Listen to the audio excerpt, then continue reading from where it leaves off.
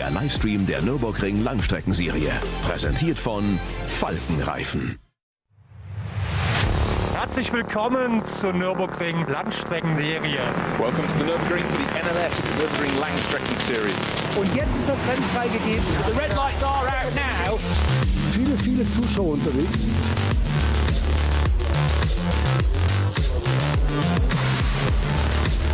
I would think that's very, very close. Jetzt kommt er ran, zieht sich ran.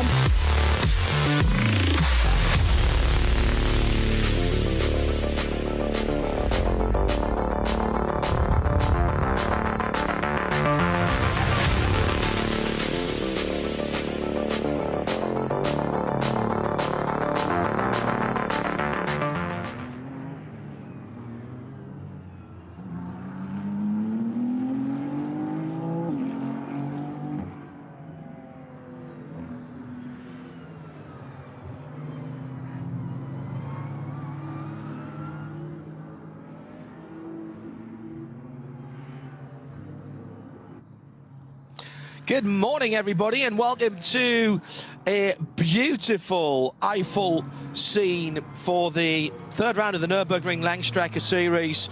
It is the 56th running of this particular race. If you're not sure about how all of the Nürburgring Langstrecken-Serie works, the VLN and various clubs actually organise these races throughout the year. So we've got some very famous names in terms of the races.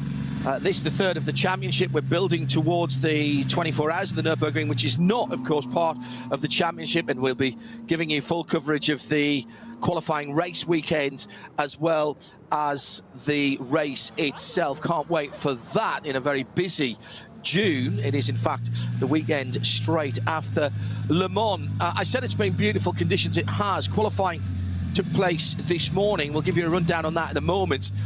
In the Global Broadcast Centre today, John Hindorf on duty, Johnny and Bruce with the Spa coverage later on today of the FIA WEC 6-hour race. And it's a busy weekend because we've got IMSA from the WeatherTech Raceway Laguna Seca later on tonight. There's no crossover there, and then again tomorrow. So plenty to keep you interested if you are an endurance racing fan, and why wouldn't you be, particularly on this circuit? This is the circuit, the ultimate circuit for around the world. Does a perfect lap exist on the Nürburgring Nordschleife? Not sure. It is such a challenge that yesterday, under an assumed name, Max Verstappen was here with one of his own team's Ferrari 296s, or at least branded as his own team's. It was an ML Fry run car. Herman, he had a not due cause on the side, which I thought was quite funny. The rumour is that he is going to try and qualify for his air permit, for which he needs 14 laps in a lower powered car. Just about do that in a 4-hour race if you do most of the race yourself, but normally it's spread across 2 races. This morning, as I mentioned, we had the qualifying session, which was run in beautiful conditions. It was not without some incident and accident. We're using the shorter version of the Grand Prix circuit, as always, on the NLS, so not all the way down to the bottom of the hill. It's the short cutout. So in the sunshine this morning, the preparations well underway. We had the K. Kramer 912 with a bit of an engine fire. Then the Tracy Crone 935 Cup car with a problem. He beached that earlier on in the lap. Tracy driving with Nick Johnson as ever. It's very interesting. Got the McLarens here again this weekend, including that number 69, the Door Motorsport car. Black Falcon number 150 out in the countryside doing good work, and a problem for the Falcon number 3, lost a wing out on the Nürburgring Nordschleife. Got it back, and they did go on to qualify. Schnitzelau, number 11 car, qualifying in 7th. It was the Dynamic GT in 8th, and that's Marcus Schuring, Falcon Motorsports in 9th position. The Krohn car needing a little bit of remedial work, by the way, after that. 5th place for the Share Sport PHX Porsche, the number 6th place for that, sorry. 5th for the Pro-Am Paul Sitter, the number 45. And further up the grid, Valkenhorst in the Vantage in 4th, number 34.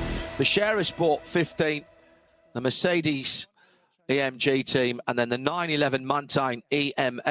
It was Ayhan Guven, the Turkish driver, who, along with the Austrian Thomas Preining, is in that car. So they will lead the cars off, as usual, 3 starting groups. Now, good news for you.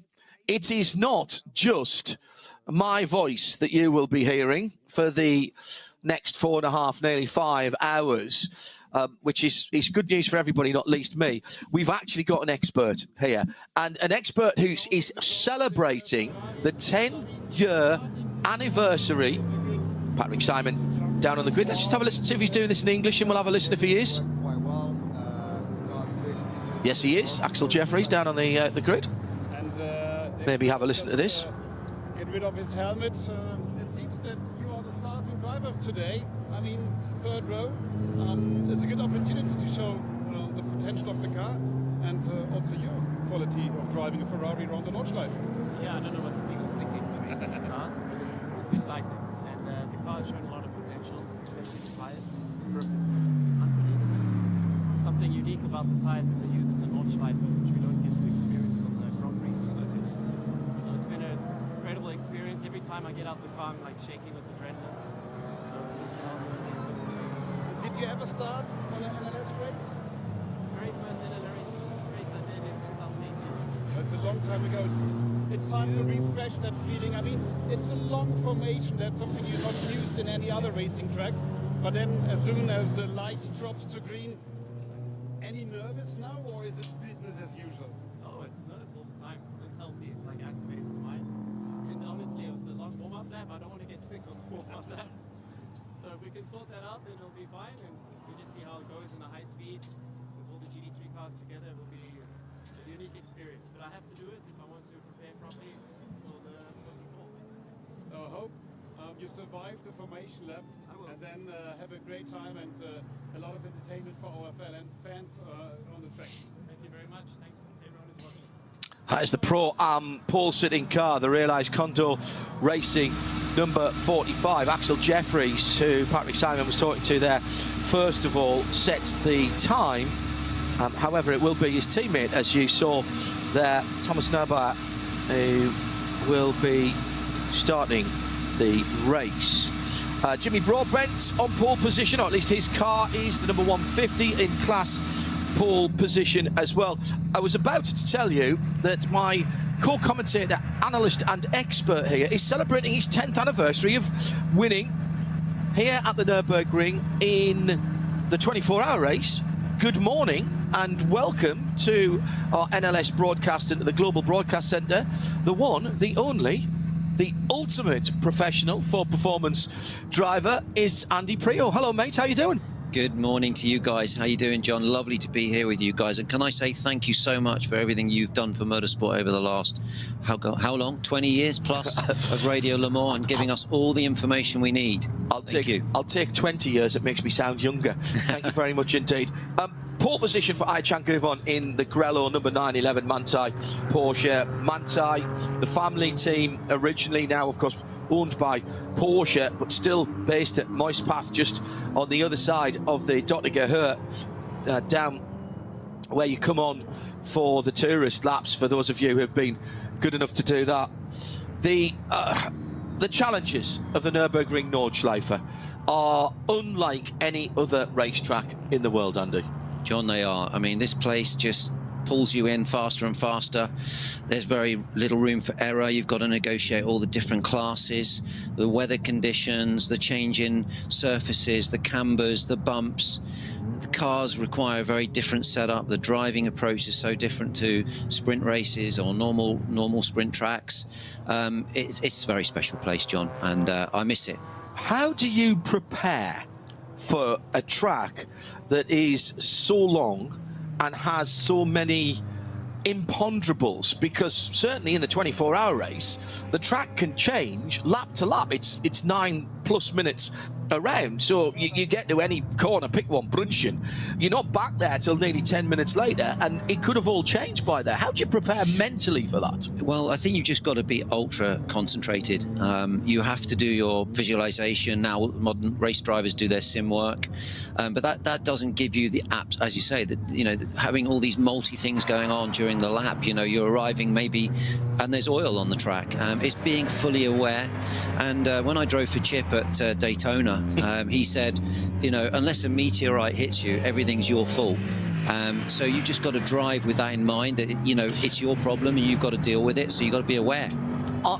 I've seen all of your circuit racing career. I remember you subbing in British Touring Car Championship at Alton Park, where you just went and planted the car on pole position in your first ever proper circuit race at that level. Is there a little bit of a throwback in terms of the Nürburgring Nordschleife to the days where you weren't sure what the tracks were going to be like? I've got pictures, black and white pictures, of people like Sir Jack Brabham at Zandvoort drifting cars around because they were feeling for the grip every lap. I liken it more to almost being a rally driver, because you can never be sure what is round the next corner and where the grip level's going to be. I think that, you know, the Nordschleife, as do a lot of racetracks in the UK and America, to be honest, they teach you to drive at 99.5%. 100.5% you're going to go off. 99% you're too slow.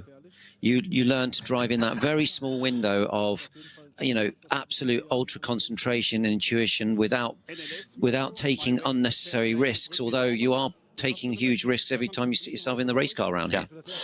We had 134 cars on the entry, 133 set laps. The Dr. Stein Churton Motorsport BMW, the 116 car, didn't set a lap. It remains to be seen whether that car is actually on the grid, and I won't know that until everybody's started and gone through the start-finish area. They did show us being through the pits a couple of times in the qualifying, actually. So maybe they just had a wee problem. Patrick Simon doing a great job down on the grid. Christian Cronjes will be starting the Aston Martin. Aston back with a vengeance here, and the best of them sitting well up to the sharp end. Front of the cars are the front of the grid's SP9s, of course, and they are effectively GT3 cars. A little bit of a change in specification. For example, actually, the Manthey 992 GT3R, which is the spec of car that runs, say, in the World Endurance Championship and in IMSA as LM GT3 and GTD. Here at the Nürburgring, it's always had the louvres over the front wings. It's not been the case for any of the other series. The new evolution, which I was crawling all over at Spa a couple of weekends ago when it made its quote-unquote competition debut, actually running out of competition and out of homologation in the Creventic series, that has now got the louvres back in the top of the wing. So when they start going to customers towards the end of the year for 2026, that is one of the evolutions on that 992.2, if you will, or Evo 2 of the 911 GT3. Got Porsches, we've got Mercedes, we've got Audis, we've got Astons, we've got Ferrari, and the Condor racing car is the pole sitter, as we know, in Pro-Am. That's the Axel Jeffries car that we were talking about earlier on. But we have got Fords. Ford are back at the Nürburgring in the shape of HRT Ford Performance, and the number 9 car sits in 11th position. Dirk Muller did the qualifying on that, and Ford have made a big commitment to GT3 over the last couple of seasons. Andy, you've been part of that project, and it's I mean, it's great to see Ford back here. They have won this race back down through, won the 24 back down through the years. Absolutely. I mean, Ford's commitment now to sports car racing is really, really exciting. Obviously, recently announced that also they will be going into the the LMBH class. We've got a great feeder of vehicles, right from the Mustang Challenge right up to GT4, GT3. The GT3 car is a phenomenal bit of kit. It's new to the Nordschleife, and as I said, all of these tracks require very special, bespoke settings, and they've got to learn the car in a very short period of time right now to get it ready for the 24. They've got two very experienced drivers. Frank Stippler's joined, a Nordschleife legend. We've got Dirk Muller in the car here with his huge experience. Olsen also racing at Spa this weekend, where they qualified third and fourth in WEC, so making big steps. The first year was learning, and now we're ambitious, and I think the car can do extremely well. But listen, John, the GT3 class, let's not forget how competitive it is.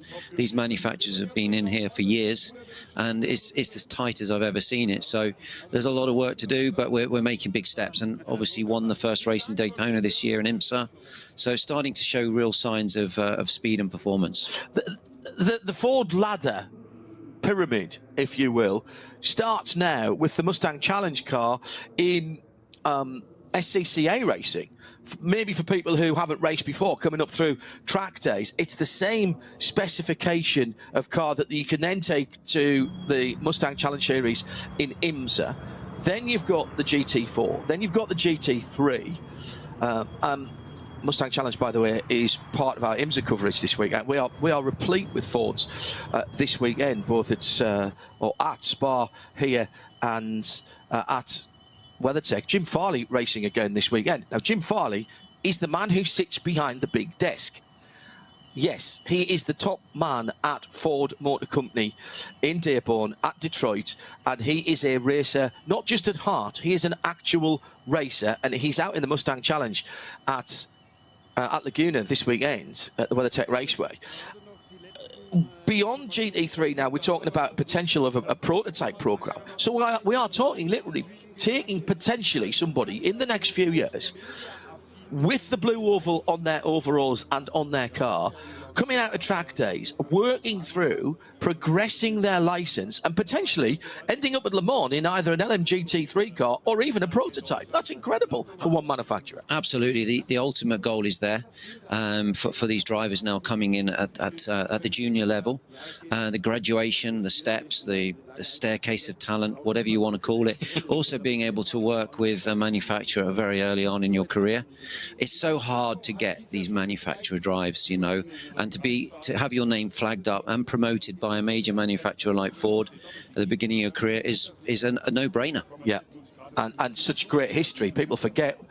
People talk about the guys in in Formula One with the Ford Cosworth engine, of course, going back to the DFE and the DFX.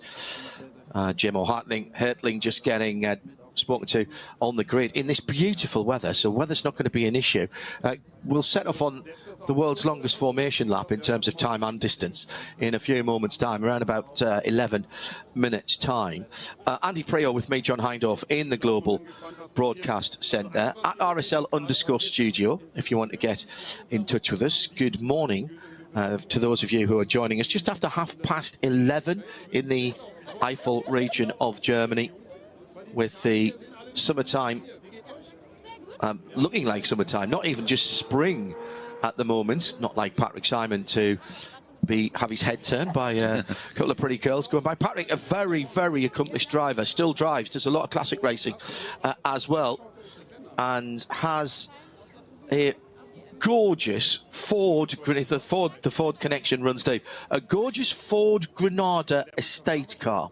And it's got real history because it used to be a course and rescue car at, I think it was Zandvoort, and he bought it and he's restored it. It's bright, bright Opel fruit orange. And I've seen it because I've worked with him on a number of things, and he does drive it. He drives it on the street. It's brilliant. It was mid-restoration when I saw it. He drives a lot of old touring cars as well at things like the Spa classic. Now, this is another English interview because that is the unmistakable voice of Aston Martin driver David Pittard. He's driving with Nicky Team.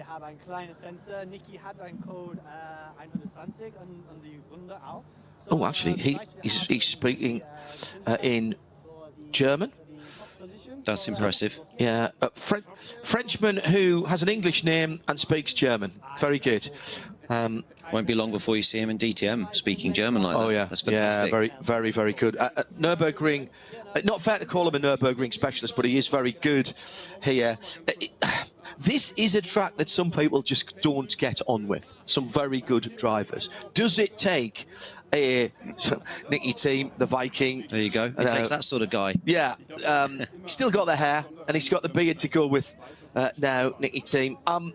Does it take a special mentality to go out there? Alan McNish, for example, said to me, never want to race on the Nürburgring. He wasn't even keen doing corporate days and things there. Does it take something different, or have you just got to not think about consequences? It takes a very, it's all about learning and relearning the track, a bit like the Isle of Man TT and John McGuinness. You know, you've got to keep it in your mind, all the corners, and it's a real, it's a way of life. The Nordschleife is a way of life if you're a racing driver, and you do need to have that total commitment in the car, and you do need to be able to take away the risk from your mind. But if you know the place well, and you have total engagement, I've always said, John, you're safest when you're committed to the risk. Yes. If you don't feel you're committed to the risk, you should not do the Nordschleife. Yeah. Let's put it that way. Yeah, my first laps ever as a tourist was, we were going down for an Aston Martin to do some interviews for Aston Martin and for me to do some laps in some of the GT cars on an Aston Martin private day. I decided it would be a good idea the day before to have a look on the tourist laps just to get an idea. And what I did was I got a very early Garmin sat-nav and I stuck it up next to the rear view mirror, which I knew I was going to be looking in a Ford Mondeo estate car. And stuck it up next to the rear view mirror, zoomed it right in so I could just see the next corner ahead. So every time I looked in the mirror, it was like having a rally co-driver telling me where it went. I kind of knew it. Yeah. Being on the, I was going to say Sims. There weren't Sims in those days. Gran Turismo is the platform game that really made this place a global sensation. And oh my goodness, you just can't believe it. I always say to people going there for the first time, whether they're doing tourist laps or they're doing something more involved on a track day there, don't think of it as a racetrack. Think of it as your favourite country road with nothing coming the other way. Because I think if you think of it as a racetrack and you are overcommitted, as you were talking before, you could come a cropper quite easily. Absolutely, and it really hurts if you turn in a bit early somewhere and you run out of road on the exit, and you combination corners, you turn in combination 1 and you have the problem on the exit of combination 3. You just carry your problems, and they're fast problems. But you know, you do. I always used to do visualization, and honestly, to visualize a complete lap of the Nordschleife, you always miss a bit. Oh, well, there's bits that look similar exactly. as well. Up to the carousel, I could talk you through it now to the inch. Yep. After that bit when you come out, it was the same. When you come out of the big carousel, Hoact, down through Hoact, yeah. Brunchen, this area here. Yeah. That's the hardest. Back down to the Kleiner carousel. Yeah, there's too many bits that look the same there, and unfortunately, if you commit to one that you think is a 4th or 5th gear corner, and it's actually the 3rd gear corner that looks a bit like it, then you're not getting it back at that point. That was my area where I always struggled. It's strange. I could do the rest of the lap, and what you could do is break it down into say 5 or 6 separate circuits. Yeah, but I would only be fully down happy. The Kleiner carousel. Absolutely, I'd only be fully happy going into my race. Could I visualize the whole lap, and then I would be fine. But that last sector is really tricky. Yeah, and then of course there's a little sting in the tail as well as you come down the Dodiger Hurt down to the Tiergarten and Hohenrhein. People think, we're on the way home now, but in a race car, the braking for that last chicane is so far up the hill. You are still on the throttle in a GT3 car, so far up the hill, beyond the left-hand kink. And when you see the onboards, if you go online and look at the onboards, you are aiming it at the end. You're aiming the car at the end of the left-hand arm core, because the pace you take there will push you across to the right. Incredible finish to the lap. And we have seen races in this series, in this championship, won and lost on the last lap, overall, and certainly in classes at that Hohenrhein-Tiergarten area, because it is insanely quick down through the Dottinger Hood. Some of the smaller classes, actually, that don't have as much aero, Andy, are pretty quick down there. And the GT3 cars don't have it all their own way. No, I mean, I've driven in, GT4 races, and the cars moving around because they're so quick, through there. And obviously the GT3 has more aero, as you say, but you can easily get a false limit in the car if you brake a bit early, John. Braking early is not a good thing there. You've got to go into the compression, get through that, which is an act of faith, and then brake with total commitment. And you're looking at that barrier directly in front of you, and it's bumpy, it's there's just one line, and there's no room for error, so you're really hard. You can't relax towards the end of the lap. You get a little relax on the Dottinger, unless you're not slipstreaming 4 other cars, which can happen. So yeah, it's one of those laps that keeps you on the tip of your toes, This weekend, and thanks to Brendan and the rest of the Ford Performance team for doing the sums here, there are 56 Ford Mustang race cars across all disciplines in major global championships. So that's GT4, GT3 in sports cars, NASCAR, Australian supercars, which I've got to catch up on. I don't know where I'm getting the time from to watch all of the sport this weekend. Formula Drift, Pikes Peak International Hill Climb, Mustang Cup and Mustang Challenge. In global sports car racing, including the WeatherTech Sports Car Championship, Pilot Challenge, Mustang Cup and FIA WEC in here, over 30 Mustangs in various categories. That tells you the sort of commitment. We expect that from brands, and let's be honest, like Porsche. Porsche have been, down through the years, the absolute template for customer racing with the 911, and it's a 911 992 that will lead us off, appropriately enough, in Carrera White, in race white, that leads off the first group. And it looks very much to me as though Nicky Team didn't get away. Yes, he did now. He's just chilling out. No, Nicky, he'll be able to take it up. They've been the template for customer racing, and we're one of the first, if not the first, major automotive manufacturer to actually make money out of racing rather than put money into it. And since then, everybody's tried it. And now with this new philosophy of racing with Ford that's come out of such great history, Andy, and of course you were part of that, with the Ford GT going to Le Mans and IMSA and all of that. This is another new dawn for Ford and for the Mustang. The Mustang, a global car, of course, which is quite unusual now. Absolutely. I mean, it's iconic in its, its history is phenomenal. It's a great car. It's a good racing car. It turns well. It does everything right. And it's just great to see the commitment of these major manufacturers, Ford, Porsche, BMW, Ferrari. It's very difficult to quantify win on Sunday, sell on Monday, but it works. Yeah. Because the amount of manufacturers I've driven for where friends or family have bought a car because we're doing well and successful in that car, and the history that runs back. I mean, look at Henry Ford. He was a racer. Yeah. And that's what was it Henry Ford said when somebody asked him when did, later on, when did motor racing start? When somebody built the second car. Exactly, yeah. Because it's all about competition.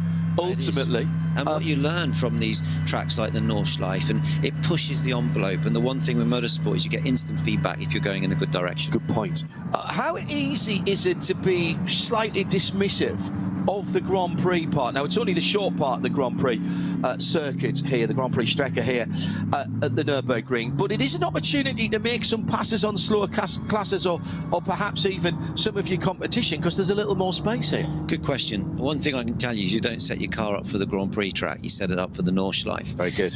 So, it's a bit of a build up to the lap, but yeah, for me, the Grand Prix part of the track, you can pick a few places. Let's just say it this way. It's a lot more low risk to pass here than it would be on the actual North Circuit, which, yeah, I mean, you've got barriers literally a few meters from the edge of the track. So But you know, I've had races here where you've been racing through the night. It's dark, it's rainy, and you're just relieved to get on the GP track and have a little rest. Do you get a lot of stick if you put it off on the GP circuit? Yeah, I mean it's very easily done, because actually, John, it's super slippery there, and there's a lot of standing water and all sorts of stuff. So you can never fully relax around here, you know. Second group getting underway, led by the Audi Q5 safety car, part of the squadron of safety vehicles here at the Nürburgring Nordschleife, and thanks to all of our marshals and the organising club. This organising umbrella effectively is the VLN. This is the 56th ADAC Rundstrecken Trophy. As I mentioned earlier on, the opportunity given to a number of different organising clubs to be a part of this, and it's really important, actually. Very interesting how the German authorities and the VLN do this, because it helps with the financial governance of those, and the financial viability of some of those motor clubs who have huge heritage across Germany, not just from this region, although obviously Adenauer is one of the villages that is effectively encased by the Nürburgring Nordschleife, going out onto the North Loop at the moment. I'm going to throw a number at you, and so this is quiz Prio time. Ask Andy. 6 minutes 52.072 seconds. What does that mean to you? That was the lap of the Ford Mustang GTD road car around here recently. I mean, that is fast. Dirk Muller at the wheel. I think it's put us up there as second fastest supercar, fourth fastest supercar. But two, I mean, one of those is the Mercedes AMG 1, well, which is not exactly the same category of car. Yeah, absolutely. And it's put us ahead of the Porsche, and a phenomenal lap. That car, I have driven the car. It has. You were there the day that was set. I was there with another manufacturer working for Multimatic, but I was very much following the Ford stuff, and it was a great day for the test. Incredibly, that was 5.5 seconds faster than the time that the car set in 2024. And from what I heard, Dirk reckoned there was still a bit more. He didn't think that was the perfect lap. Yeah, I think they did the lap, and you know, that was it, kind of thing. They may have gone again. The conditions were perfect, but they really fine-tuned the car. Worked very closely with Multimatic on all the damping, the DSSE bank damping, working on aero, working on all the details. As I say, you go to the Nordschleife and you build the lap up over 100+ corners. So you need everything absolutely spot on, and that car really delivered. And it is a great car to drive. It's got so much performance, in excess of 800 horsepower. You know, it's got the latest adaptive damping. It's got, you know, adaptive aerodynamics. It's a GT3 race car for the road. It is phenomenal with so much grunt. And the one difference between the GT3 is that it has GT3 has BOP. This thing is full turbo, full open, 800 horsepower, and so much fun to drive, John. Supercharged engine, which is brilliant because you get instant. There's no turbo lag on that. It is running from the pulley. Some people say it's old-fashioned. I've driven supercharged cars before. First of all, I love the visceral sound of them, but the torque in particular and the power, it's like stretching an elastic band. It's not so much a power and torque curve as a rocket shooting off. It's incredible, the response. It's an absolute dragster. You know, it's all bottom end, and yeah, I mean, but the thing is, you know, John, for a big car, the aero and the cornering speed, I mean, to do a 6:52 lap round there, that is fully fast, you know. Impressive, and well done to Ford for the commitment there.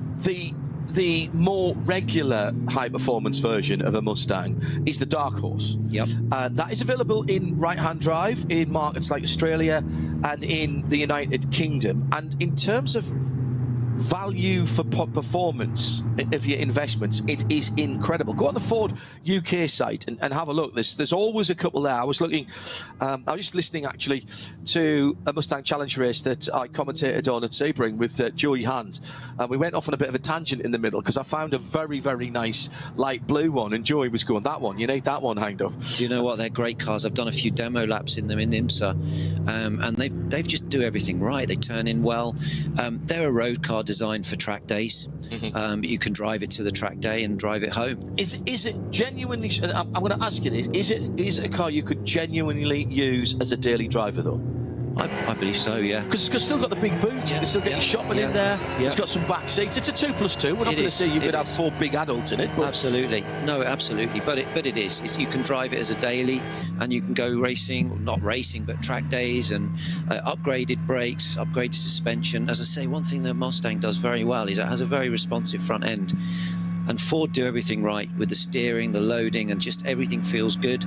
It's precise, and it's great to drive. Here we are on the green flag lap, which is, as you say, a long lap. Long lap going down the hill to the bridge, and the old second entrance to the Nürburgring Nordschleife just on the right-hand side. Used to be a very handy change of surface just before you turned into the right-hander that you could...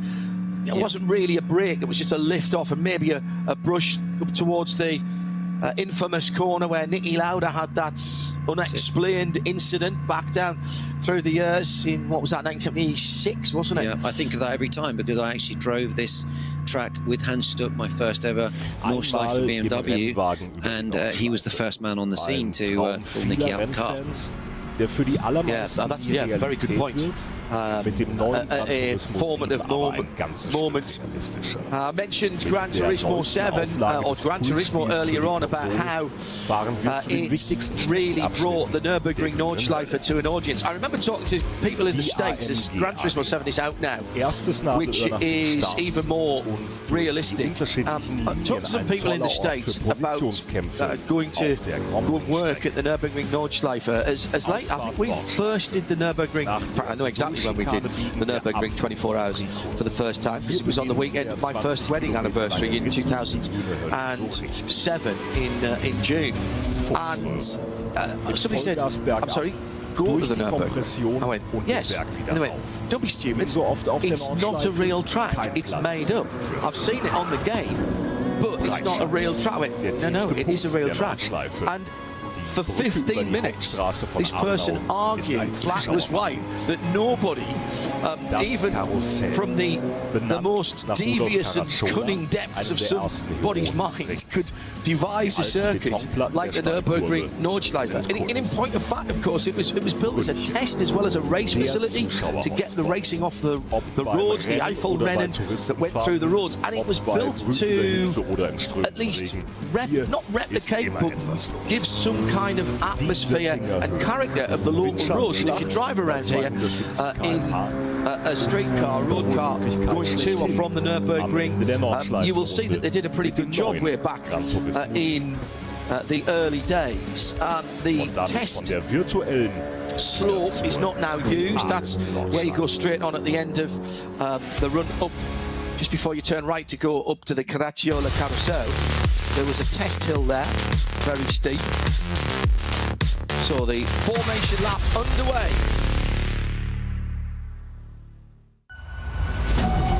Andy Prio joining me, John Hindorf, in the Global Broadcast Centre.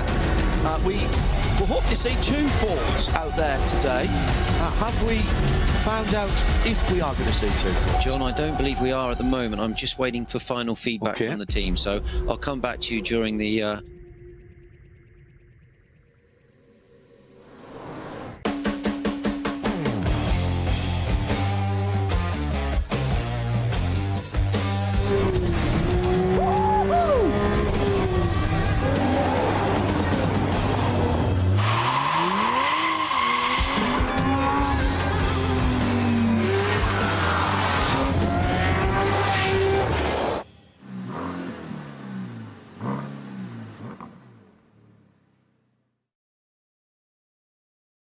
Sie sagen, es ist nur ein Auto, aber wir sagen, es ist Herzblut, Schweiß und Perfektion. Denn wenn du schraubst, dann zählt jeder Millimeter. Dann bist du in deinem Element. Du willst mehr als nur fahren. Du willst es fühlen. Die volle Kontrolle. Eine optimale Straßenlage. Wir wissen genau, was dich antreibt. Denn wir teilen die gleiche Leidenschaft. Egal ob auf der Straße oder auf der Rennstrecke. Wir sind immer an deiner Seite. Wir sind H&R. Offizieller Partner der Nürburgring Langstrecken-Serie.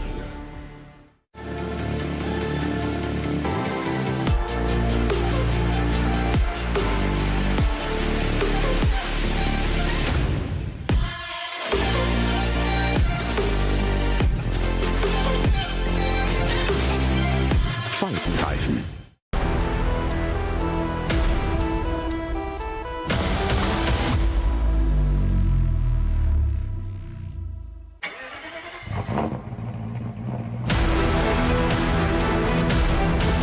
Hol dir jetzt dein eigenes Motorsporterlebnis nach Hause. Dein Online-Shop für Simracing-Hardware und Zubehör. www.simraceshop.de.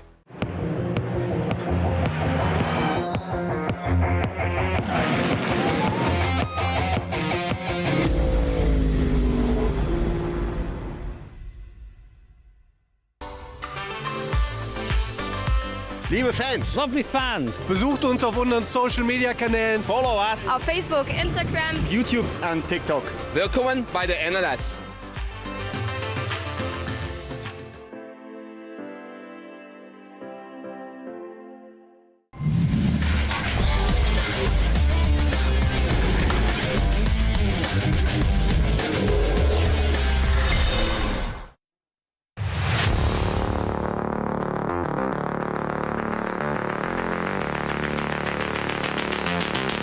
Comments. Coming up to noon, high noon, and it's time to go to work for the drivers and the teams in the third round of the Nürburgring 24-hour series, or the Nürburgring Langstrecken-Series, excuse me, for 2025. Andy Prio, for performance driver, mentor, all-round good guy, who I've known for a very, very long time, and me, John Hindorf, in the booth. We were talking earlier about Max Verstappen being here yesterday doing what he thought was a little bit of sneaky testing. Now, the fact that he is a super licensed former Formula, shall I try and do that in English? I only speak for a living. A super license holder and a Formula One world champion, multiply, actually cuts no ice on the Nürburgring, because this is a track like no other. And I know Martin Brundle had to go through the training. Everybody who comes here now, because of the unique nature of the track and also the safety with things like slow zones, code 60s, code 120s, has to go through the training. And that means doing some laps, doing some classroom work and doing some race laps in some slower cars, even for Max Verstappen. Is it really that different? It is, John. It's a minefield of information for you to take on board. In those slow zones, how these slow zones are run, when you can start to overtake, what speed you need to be before, what speed you need to be during.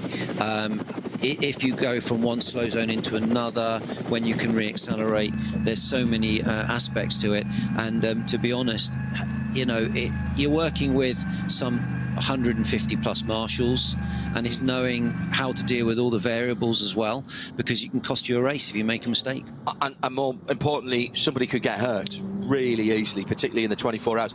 I have seen the permit is at the discretion of the organisers. A Class A permit is what you need to race a SP9 GT3 car. I have seen permits removed during a meeting so that a driver has been asked to come in during a practice or a qualifying session, or in one case, I'm pretty certain I remember during the race, in the middle of the night, somebody blew through a slow zone at well over the prescribed limit. And it's all measured by GPS, so there's actually no measure of sticking a finger in the air here. The team were told to bring that driver into the pits, and the drivers permission to drive, his permit, was removed immediately so that if he wanted to come back, he would have to re-qualify. But that's because there are no safety cars here. We use the respect of the drivers for the workers on the side of the track, which sometimes will include heavy equipment, cars that are in strife, and you've got to have that discipline, Andy. You do, John, and you know, you are neutralising a very dangerous race, and you have to take the responsibility. Here they're coming now into the formation now, and they have this area here, John, where you're not allowed to weave. Yeah. You've got to form up and prepare for the start.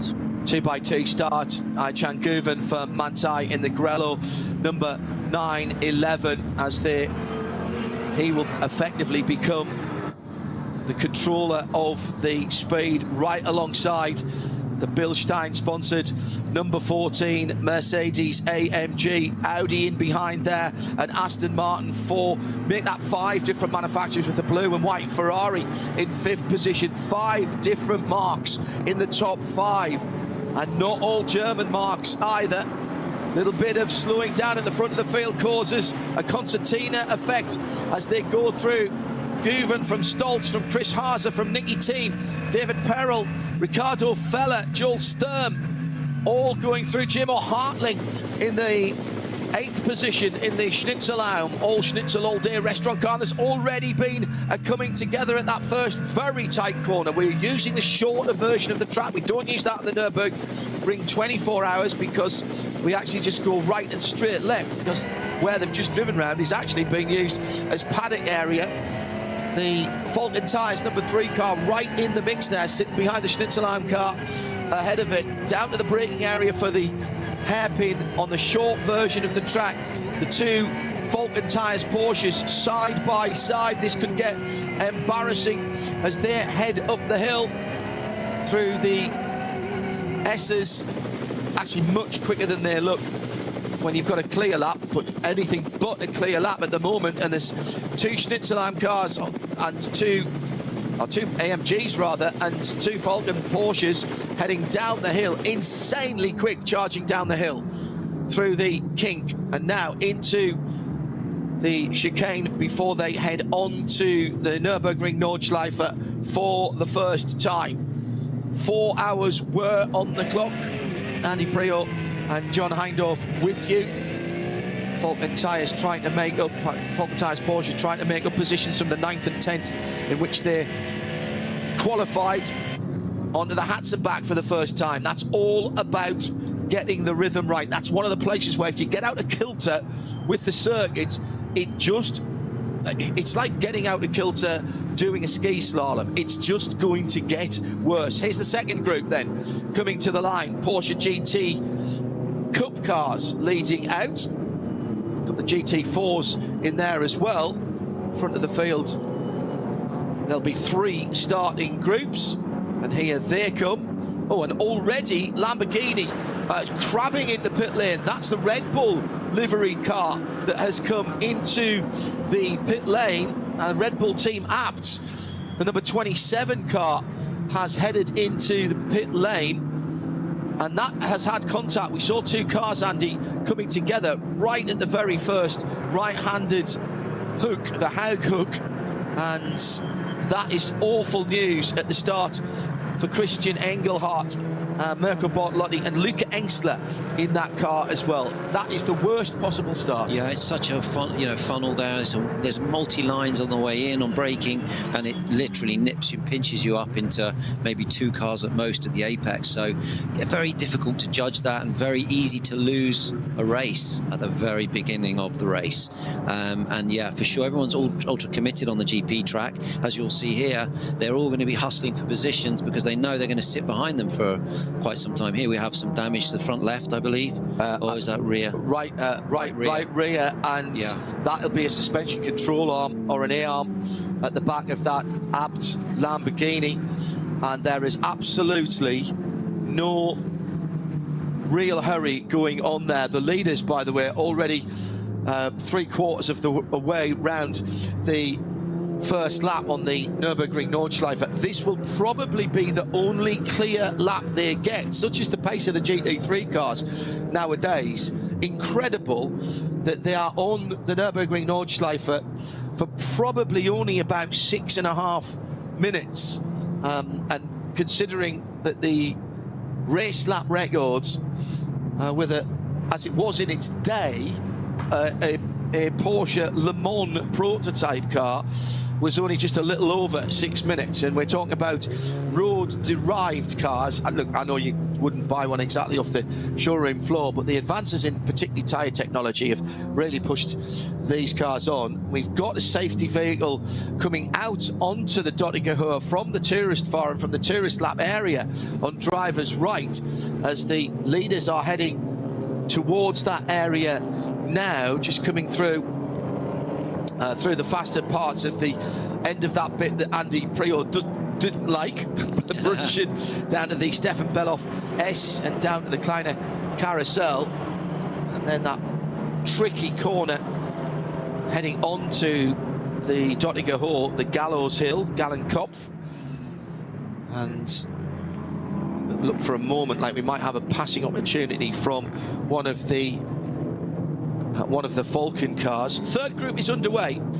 This group will get caught on their first racing lap by the front of the field on their second racing lap. That's how quick the GT3 cars. None of these cars are slow, by the way, that are in this third group. You're talking about BMW Cup cars, you're talking about GT4 Caymans in there, but they will be caught by the GT3 cars. They will, and they'll just be settling into their race rhythm on slightly cold, low tyre pressures. Good point. With their, with our eyes fully open, and then they're going to have to deal with the faster class coming through. And sometimes these classes, it's more difficult to do your race when you've got faster cars passing all the time.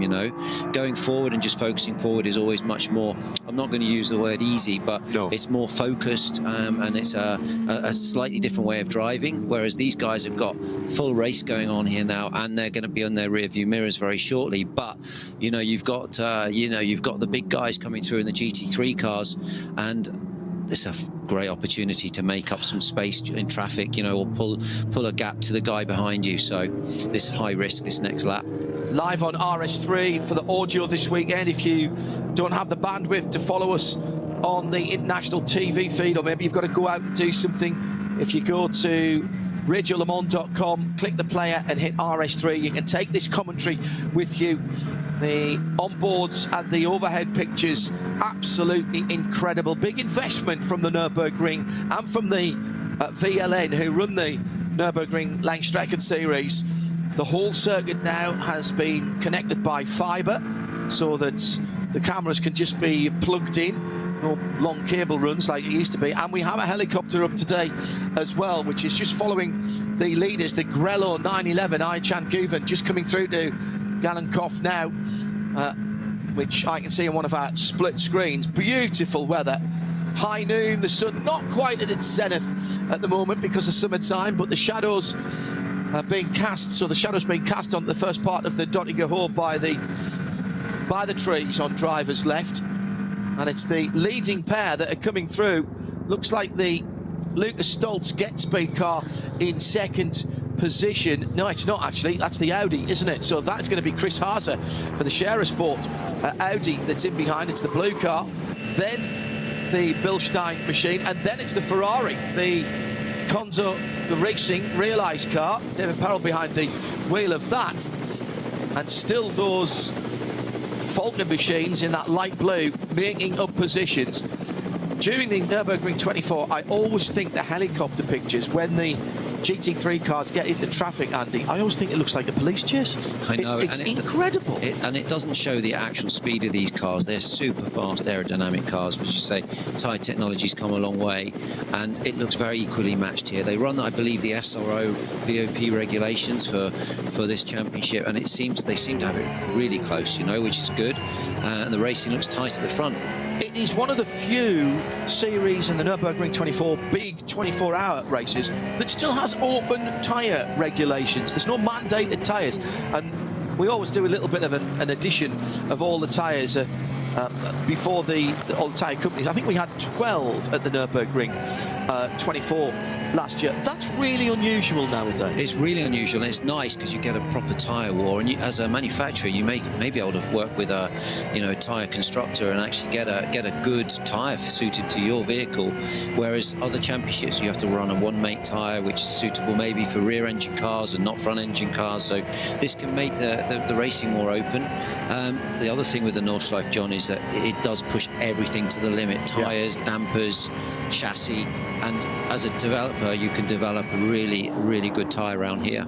Falk can do exactly that, and I wonder one of a number of manufacturers of tyres, of cars, who have a test centre on the Gottlieb Daimler Straße, which runs just behind the main road, which runs alongside the Dottinger Höhe. All of the tests and development and technical centres are down that road, and it's a who's who of automotive manufacturing. Falcon is slightly at a disadvantage because they are still making their tyres back in the Far East, and that means that it takes a little longer for them to implement any changes from the data that they got and get the tyres back. But they have made massive strides down through the years, concentrating on Porsches. In their early days in the ALMS, the old IMSA series, they actually had two cars. They had a Ford and they had a Porsche, but they decided to take out some of the variables and just go with the Porsche, and that's what they've done over here in Europe as well down through the years, and it has paid dividends. Now let's see if we can work out what happened in the middle of the pack to the Lamborghini and where the incident came. There was 3 wide going across the line around about 6 rows back, but the pinch point was at the first right-hand corner. The Grello pole sitter is away, and the Lamborghini's fine for the moment. Down the inside, gets absolutely nailed on that right rear that's done the damage, and that was one of the red, white, and black AMGs, I think, that turned in there, but was coming from a very long way back into a gap. It was a gap, but it was a gap that was going to close, Andy. Was that a little bit of a low percentage lunge? I would say that was clumsy. Let's say you don't get the chance to maybe drive offline during the practice, the free practice. He's just driven offline inside. There's obviously marbles there, a little bit lower grip, and he's just braked too late, and there's probably nothing he can do about it. He was on the full ABS. It's not that he just lifted off the brake or anything, but I always used to go offline on any in-lap to feel the grip, especially in touring car racing, because you need to learn what the track is doing in the other defensive parts. So yeah, unfortunate, big mistake there, and it has cost the youngster car a lot, and it's very frustrating because you don't get many races like this with this weather at the Nordschleife to go and test. So what they'll do is repair the damage, and I'm sure they'll get that car out there to do some running and prepare for the 24-hour, which will probably be raining, John, and it'll probably be -2 degrees. But look at the temperature here. It's nice and warm. Beautiful. Here we've got a race going on. At the front of the field, that car hasn't come out of the pit yet. That car, sorry, being the Lamborghini Huracan, the Red Bull app team. It may be there's even slightly more damage than just suspension. I do wonder if the drive shaft maybe took a bit of a hit there as well, Andy, and Christian Engelhardt will have been reporting back to the team. He limped back through the Grand Prix circuit and through the cut back into the pits to get that car back in to be seen, to try and get it out there. And you're right, you know, there's not always the opportunity to do all the testing that you want. There are manufacturer days here, there are track days here, there's all kinds of stuff going on. But you don't always get to go out there in your GT3 car and have a proper shot at it. So these early season NLS races run by the VLN are so important to your preparation for the ADAC Nürburgring 24 hours. Should just mention, by the way, when I'm talking about open tyres, that's in the top class. There are a couple of classes that do have manufacturers in the subclasses further down. Over 30 classes here this weekend. I'll try and keep you up to date with the class leaders as we go through, but obviously we're concentrating at the sharp end of the field, although we're keeping an eye on the M4 GT4 of Jimmy Broadbent and his team. Tom Coronel's in the Porsche number 927. Harley Hutton, who you've heard us talk to on Midweek Motorsport, is with Heiko Eichenberg in the Sorg Sport 959 Cup car. Tracy Cronin, Nick Johnson in the 935 Cup car. And Pick McMahon with Janina Schall and Kari Schreider in the GTI tyres, number 146. Also, I noticed Luke Hartog's name on the next to the Dynamic GT Porsche Cup car, the number 54, Luke Hartog, Porsche Carrera Cup North America champion, who has been doing more and more over here in Europe. Was at the Creventic 12 Hours of Spa a couple of weekends ago. Why, he's a tall lad. Could never have been a single-seater driver. He would have had to fold himself into 3. Our cameraman for that is a lad called Seb, who's about 6'3", and he was even looking up to him with the camera on his shoulder. Really good prospect. Your son would have raced against Luke, wouldn't he? Yes, I believe so. And yeah, I mean, now these racing drivers come in all sizes. Luckily, in these modern GT3 cars have adjustable pedal boxes. Some have adjustable steering columns, so you can really fit all drivers, short, small. You know, in my day, John, when I was coming through, you had to be short, small, and light. But nowadays, the drivers are getting taller and taller. We've got a great race going on, a great battle down at the front of the field now. It's a real nice opportunity to gauge yourself against your competition. He's getting a good slipstream down Dertinga. Chris Harzer in the blue Audi. Defensive into the fast left. This would take a lot of confidence to go around the outside here. I don't think he will be able to pull that off. It's Chris Harzer, he can do anything. When you've got a name called Harzer, which is rabbit in German, he's likely to jump into any particular hole that he can get. There's a little bit of side drafting going on there as they came through. There you go. And he just couldn't do it. Ayhan Guven on the better line. Yeah, I mean, inside line, and you don't want to be offline and outside there, John. But yeah, you could see that they were doing this this aerodynamic technique to put the wing and the front left into the rear wheel arch and to slow the overtaking car, and that causes you, like, it's almost like applying the brake. Yeah. It slows you up. Do you feel that in the driver's seat? Oh yeah, it's something you. So you know when they're on the quarter panel. It's an old NASCAR trick, isn't it? It is. It actually doesn't make the second car any quicker, but it slows down the car in front massively. Absolutely, it's like applying the brake, John. It's crazy, and you're doing this all the time. Places like here, Le Mans, and Daytona, and it's sneaky. You know, it's the way to do it. We see a lot of overtakes, and a lot of people will watch Formula One. So we see a lot of overtakes in Formula One that is assisted by what I call the pass flap, DRS. Yeah. No, not of that here. That is just the aerodynamic effect, the hole in the air, effectively, that yellow and grello Porsche of Ayhan Guven was making. That leaves a hole behind it, and that's what Chris Harzer was sitting in, and therefore his car is doing less work with air on the front of it because there isn't as much air on the front. That's right. Either way I look at it, you've got like 2 engines pushing 1 car, you know. So you're going to get some speed.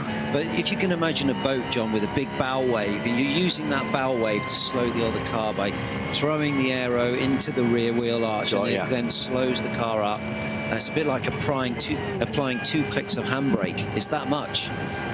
But yeah, you've got to find a way to get past down Dertinga because it's not an easy overtake. How close do you have to be? I suppose it depends on how much aero and how much of the wind, effectively, the front of your car's going. But it seems you have to be pretty close, and if you were being passed by that, if you just move away, does it mitigate it a little bit? Yeah, you've got to basically be quite clever. So what you do is you put your front left into the wheel arch of the rear right.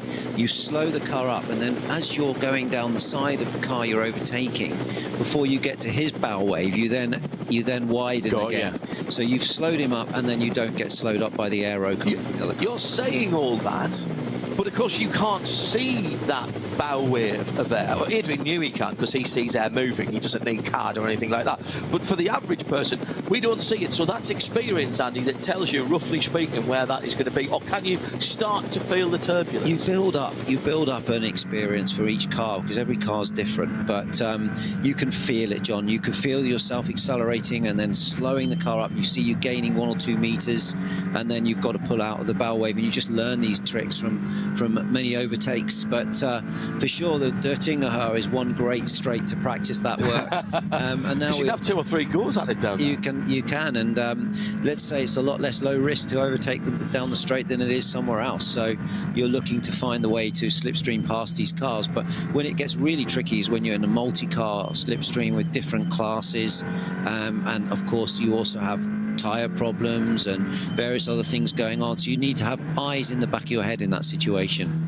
A small but perfectly formed TCR category with just 3 TCRs, 2 Audi RS3s and a Cupra TCR. Now look at this, John. We've got the 2 lead cars in traffic now. The third guy is we've got Lucas Stoltz closing in. Let's see who's got the metal here in the traffic. And also it's a little bit timing and luck as well. Keep an eye open for the best of the Pro-Am cars as well. Steph Perel in the Realised Condor Racing Ferrari. That one very easy to pick up in the blue and white. We've got the Grello car from the blue and black Audi of Chris Haase, then Lucas Stoltz in the yellow Mercedes AMG GT3, then the blue and white Condor Racing Ferrari. Huge victory at the first time of asking for the 296 for Klaus Abelen's outfit in the 24 hours.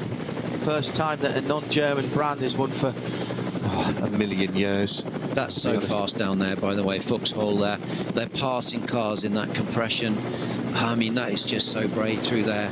And look at them all. They're trying to follow each other through in the lower class too as well. But looking fairly constant at the moment. These guys are really earning their money at this stage of the race. What is the protocol if you're a fast car overtaking a slower car? The general rule of thumb in racing, and every race director and every race briefing, driver's briefing that I've been to, which is probably about 1/100th of the one that you've been through, as it looks like we've got the Ferrari just closing in on 3rd place at the moment, keeping an eye on that.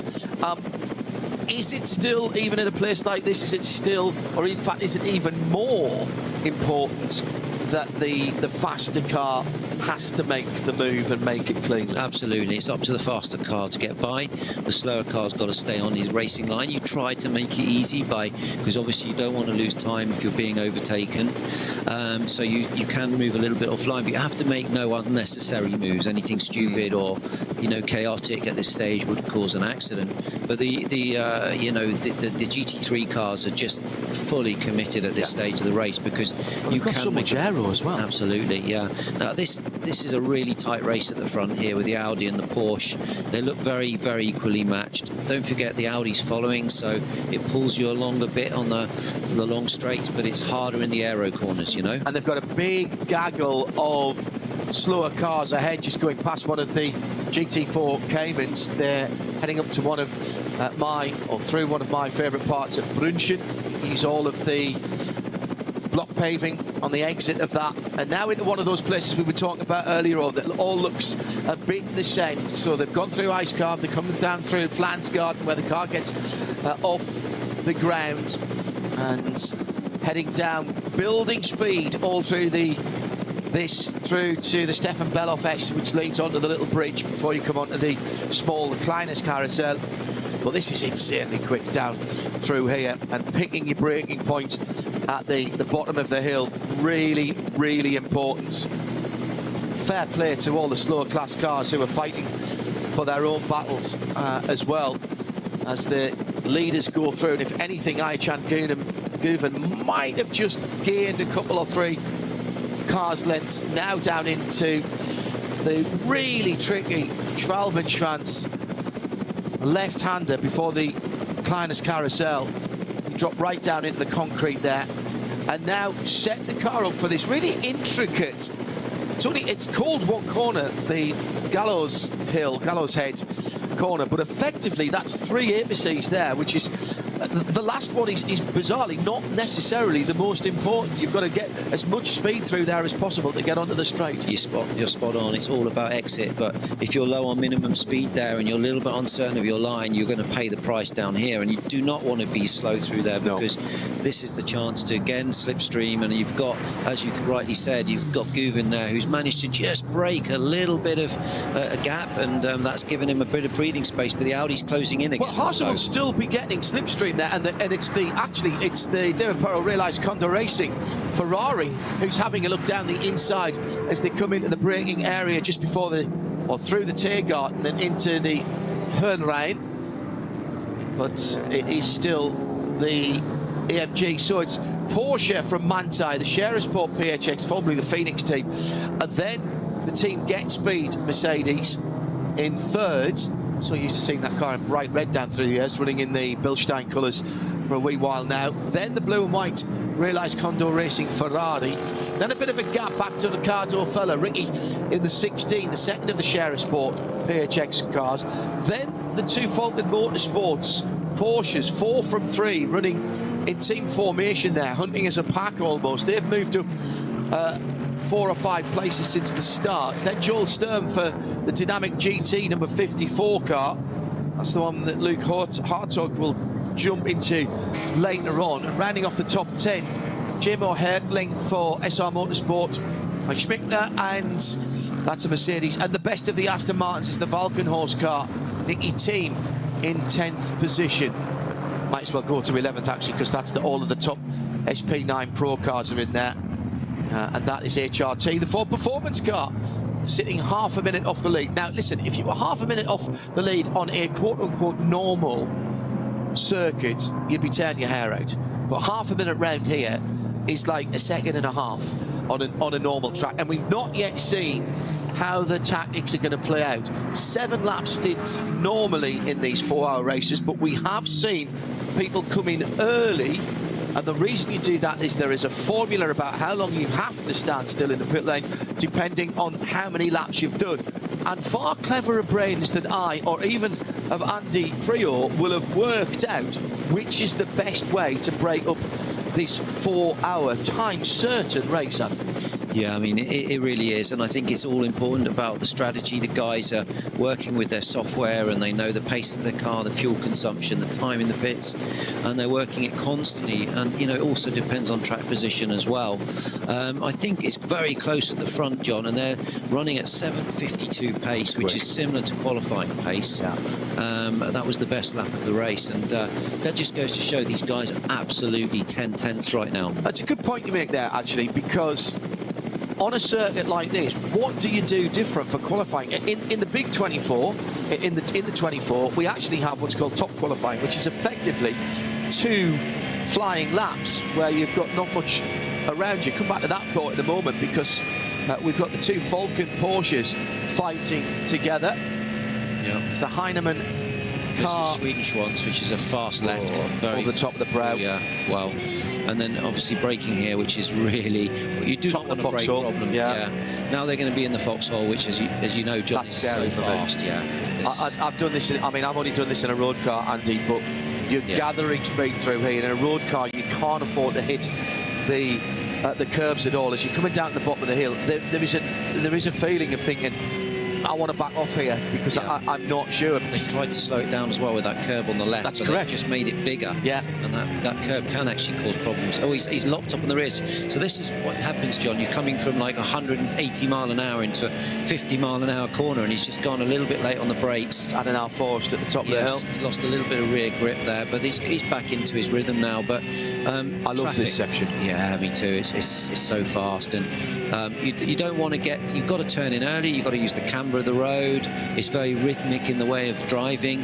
You're braking down here now, and it never feels like you've got front grip at this point, because the road's dropping away, and then you have this fast compression, and this, to me, sends all the hairs up. It's without slower traffic, you are absolutely flat through there.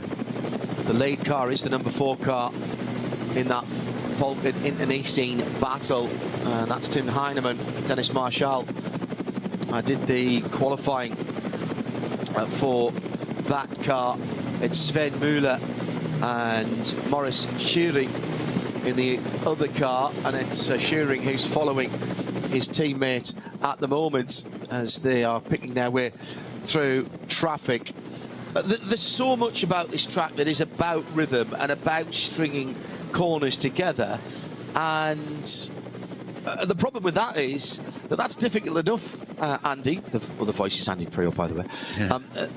That's difficult enough to do when you're on your own. When you are racing and you're coming through traffic, that is also having a race.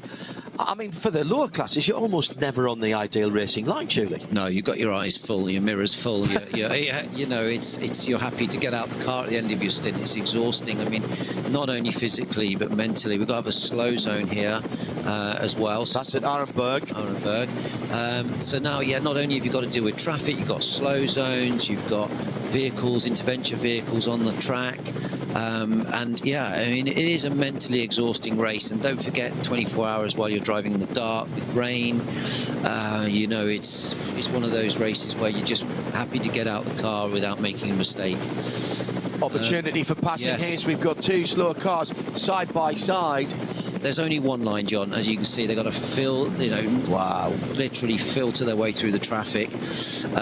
At this moment in time, you're just thinking, like, this is the first stint of the race, let's keep a good position. But during the later stages of this race, you might have seen somebody have a little sniff at that to try and pass. So that is going up the hill. So that's heading up through Kesselschön and Mudge Curve and up to Klostertal before they get to the carousel. And the problem there is that is actually quite steeply uphill. It's also very, very quick. But you don't want to lift off there, Andy, because you lose pace so quickly because it's the uphill. I think Mudge Curve actually is probably one of the more difficult corners on the track, because you cannot take the inside curve.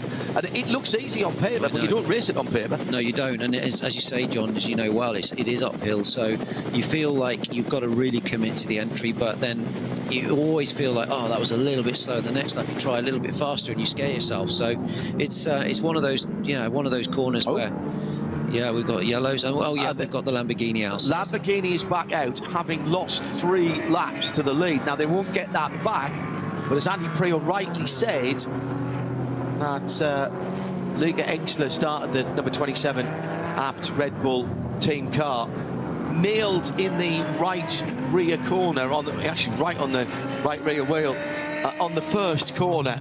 Absolutely not of their making.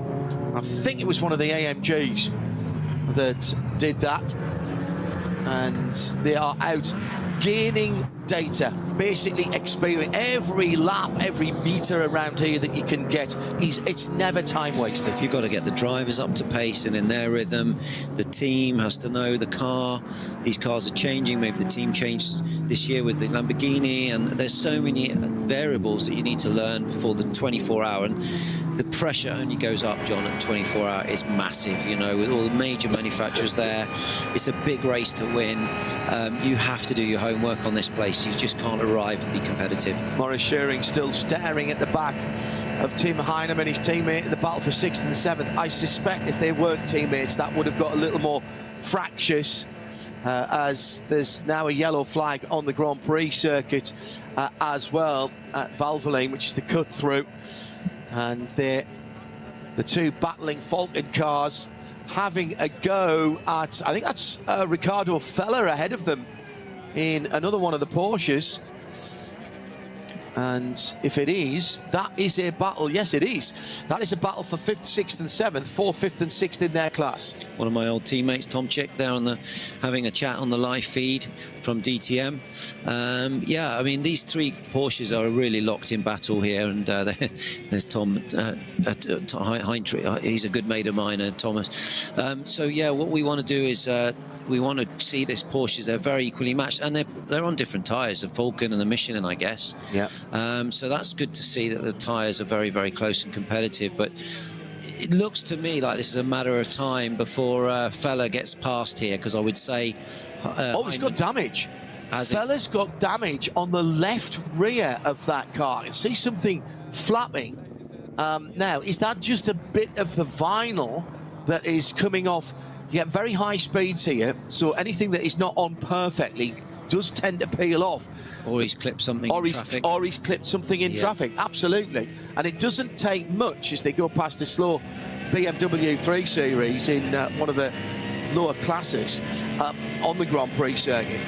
It doesn't take much to ruin the aero in some of the quicker places here. Yeah, just on the rear wheel arch, I mean, just behind the rear wheel arch on the left-hand side. Well spotted. So there you go. That BMW, by the way, is the 653, the all-white car, and he has got big damage on the left front of that car. Okay, is this an aftermath of the clip from the Porsche? Maybe must have been a clip on something. He looked that looks more like big damage. He's gone into something quite hard there. Yeah, that is a car that looks like it has come straight off the street. The BMW Racing Cup, the 240s, 235s originally, 240s, and then the M2 Racing Cup, the new car, just been announced actually. And what a great way to get into motor racing. And BMW built those cars for a specific class here at the Nürburgring. What a great servant the old M235s and 240s were. Software upgrade that took them from the 235 to the 240 in terms of the power upgrade. And the 653 is one of the squadron of Adrenaline Motorsport. That's the Team Manhattan Wales car, running in the 240i Racing Cup. Things are hotting up at the front there, John, between Guven and Haas. How much is Guven right now worrying about the car behind, or just driving, as the Americans would say, focusing forward? It's very hard to ignore someone who's putting you under that much pressure. That's on the grass with his right tyres. They've got their mirrors up. You know, his camera, rear-facing camera, is absolutely full with the Audi just ducking and diving, and they're on the grass, off the grass. I mean, I was talking to Jörg Wunner, one of my old teammates, and he said, I don't want to do this race anymore. These kids are passing on the grass at full racing speed, and you've just seen it.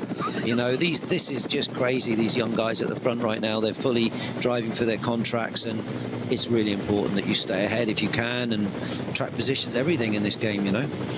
On what are drivers judged? It's not just a single fastest lap, is it? It's in endurance racing, we talk about things like stint average and the delta between the difference between all of your laps and how small you can get that. Absolutely, it's all done on averages now, John, and you know, it's a tricky one because you never know what you're going to get. If you've got a used tyre, are you in good traffic, bad traffic? But you can see over the whole race that you look at these drivers who are performing well, they're always near the top end of the averages, so they're all driving for that right now.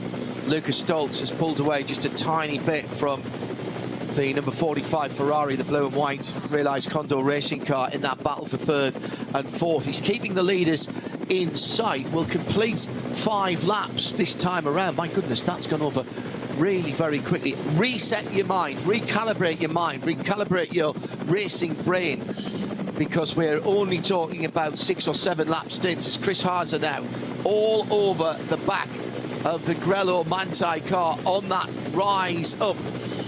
Now goes round the inside. What a manoeuvre that was, heading up to mud curve. That is pretty impressive as he was going through. That's big commitment, just what you were talking about there, Andy Priaulx, and immediately puts 10 or 15 cars lengths in before he gets to the bottom of the hill at the Steilstrecke. It looks like he's lost some pace, actually, Guven in the Manthey. It just looks like he's struggling.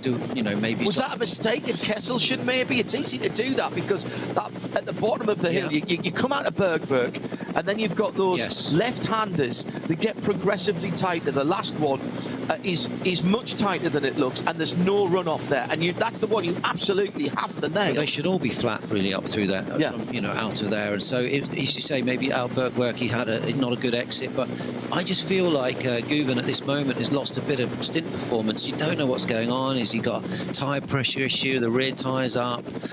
You know, it looks to me like the car's a little bit more nervous. And at this moment, I can see also Stoltz closing in.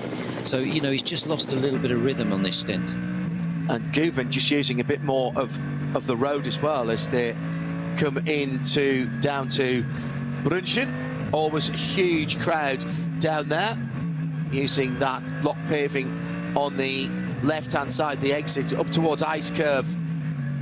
Great part. I mean, there's so many great parts of the track, but now you point the car at the sky, and now you've got to get this right. Coming down towards... Here we go, Munchen again. Oh. Yeah, we got cut from that, which is a shame. But you're right, John. You've done this track many times, I know, because I can tell by your knowledge. But this is a really nice section. If you've got a nice flow through here, the car's it compresses and then it goes light as you're braking. Do you brake before? Do you brake after? They're just tapping and then throw the car into this fast right. What always impresses me about good drivers around here is that flow. And it's not necessarily banging up and down the gears. It's about moderating the throttle and not necessarily using the brakes, particularly when you get to the 24 hours. Absolutely, John. It's momentum, you know, braking less and less and rolling the speed in, using the camber, building the momentum. I always love the Nordschleife, and it suited my style because I always like to brake and carry a good speed in and flow. How much of that do you think in your circuit racing style came from the fact, I'm sure many people will know that, but those that don't, you started your full-size motor racing career, you started in karts like pretty much everybody does, but you did a lot of hill climbs, and how much do you think that affected how you drove on circuits later? I think the hill climbing always helped me for, you know, intuitive feelings on cold tyres or in tricky conditions when it's variable, you know, conditions. Flowing the speed was for me Formula 3, you know, learning to carry the slicks and wings and under power, over grip, that really teaches you the flowing style of driving. And in my day, Formula 3 was the only formula. It was the upper six of motor racing. If you won in Formula 3, you were going to have a professional career. Now, I think you're right about Guven, Mike, because Stoltz has caught him as well. I was watching the Porsche battle earlier on whilst we were talking, that Ricardo fella, Tim Heinemann and Maurice Shearing battle, and the back of Fella's car was getting a bit spicy as well through the stadium section, and Lucas Stoltz almost able to drive around the outside. Guven now is driving defensively and driving in his mirrors. He wasn't doing that in the opening laps. They've gone on to lap number 6, by the way, so I would expect pit stops from the leaders at either the end of this one, but certainly the end of lap 7. Guven has to go the long way around one of the cup cars and absolutely slammed the door in Lucas Stoltz's face there as they go into the hairpin and it's straight into a slow zone at Valvoline. So this is one of the aspects of the Nürburgring Nordschleife and racing here. It's for the number 700 BMW that has had a problem. Now, we won't throw a safety car for that. We won't throw a red flag. We will have the safety workers there. So the race is neutralised at that point of the circuit because we've got one of the safety vehicles and safety workers there. And these are not easy slow zones because they're off quite a long way away from the side of the track, so you really do have to look up for those, whereas on the actual North circuit, Nordschleife, you can see them very easily. I always find them an easy slow zone to buzz and on the GP track, and now we're back into green on the exit there. And I would say, you know, Guven's just struggling a little bit with rear grip. You can see the car looks light, moving around. Now here's something of import. The first of the top runners into the pits, and it was the Ferrari that was in 4th position. That blue and white number 45 car, David Perel, has come in at the end of the 5th lap. So note that down. Note that down somewhere, because that is going to become important later. Absolutely. Because we know that they are now on a different strategy.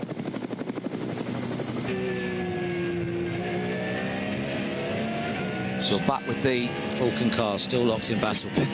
Yeah. This is a cracking battle. You know, now where's Stoltz gone? Is he up the? Yes, he is. He's up the road, so he's pulled away, possibly in the traffic. Yeah. As they are coming through the bottom of the hill that we were talking about earlier on through Kesselchen. I wouldn't say it's long before Stoltz is going to be with Guven, or actually pass him, because it just looked to me like Guven was struggling in that last lap. Of course, he got passed by Haas, but I think Stoltz is looking very racy as well right now. 7 seconds away from his best last time. Traffic will be a part of that.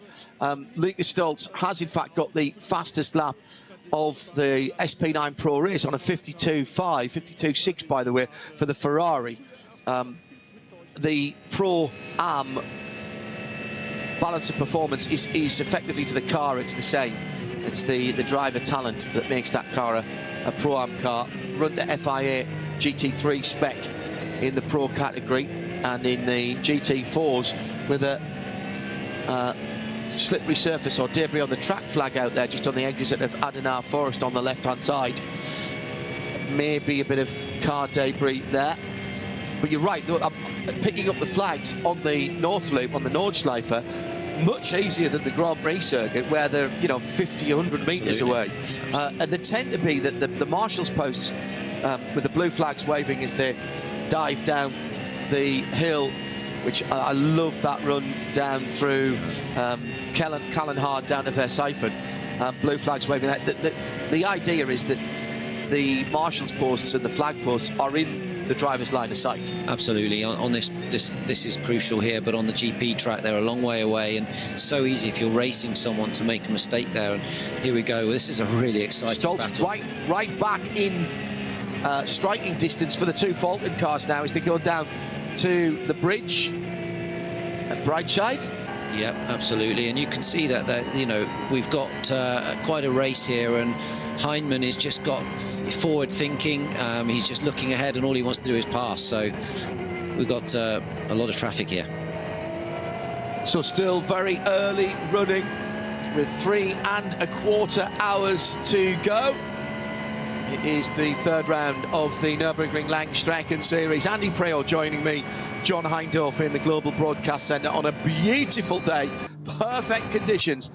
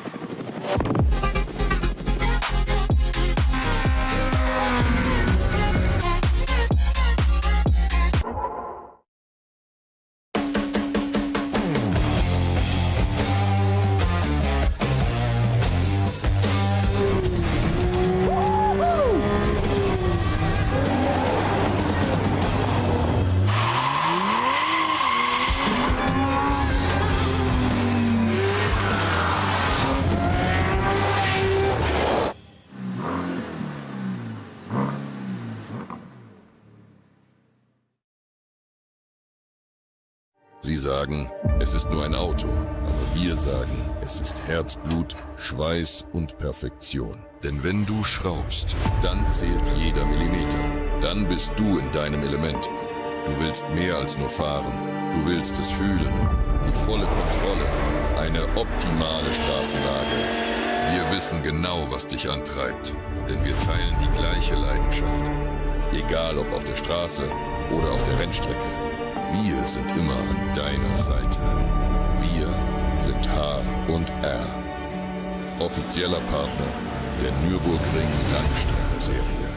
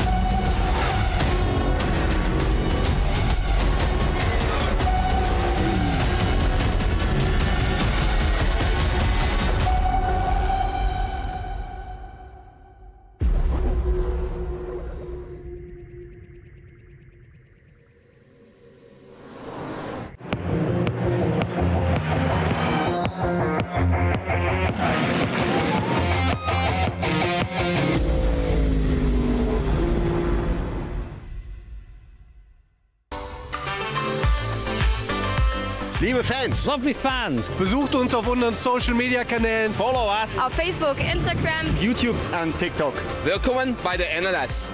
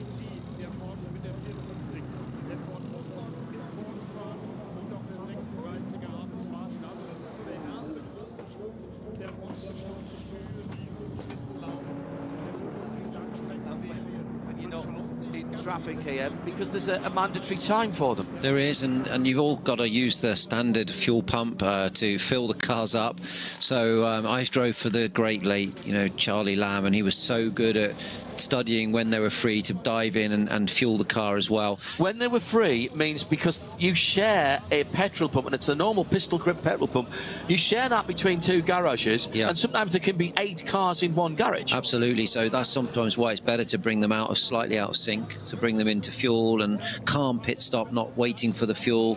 And yeah, you have a bit more time to even talk to your teammate a little bit now as well. How's the car? Just give me some feedback. What was, I remember when I drove with Dirk Adolf, we used to have a little chat first thing in the morning while they're fueling the car. But I think, it's just unique, this racetrack, John. It's everything's so different, and you've got to learn all the tricky ways of how they organise these events. So the first stint then, no one so far has got to or anywhere near an hour. Chris Haas's just got out the car after 6 frantic laps where he got ahead and led.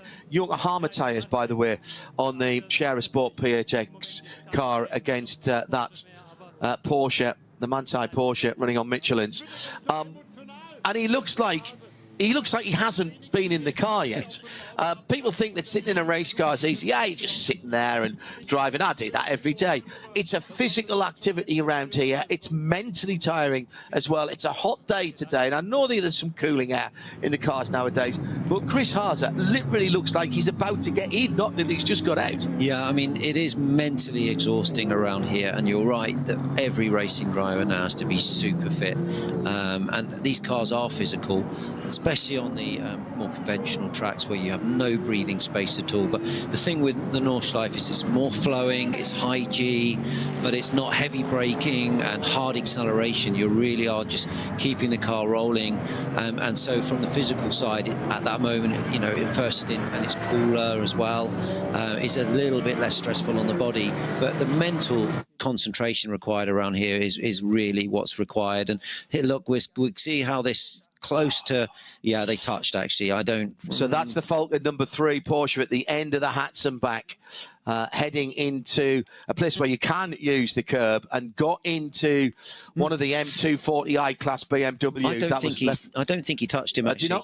No, I think he just decided to go straight. It's quite bumpy through there, John, as you know, and the rear sometimes just bounces, and it looked like it sort of speared him off left actually. So I don't think there was any touch. So now we've got to work backwards from the end of the race and see if we get 7 or... Who can do a 7 on that first run? So Guven is going to do a 7-lap run on his first run. So he's going to be close to the hour. So that looks at this point like a slight fuel advantage or a slight tactical advantage, but it will that will play out as the race goes on, because we've still got, as I said, just over 3 hours to go, and there is a table of how long you must be stationary between coming into the pit and leaving. It's not actually stationary time, it's pit in to pit out. So you've got to know the transit time down the pit lane as well. That's all stuff that you do in the early sessions, isn't it? It is, yeah. You learn your pit in, pit outs, you calibrate all your software, you get everything so you know exactly what these things take. Fuel time, you know, you need to, I mean, there must be some advantage in just also carrying a little bit less fuel, but mostly I would say it's about fuel time. Here we go. This is not coming up the Fluesplatz GT4 traffic there. And that GT4 car was holding its own very well. And I suspect in fact, actually, that was a Cup car. It was a Cup car, sorry. Yeah. They're almost as fast in a straight line, if not a little bit faster, to be honest. So. Well, the times that we saw when we first got the new Cup car in fact, Carrera Cup North America was the first to get it. The times weren't that far away from a GT3 car, quicker than a GT4 car. Absolutely, yeah, and they maybe have a little bit more top speed, and yeah, I mean, you know, not easy to pass any car around here, let alone one that's pretty close to your speed, and very easy to spend a little bit too long behind a car like that and lose a lot of stint time, and that can really hurt you during the stops. So you've got to dispose of them quickly. So Chan Guven has stayed out for a lap longer than the cars he was battling with. That promotes the number 15 Audi with Luca Ludwig driving that car from the start to second. Fabi Schiller is up to third in the Team Get Speed number 14 AMG. Ricardo Feller fourth in the first of that 3 Porsche battle, the Scherer Sport Phoenix car, then the 2 Falcon Motorsports Porsche. So 16, 3 and 4, half a minute between, in fact not even that, 25 seconds between those 5, and it's Dennis Marshall in 6th place. Yeah, half a minute, let's call it 26 seconds. The BMW, by the way, that got clogged on the left front has also broken an intercooler, a radiator. That looks like it might have been an oil cooler rather than a water radiator, so there may be damage to that 6-cylinder engine. Trying to find out from Patrick whether that was a mistake by Matthias Beck and Vermette, who was in the car, or whether he had a bit of assistance to damage that car. We did have, was that the 700 car? That, I think, no, that was the Sagermeister car. That did hit the barriers on the Grand Prix circuit earlier on, and we had the VW Scirocco R number 475, the Legerman Rost and Rost car in the Gravelbeg at Arenberg. That was why the slow zone was there earlier on. That was damaged tyre and damaged front rim for that number 500 BMW, the 330i car. I don't see any tyre barrier marks on the car. That has had contact with another vehicle. Car. Yeah. It couldn't just be, no, I was going to say it couldn't just be that the tyre exploded. It could be, but I did notice that the front left wheel was at a somewhat non-standard angle. Into the pit lane for the leader, the pole-sitting Manti Grello, number 911, number 911. And well, it looks like they're going to try and send that car back out again. They're patching it back up. I'm not sure that is wise. Chan Guven then will bring that car into the pit lane, and the Turkish driver will give that car over to Thomas Preining, a man from Austria, former Porsche Junior drivers both. So the one thing with the stops, he's going nose in, the other car was back in. You know, they've all got their way of working. Well, they've got the fuel fill at the front, of course, on the 911. Of course they have, John. Yeah, that's absolutely spot on. So that can be quite difficult. So they're spinning the car around now. Okay, that's good. Here we are with the Muller Porsche number 3, Muller and Schurig car. And that's a change of driver. They've made their first stop. So we've got to keep an eye now, Andy, on the cars that have made their first stop. The SR Motorsport Mercedes that leads Pro-Am and the second place Durr Motorsport McLaren, the number 69 car, they've both made their first stop. No hurry. New set of Michelins going on the 911. Thomas Preining already installed. So Luca Ludwig in the Audi R8 was the first car to stop, and he pitted from the lead, or at least that car did. So we need to find out where that car is on the circuit. They pitted after 5 race laps plus the formation lap. Don't forget, this has been a full extra lap. Let's see how it looks when Guven actually exits the box here, whether they've gained or lost time during that stint with the changes, because you never know. You can have a bit of bad luck with a fuel, safety, a slow zone. Yes, exactly. Or extra traffic. It has been green. We've had very precious few interventions on neutralisations on the circuit. The Audi is at the end of the Dottinger now, just come under the Andreas Bucher, through the Andreas Bucher curve. He's got a bit of traffic. Yeah, he has. It's going to be tight. They're looking. They're just cleaning the screen. They're getting the car fueled, which is done. The tyres are on, and now they're waiting for the release. Actually, that's the Ferrari that's coming through, is it not? The 34. He's boxed, is he? Well, no. Sorry, he hasn't. You're right. So that's thrown me a bit of that's a curve. It's a 45. That's a David Perel car. Yeah, it's the 45. So that's the Pro-Am. I'm particularly interested in the Guven situation to see where he comes out, because that was very close with the Audi to obviously Audi took track position. Let's see how that comes out. We've got Guven exiting the box now. I guess they've had a driver change, so that will show very shortly. Yeah, that is going to be Thomas Preining. Preining now in the car. What I'll do is I'll keep an eye. And you've got the Falkenberg, the Falken car just behind of Muller. So they're not pitted. It looks to me like they have pitted. They pitted early. Yes, my apologies. So they pitted after 6 laps as well. They did. You're right. So let's see where on track we have. So look at that. So the Manthey Grello car comes back out onto the track and into a slow zone, right ahead of the 2 cars that pitted earlier. That's the 2 Falcon Porsches who were in, if you remember, 4th, 5th and 6th was that battle. However, the Manthey car has come out beyond the first hour. Yes. So in terms of time, that's worked out for them. The question will be, of course, now, can those Falcon cars get the extra laps to make so they don't need a splash at the end of the race? Absolutely, that's the key. You're working backwards, aren't you? You to are. The 4 hours. I mean, what is interesting is the Falcon cars have closed on Guven during that stint.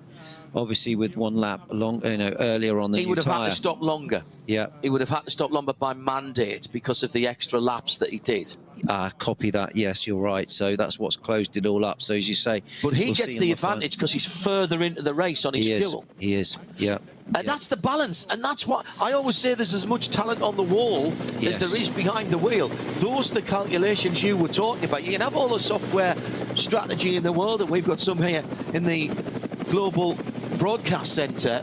I'm monitoring the lap stints at least, but what you can't know, and you've got to have a feel for this, is if there's a slow zone pops up, if there's a big weather, if there's a big gaggle of, I don't know, BMW M2 Cup cars who are, 5 of them are having a scrap that's going to slow you down. Does that change your decision? Do I come in this lap? Do I come in the next? Also, driver experience, saying, hey, I can see big clouds over Hoacht, or, just before turning onto North Circuit, you can see that the weather's not right, and carries the car through the stint in a positive way to get it back in the pits. So experienced driving in this, and the dialogue between driver and team, and the trust and faith in that collaboration and communication is key on these moments.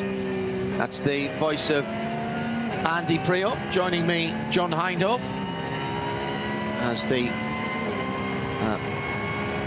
number 3 Falcon Tyres car. And that is Sven Müller who's taken over from Maurice Schuring, the Dutch sensation, really been carving a very good career for himself. Just coming up to Adenauer Forest, down one gear, down another gear, down a third gear. Balance the car, do not use the curb on the right-hand side. Now out of Adenauer Forest, heading up towards Metzgerfeld. Shift up through the gears, don't worry so much about that left-hander that comes up. Then you start going uphill, you can use the uphill part to slow yourself down before you drop down through to Callenhard. Often good to short shift there out of Callenhard down as you go down towards Versifer, just to balance the car, because you are picking up speed so quickly through those right-handers before you get down to the almost hairpin at Versifer. And still, the two faulted cars actually they're in reverse team order. Oh no, they're not actually, they've swapped over during the pits. They're now 3 from 4. They went into the pits 4 from 3. Sorry, I should have told you about that. That's a lot neater. They are still battling for 5th and 6th in the SP9 Pro, because there is at least one car. The Cup 2, see, this is an anomaly, because the Porsche Cup cars and the Pro-Am car, the SRF Zog Speed Rennsport number 901, is actually not stopped yet, so sits 5th overall, and it was almost actually scored as the leader, because they've got a slightly bigger fuel tank, and they're, for a sports car racing at high speed, they're actually relatively frugal.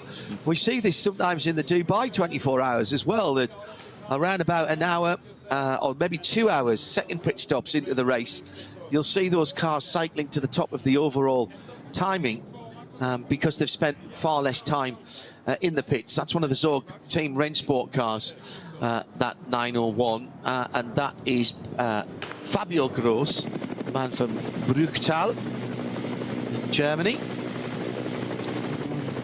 So he's sitting at the moment leading the class and 5th in the overall. Second is the K. Kramer Racing 909. Third is Tom Coronel in that Cup 2 Pro-Am category for Max Kruse Racing. And those are your top 3 in that Porsche Cup class. Incredible, really, to think that those Carrera Cup cars, built for what? Anything between 25 to 50 minutes of sprint racing with a single driver, have turned into a quite extraordinarily good endurance racing car. There's even a 12-hour race in Spa. Had the first one last year. Preventing ran that, and we'll have another one in September this year. Over 30 cars last year, and I think considerably more this year. There are a few mods that you can make. You add the tick the box with Porsche Motorsport, and they enable the ABS for you. And there's also a lighting pack and a jack pack. There is a slightly bigger fuel tank if you so desire. This comes as part of the endurance pack. Movable seat as well, if I remember rightly on that. A formidable way of going motor racing without breaking the bank, and a car that has, as we saw earlier on, Andy, performance that's right up there, somewhere between a GT3 and a GT4 car. Yeah, I mean, it's amazing. These cars are like clockwork. Oh, we've got Aston GT3 there pulling over. No, that's GT4, sorry. It's first corner. First corner, yeah. So I don't know what's gone on there. Some sort of mechanical failure, which means that will be a slow zone. I think I see some witness marks behind that might suggest the left front tyre has been locked up, as if there's either been a puncture or a coming together just on the green paint. Yeah, very well spotted. I often find, you know, that the tyres tend to blow on Dirtingerhoch. You do some damage, you nip a curb, you run wide, but it's actually the high VMAX, the centrifugal force that just pops the tyre after the long, fast right onto Dirtingerhoch, and it just stresses the tyre, and boom. I've seen that many times here on the Nordschleife, and that is going to be a slow zone. It's not a game changer because all the lead cars have boxed. That is the Valkenhorst 191 AM car with the Nicholas Abrahamsen, Joshua Hansen and Herman Vorkamp behind the wheel. Not all at the same time. As Andy said, it's one of the GT 4 cars. Good team, Walkenhorst. I drove with them last year actually for fun to do my permit, and a nice bunch of guys. So what did you have to do? What did that instill? Keep an eye on the battle between the two Falcon cars. I mean, they are having a fight, these two, and I don't know how they swap positions, whether that was an outlap, or a better in-lap or a better outlap or something, you know. But they're really keeping themselves in contention. But the permit's not easy, John. It's a really hard course to take, and I've won the Nürburgring, and I had to go back and do the permit. Because it expired. Yeah, it expired. And so there's some classroom work. You do some classroom work. You got some great instructors there that talk you through all of the different rules and regulations, the way slow zones work. You have to pass a really difficult test actually, and what makes it even more difficult is the German-English translation. So you can see that. Look at this on the slow zones. They're really trying to optimize the 45. Yeah, but that's David Perel in the Condor 45 car. You have to do lapping sessions, following pace car, which is funny, and you just have to go through all the motions. So and it's how long does that take? Do you know, to get your permit, it took me a whole year last year of racing, because not only that do you have to pass. So the classroom and the lapping sessions and the lead and follow stuff, can you do that on one day? That can be done in one day, and then you've got to obviously then do some races and do 14 laps. 14 laps, which is not easy to get the 14 laps on the shorter races. So it took at least 3 or 4 races for all of us to get our permit A's. And yeah, I mean, it brought me back into that you've got to do in a car with a reduced power output. Yes, so what did you do that in? Did it in a Hyundai N. Oh, did you?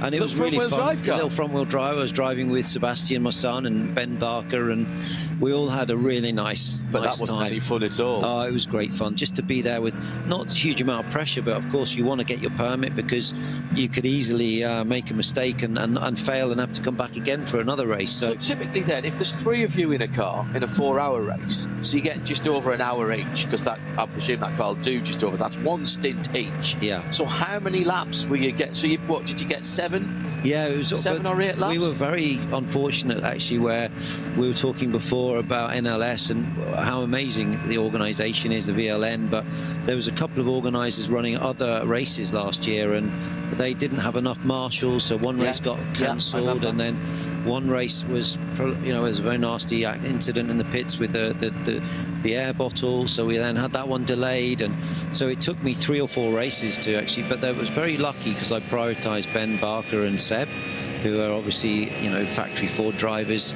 I prioritised their laps, so it left me with needing laps, and thankfully, because of my history around the Nordschleife and the fact I'd passed all the tests, they agreed to give me my permit A as well. All right, okay. Which was very give you it back, because of course you'd held one before. Before, when I was racing in 2005, we didn't need one. Right. No. Yeah. We didn't. My permit A was Hans-Jochen Stuck coaching me around this place. Yeah. Which was probably a good way to learn. It was, yeah. It was brilliant to work with him. One of the first times we went there for a race actually on the Grand Prix circuit was with the old European Le Mans Series, when Don Penos brought the American Le Mans Series to Europe, and it was the European Le Mans Series. And some of my broadcast colleagues went out onto the circuit and with another legend, and I won't say who it is, but basically he drove onto the track at Arenberg in an Audi RS6, I suppose it would have been their safety car. So the first thing he did was take the light bar off, because he said it gets a bit worrying when you get to 170 miles an hour, it might come off, and I don't want that to happen. He was talking about it in K, of course. And he went up there and they sort of looked, and we're not gonna let him in, and he's sitting in the left-hand part. So he puts his hand up, and he's got his Nürburgring 1000 winners ring there, and they looked at his face and recognised who he was. As I say, I won't say who it was. And it basically just went, on you go, you know what you're doing. All right, you're good to go. And he did a running commentary round the lap in this Audi safety car, and basically passed everything that was out there on the tourist laps, even some of, and as you know, Andy, if you go out there on tourist laps, there could be anything out there, and there's quite a lot of ring specials out there. I've been out there and been passed by effectively GT, there's a GT3, an old GT1 actually, Viper, that runs round there as a ring taxi. Renault Megane Sports that are totally stripped out. They've got cambers, rear wheels at 45 degrees. Ex-race cars that have been used as you see some real sights. Oh, you see some real sights. Got to keep your wits about you on there. And there's some fast guys, you know, guys and girls who've lived around the Nordschleife. It's their back garden. It's their playground. There's playground. They know it. For sure. So it's crazy. You just meet some real specialist guys.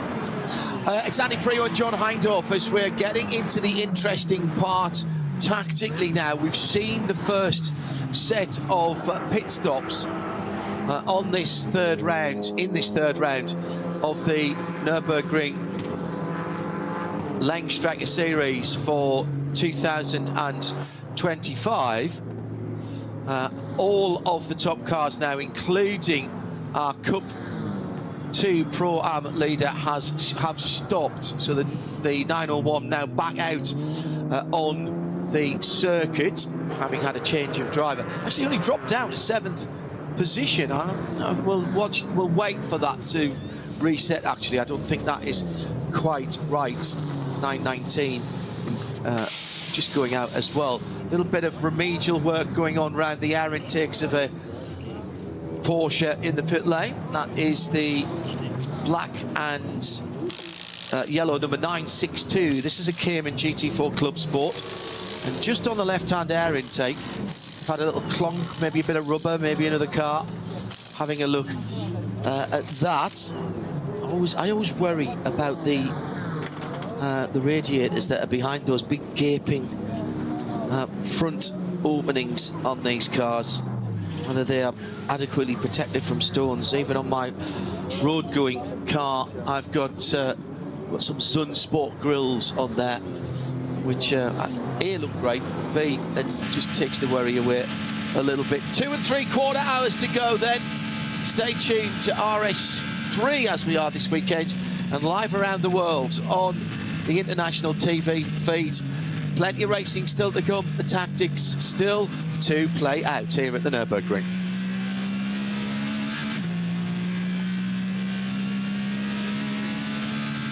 Coming across the line, another Porsche Cayman GT4 RS Club Sport M, RS CSM, so that's the RS rather than just the Club Sport.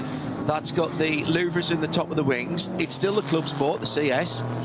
So racing pedigree, bit larger rear wing, and the M is for Manthey. Anything Porsche that's got an M behind it, be it road car or race car, has had the not inconsiderable knowledge, Nürburgring knowledge of the Manthey organisation. Olaf Manthey formed the company way back when. Olaf Manthey actually was the first ever Porsche Carrera Cup champion back in 1990, which I'm guessing would have been, was that a 964 in those days? I should have had Peter Mackay here, he would have told me. Olaf built up such a reputation, Andy, for racing all over the place, but particularly here. He just got the handle on it, and you set up a car for the Nürburgring Nordschleife. It's a lot smoother than it used to be, but it's still not a standard racetrack. But Olaf just seemed to be at one with the circuit, and people would look at his cars and go, why are you setting it up like that? But then they realised he was setting it up like that because he knew how to drive it and how to get his drivers to drive it. That's absolutely what he doesn't know about the Nürburgring isn't worth knowing, you know. And yeah, Manthey has built on a phenomenal business model. They're very, very experienced Porsche dealers in the Nürburgring area there. And yeah, I mean, they've got an amazing history and an amazing knowledge of how to run these cars. And look at their track record. They're always at the front, near the front, winning races or fighting for big wins at the Nordschleife. And, you know, very experienced company. According to the timing and scoring at the moment, our leader is the SP9 Pro-Am number 45 car. That's the Realized Condor Racing with Rinaldi. That was one of the earlier stoppers. Came in at the end of 5 laps, just at the start of its 6th lap from memory. It's built a 7-second lead. Yeah. It must have happened on the out lap or something. So stopping early has definitely helped them in this way. You get a shorter pit lane time by stopping early. So that Ferrari 296, it's the blue and white car. Then it's the Scherer Sport Audi, which is also a blue coloured car in second. They are 5 seconds ahead of Fabi Schiller in the number 14 Mercedes-AMG GT3. It's the Get Speed car. Then the pole sitter, some 20 seconds back. Now it's still showing Chan Guven behind the wheel, but I'm pretty sure I saw Chan get out of that car and Thomas Preining getting in. You don't always get the change of drivers on those cars. So actually it was David Pearl who started that number 45 car as well. So it may well be that either Axel Jeffries or Thomas Neubauer has got in. David Pearl, the South African, starting. Axel Jeffries from Zimbabwe. Thomas Neubauer from France. So a truly international feel to that lineup. We've still got this brotherly love going on between the two Vulcan Porsches. They were battling, weren't they, with the other, where's the other, the Scherer Sport Porsches dropped back then. So they have got ahead of that number 16 car. She's now got Thomas Niederhauser behind the wheel. They've dropped down to 7th for Scherer Sport PHX. So now the battle that they've got is another Porsche up the road, and that's the Grello car, who believe Thomas Preining behind the wheel of that car. It might still be Guven, but I'm pretty certain I saw Ayachan. That's their next target. Somewhat 3 seconds behind, but 3 and 4 are having a real dingbat of a scrap here. This is all about honour in the team, you know. There's 2 teammates going head to head, and they're fighting hard here. There's nothing between these 2 guys. They're working pretty well together. They did swap positions. We don't know whether that was in the pits or whether that was just an excellent in and out lap. But you know, these two are locked in battle right now, and couple of cars that have had problems. Metzgerfeld standing still at the moment, the number 112 BMW 325, and another BMW 328, the 505, had a little accident in the carousel, but have continued from there. We have 1 yellow flag, 1 slow zone, and 4 code 60s out on the track in various places at the moment. So that will affect lap times a little bit, as the Hankook Porsche number 30, one of the SP9 Pro-Am cars, has just come out. Now that's been a particularly long stint then. So they did 8 laps and a formation lap. That's very interesting. Incredible stuff. Yeah, I would say that is crazy how they've managed to stretch that out so long, and they're looking very competitive here, and come out in a good space as well, so they can get their head down and start their rhythm. Here we are coming across some slow market traffic. I love this section here. It's really tricky just to get the car into the absolute best line. As you drop down now, the road drops away on the exit, you get the power down, and you're really now carrying it to, well, this is a real daunting section, John.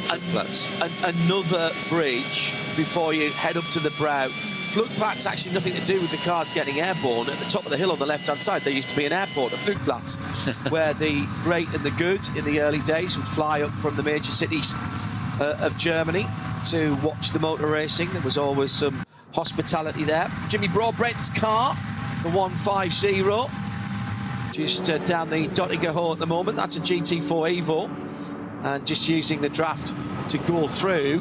And they were leading their class earlier on. They'll have done their first pit stop as well. Yes, they have. It's the MG Sharudin driven car at the moment in that Team Bilstein machine. Coming to the end of the lap now. Jimmy Broadbent living the dream. They're quite fast cars around here as well. Yeah, I mean, you know, look at they're doing 9-minute laps, 9:06. What were you doing in the front-wheel drive Hyundai in the touring car? 10.5. That's not hanging about. It wasn't though. slow. It wasn't slow. No, the corner speed on those TCRs, and you know, it's very high corner speed. It's just they Paddle lack shift, straight of line course. speeds. Yeah, they paddle shift, and they were just a fun car to learn to No drive. ABS on those TCRs? No, not. To be honest, the Hyundai N that I drove had ABS. Oh, did it? Yeah, Right, it did. But great little car to learn to drive around here, and to learn, well, to get back in the rhythm, and to teach both Ben and Sebastian the tricks of the trade around the Nordschleife, which was something that I had a lot of fun doing. Both those guys are driving with Ford, and you know, Ben Barker's at WEC Spa this weekend, and they've qualified really well. And yeah, Sebastian in the IMSA. So, but it was nice to spend time with them on the road trip, and going to the Green Hell and showing them what a curryverse tastes like. Oh yes, absolutely. We're coming right into the asparagus season as well, which is absolutely lauded in Germany. White asparagus, Sprügel, very nice, and with a bit of sauce on there, bit of Bernays or Hollandaise sauce. Yeah, very nice. They love it over there. They do. Very nice area as well. In Hockenheim, where I used to spend a lot of time, and there was always asparagus in the hotel. So this time of the year, it's just coming to the sort of middle to the end of May is the end of the season. We're very fortunate enough at home that we've got a fabulous asparagus farm just up the road. You can go and buy it from the farm gates, pick that very morning. Up at just in between us and Peterborough. Cross the line then for the number 4 Porsche. I just paused there for a moment because he didn't have his teammate in front of him, and he should have. 3 seconds now, the gap between those two. He's pulled away. Yeah. So that's very interesting. That could have been a slow zone, it could have been traffic, or he's just got his head down and managed to, but most likely that will be interference from something. Second pit stop for the Kondo Ferrari and David Perel, the David Perel started car. And let me see what they have done. I wonder if this is because it's going to be, right, there's going to be an extended slow zone, because I can see on the Grand Prix circuits there is track services vehicle with some replacement Armco. So that is going to be an extended slow zone. It's another 5-lap run. I think it might have been David Perel. So that's 10 laps that David's done since the start of the race. But obviously there is, if you play the slow zones and the code 60s, you can get a bit of an advantage, because everybody is having to slow down. Your pit stop's going to be the same time, whatever. The pit stop time doesn't change. Exactly. So you can play that to your advantage. Yeah. So it looks, I would say. absolutely. So let's say around about an 8-minute lap. That's 40-minute stints they're doing in that Rinaldi Realized Kondo Racing cars, that give or take. So they are in now. There's still 2.5 hours to go. I want to see if they can extend those stints. Have they done 2 short stints with David at the wheel to try and improve their position? Because 2 5-lap stints means pit lane time is shorter than doing a 6 and a 7 or 2, even 2 7s, which we will see people do. So let's see if they get the advantage and they can go to 7 laps on the next run. That'll all have been discussed, and the drivers will know what delta they've got to run to. There are, I think, 11 sectors around here that we get on the timing screen. Are you looking at your splits all the way through, Andy, when you're driving through here, particularly when you're driving to a fuel number? Absolutely. You've got your fuel numbers, you've got your lap predict, and you just know when you're in that sort of place where you've got to perform at a certain level. But yeah, for sure, you know, also you often find during the 2 or 3 or 4 of you as teammates, one of you's maybe better on fuel, one of you's slightly faster but using more fuel, and the team will know who's the best on fuel, and maybe maybe will help at this next stop to put a different driver in the Ferrari, and that maybe is slightly better on fuel. Not saying that Paral isn't, but this is something they may be considering, because of course now they need to work out how they finish this race in the most efficient way. There's a car in the box here, the other Ferrari. Oh yeah. With some rear end of the car off, maybe working on gearbox, looking at gearbox. That Ferrari 296, the number 45 we're talking about, sister car, the car that has been leading. The design on that Ferrari is a thing of beauty. That's lovely, isn't it? They've done such a good job. The whole rear clip comes off in one fell swoop. Underneath there's a subframe that holds the bodywork on. Around that, the things that you need to get to do, the back window pops out as well. So when I say things you need to get, so things like the alternator, all of that sort of stuff, that's all on the back of the engine, so you can get into it. It's really been well thought out, and they've kind of used the thinking that you'd normally see on a Le Mans prototype, actually, on designing that car. Yeah, I mean, yeah, absolutely. And the Ferraris, as you say, it's an excellent car, sports car. Oh, hello. Yeah. Finally, we've got now this is a cup car, the RPM car. Now I'm not sure whether Tracy or Nick Johnson started that. That is the Krone car, the 935, heading up towards the bottom of the carousel, and behind him is the, well, I thought that was one of the, I thought that was the Guvin. Yeah, sorry, yes, it was the Guvin car, wasn't it? It was, yeah, I believe 911. So it's a shame we didn't get to see the Cup car in that section, because they'd probably be quite a bit faster up out of Birkwork and in that particular run up the hill. But here we've got, we're on board here with the Porsche 911 GT3 of Hart, Ludwig and Rosenberg.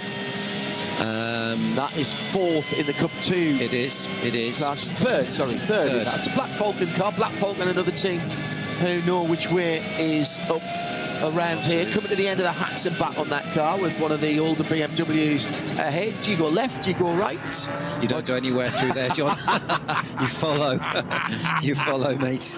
But yeah. There speaks the voice of experience. Does that suggest, Andy, that you might have had a little nibble there in the past and realised it probably wasn't the right thing to do? We've all thought about it. We've scared ourselves, and you can see the spectators' whites of their eyes when you know you've got it a bit wrong through there. So, yeah, you've got to apply some real discipline, as you know, around here, John, because there's certain places where, you know, you just have to sit behind a slower car and take the pain, you know, and wait for the optimum time to overtake.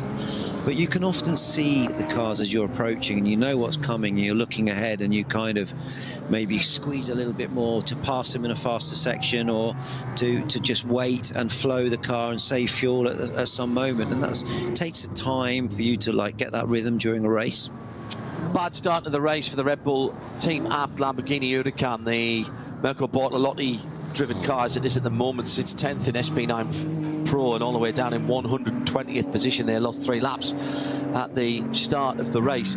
Their best lap is an 8:16, which would suggest to me that that car, although it's been put back together, had damage to the right rear suspension.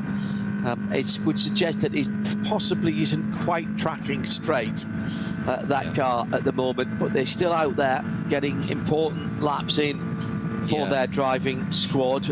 It is Mirko Bortolotti, Luca Engsler, and who's the third driver now? I'm going to have to look now. You know, one thing, John, with this... Christian Engelhardt. You don't want a single half a millimetre out on rear toe around here. You will go out the window with the car, and that is confidence, and confidence is lap time. You know, it's like Le Mans, it's like these long, fast racetracks. You need perfect setup, you know, to do the good job. So they'll be carrying a problem. That's why they may be off the pace. But so why would you stay out there then? In that, are you still learning? I think you're still learning. The drivers are learning, the car, the team is learning how to work and keep the rhythm going. You're learning to race. You know, just to have 4 or 5 preparation races before you go into one of the biggest endurance races on the planet, the 24-hour of Nürburgring, you need to be in that rhythmic way to be able to perform at a high level. So they want to test mechanically the car, maybe different, you know, areas of opportunity to develop, like TC, you know, all these things. So you're constantly working on improving the package. Ludwig's gone through, now just 1.1 second the lead, back to Fabian Schiller, then another 8 seconds back to Ayçat Guvin. Audi, Mercedes, Porsche, then the two Falcon Porsches. Miller from Dennis Marshall in those two cars, 3 from 4.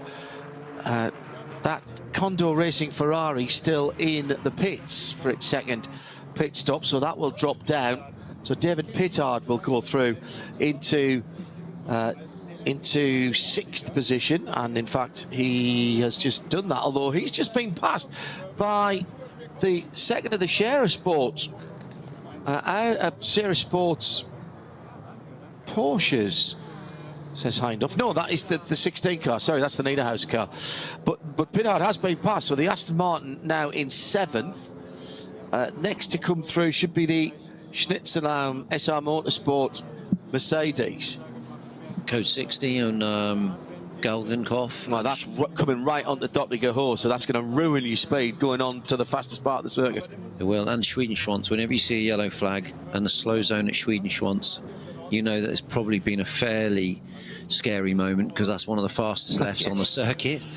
But code 60, if you're in the box at this moment, would be quite a relief, I would say.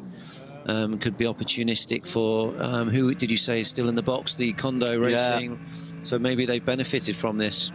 Well, they were leading the Pro-Am category. They've just lost that to the Schnitzelau Mercedes AMG GT3.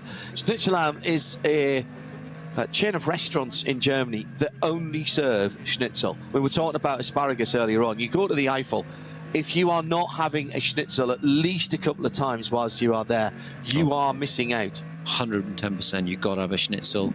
In the Lidner, just around the corner. They do a good schnitzel in there, I know, from the last 2 weeks or 2 weeks ago when I was over. But I miss the German food, John. I spent a long time in Germany, 12 years with BMW, and you know, many times in Munich, doing the Brunchen and as they say, Mahlzeit, the sausage as well, the white sausage. So some good memories here. And I would say one thing about the Nordschleife, you know, you can win all the championships and races for a manufacturer, but the Germans only truly respect you when you win the Nürburgring. Interesting. Yeah, this is where they do all of their, you know, their work, and this is a very proud moment for all the manufacturers to win around here. So 10 years ago when you won, 10 years ago this year when you won the 24,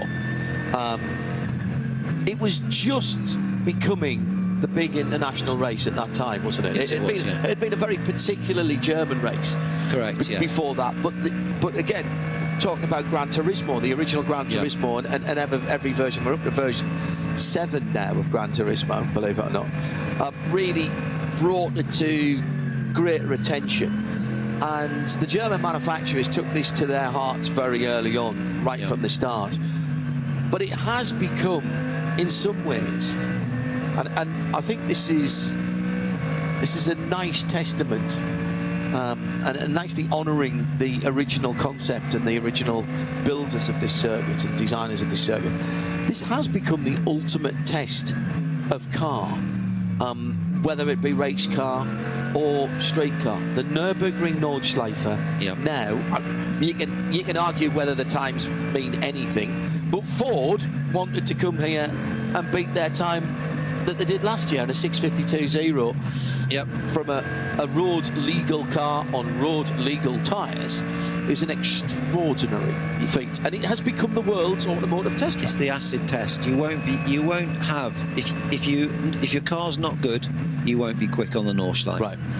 You'll be found out. You'll be found out. It'll expose weaknesses in the car. Interesting. And you know, it's just the nature of the circuit. It's got everything though. It's just got everything. It's got camber changes. It's got bumps. It's fast. It's flowing. It's just hard on the car in all areas. So from a sign-off for industry pool days, you've got the sign-offs here. All the big manufacturer will do their sign-offs on this track, especially from the sporting side, on the dynamics of the vehicle, dynamics of the car. But yeah, I mean, what Ford achieved with the 652 lap here, just, you know, you can now go out with that car to the rest of the world and know it's one of the fastest supercars on the planet, really, because it's one of the hottest contested tracks for proving your mettle, you know. Down in the pit lane, Hoffa Racing BMW. Some of the now that is the Michael Cole Chantal Prince car. Chantal is Michael's daughter. They had a brilliant win at Spa a couple of weekends ago, and Chantal's husband is Alex is an absolute star.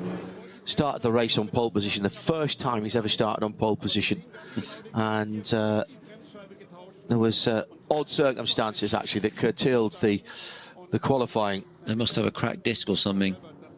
Yeah, there is cracked disc. You know what's caused that? That's just excessive braking at the end of a long straight of some sort, maybe, that's shocked the disc. It's quite warm as well. There's a few big stops here. There is, yeah. And therefore, are you, particularly in the GT cars, are you having to be cognizant, particularly in the 24-hour race, because you'll do a brake change in the 24-hour race. Yeah. Do you have to get in a half distance, or are you saying, well, you know, we know we're going to have to do one, we can probably get 14 hours if we need, or 15 hours? I think, you know, first of all, you've got to look at it from a confidence perspective. If you've got a long pedal, you will hemorrhage time. But I don't feel it's one track that I've ever had really big braking problems here. Because whether it's hot or cold, it doesn't really influence the disc and brake temperature so much. But Le Mans more brake hungry? Yes, definitely Le Mans, somewhere like Spa, you know, these are heavy braking. Monza, of course, as you can imagine. But this track is, it's more momentum braking, light brake pressures, rolling the speeds, long braking zones. So you don't need such a strong brake. But yeah, for whatever reason, that has had a brake heat shock or some disc issue that's causing brake. And you don't want to take any risks around here on things like that. Yeah. I mean, I've had it on a road car before where you get a small piece of stone or flint or something that could get up and bizarrely get stuck in between brake parts, and that's awful, and you can get a scored disc. But that was a proper crack from the inside to the outside, so basically straight out like a spoke. Now we've got the number 14 Mercedes. This is the Share Sport car. Up in behind, that looks like one of the Audis. Yes, it is. So this is for the big money end of the grid here. Yes, it is. And this is the top of the grid. So this is Fabi Schiller with young Ludwig ahead of us. A couple of big names in the sport there, coming through to the Tiergarten and the end of the lap at Hohenrhein. Across the line. I mean, the Audi's moving about at the back, mid-engine V10, normally aspirated against the front-engined AMG. Down the inside into the Houthoek. Oh, he's gone down, he's got alongside. They both are going to go way wide, and both are actually off the circuit. The inside line to the next left-hander will belong to the Audi, but the AMG powers through with a bit better grip from the rear tyres. Now, that will be looked at, but I think given that both of them went, this is not Formula One, so given that both of them went off the track there. I don't think 14 was in the wrong there. I think, you know, yeah, he you know, the Ludwig just, he tried to maintain and hold his position and ran out of track. So I think 14 was still that barrier repair going on. A fair pass. Yeah, that has taken a long time. They can't take any risks on things like that from a safety perspective with barriers not being right. So they will make sure that's absolutely done correct. You might say, hang on, that's coming out of a hairpin. Why bother? Well, why bother is the reason it's damaged is somebody got there in the first place. Exactly. So if it's happened once, it can happen again. Absolutely right. Quite clearly. This is slowing the lap times. It is. By round about 20 seconds, probably a little bit more, 25 seconds. Got a lot more yellows as well during the lap act. On a yellow, you have a 120k speed, and obviously on a slow zone, or what they call the 60k, then you have a really, then you have to be very, very careful. But it's 120 on the yellow, so so it has caused some loss of lap time. Is that a question that you have to get the right answer to? Yes, correct. Yeah, I still remember it, which is amazing for a racing driver. That was last year. I'm very impressed with that. I can't remember what I did yesterday, so still remember this. But it's quite crazy when you're a racer. You do remember the important stuff, and you're focusing on. Here we are on board again with the number 3 Porsche, which has pulled a gap to the 4. So I think Muller will be quite relaxed now that he's actually managed to gap his teammate and he can focus forward. 4th position for that Falcon Motorsports car. Yeah. 11 seconds away from the lead. If you remember, the top 5 was split by about 30 seconds coming into the first pit stop. That's now down to 18 now that they've all done a pit stop, which obviously they didn't all come in at the same time, so they won't all have had the same length of pit stop.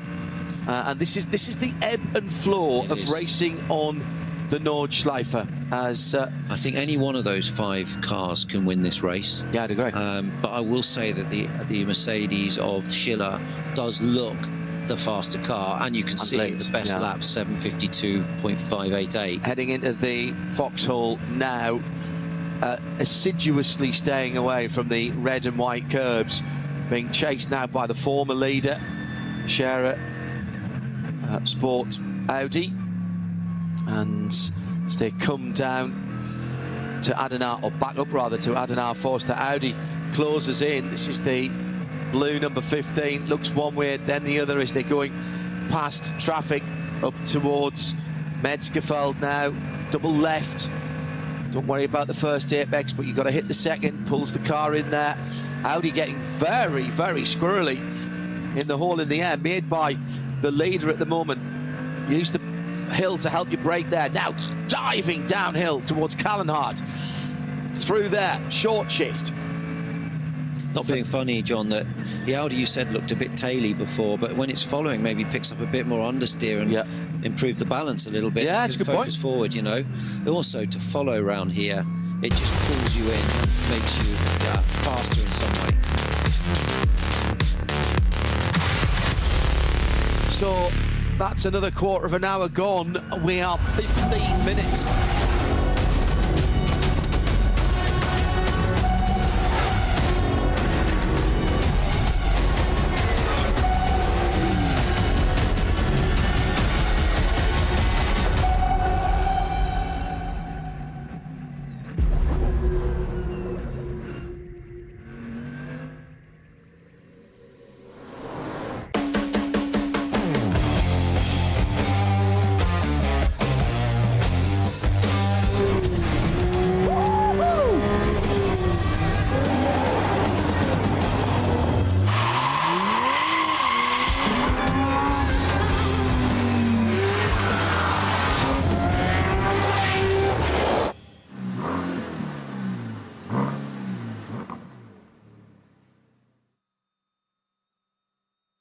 Sie sagen, es ist nur ein Auto, aber wir sagen, es ist Herzblut, Schweiß und Perfektion. Denn wenn du schraubst, dann zählt jeder Millimeter.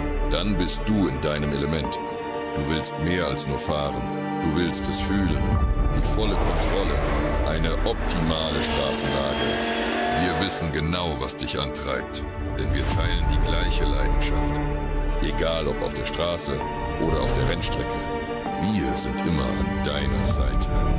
Wir sind H&R. Offizieller Partner der Nürburgring Langstrecken-Serie.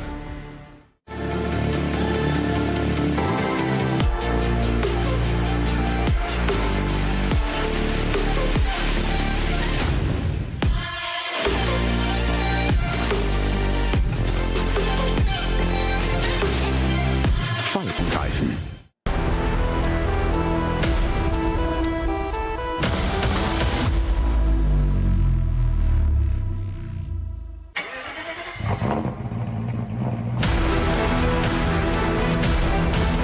Hol dir jetzt dein eigenes Motorsporterlebnis nach Hause. dein Online-Shop für Simracing-Hardware und Zubehör. www.simraceshop.de.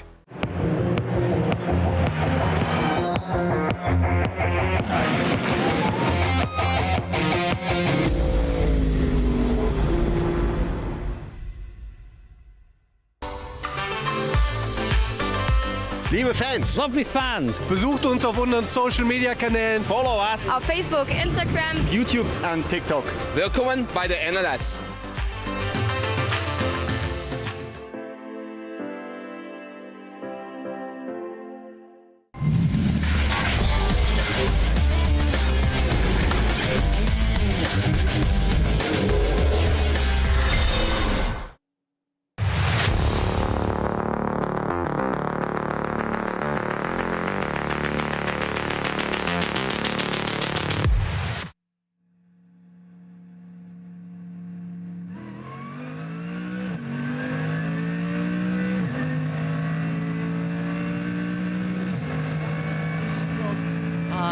Nick Johnson car in 43rd, 41st, another Cup class, the AM category, Cup 3. That is SRS Team Zorg Red Sport, another Porsche. Max Kreuzer Racing in the 80, the alternative fuels class. The number 76 car is in 38th, one place ahead of them, the SP10 AM. It's a GT4 category. It's the 170 Toyo tyres with ring racing car.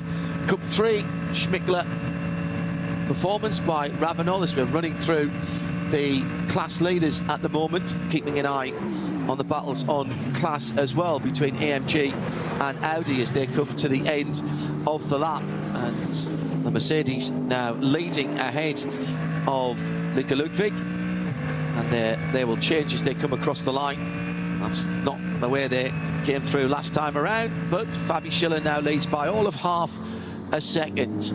SP3T RPM Racing in 28th. Team Bilstein by Black Falcon needs the SP8T class with their 150 car. That's the Jimmy Broadbent machine. Spanish Racing in the Cup 2 AM class are in 24th with their Porsche 910. Max Kreuzer Racing in the alternate Fuels 2 category in 20th with the 644. Kate Kramer Racing, Porsche 909. In 15th, lead the Cup 2. In 13th, the Cup 2 Pro-Am is the Black Falcon number 900 car, the Team Zimmermann machine. Equipe Vitesse is the SP9, the GT3 AM class, the number 50 car. In 12th, the Pro-Am leader is SR Motorsport by Schnitzelheim in their AMG number 11, the black and yellow number 11 car. In 9th and leading overall, as we know, it's the Scherer Sport cars. The lead battle hits that slow zone that has been going on for a little while. Barrier repair just coming out of the cut through at Valvoline. So that's how they stand. We're coming down to half distance now. Dare we start making some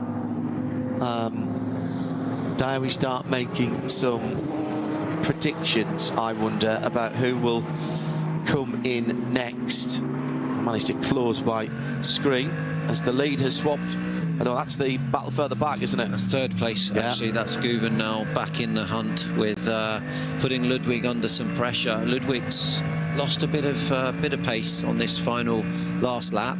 He's been passed. And just noticing the different driving styles between Schiller, or different way of driving the cars. Ludwig had to plough a lot more speed in, but then his exit's not so good, and the Mercedes tends to, let's say, turn a little bit deeper and has a better exit, so he's able to sort of gap the Audi right now at this phase of the race. And Guven's come back into play in the Manthey Porsche 911, and so this is really the race for the lead, for the win today, I would say, between these three cars. And they have stopped on slightly different strategies, only by a lap here and there, but that could make a difference when we get to the end of the race. Ideally, you want to get well inside the last hour of the race and then have a new set of tyres to go to the end, and either a driver who's dialed right in or a driver that is absolutely raring to go. Yeah, and I think, like you say, John, it's all about that last stop now, and who's in the best rhythm, who has the best stop on fuel. And yeah, I mean, if you're lucky and you box and there's a slow zone, you can benefit also with track position. typically in the 24-hour race, would you do a double stint and do a couple, or the better part of a couple of hours? Yes, you can, for sure, if you're in a good rhythm, and also if the weather's... Oh, they just touched there, that the Audi just touched the slower car there, which was very lucky. Yeah, you can. It depends on track conditions, fuel. If your driver is in a good rhythm, you can keep them in for another session, another stint, and it can actually help. So yeah, it's very often that happens over at least 1 or 2 hour stints. Yeah. The two Falcon Motorsports cars, and they are running on Falcon tyres, those cars. That's not just a livery. They are developing the Falcon tyres. A myriad of tyre companies from all around the world. There's been there's a big difference now between the 3 and 4 Falcon Motorsport cars. Some 20, well, just under 20 seconds. Now here's a question: could that be down to? Could one of the things that could be down to a bit of fuel saving by the second car? You've got to do an awful lot to save a full lap here, but if they were on the cusp between say a 6 and a 7 or a 7 and an 8, but you can't start doing that mid-stint, can you? You've got to do that right from the start. I think he's been a bit unlucky, to be honest. Like that, and maybe he's dropped back 3 or 4 seconds and picked up a slow zone. Yeah. You just don't know. But 20 seconds is a lot to lose in less than an hour. So something's influenced that, whether it's a slow zone or you say it might be a stop. Here we've got an intervention car towing. This is typical Nürburgring here, that you have, you know, trucks on the track and people who watch Formula One, and this goes back to the Max Verstappen question. Max, if you're just joining us, was here yesterday, although not under his own name, in a test session prior to this race, which presumably he didn't need an A permit for, although he was driving a GT3 car. However, to race here, he will need to get his A permit, and there aren't, as far as I'm aware, any exceptions for this. But, you know, people who only watch Formula One will be going, oh my God, there's a truck on the track, oh my God. But the guys expect this. We sometimes have road cones put out on the circuit if they're working replacing barriers. Absolutely.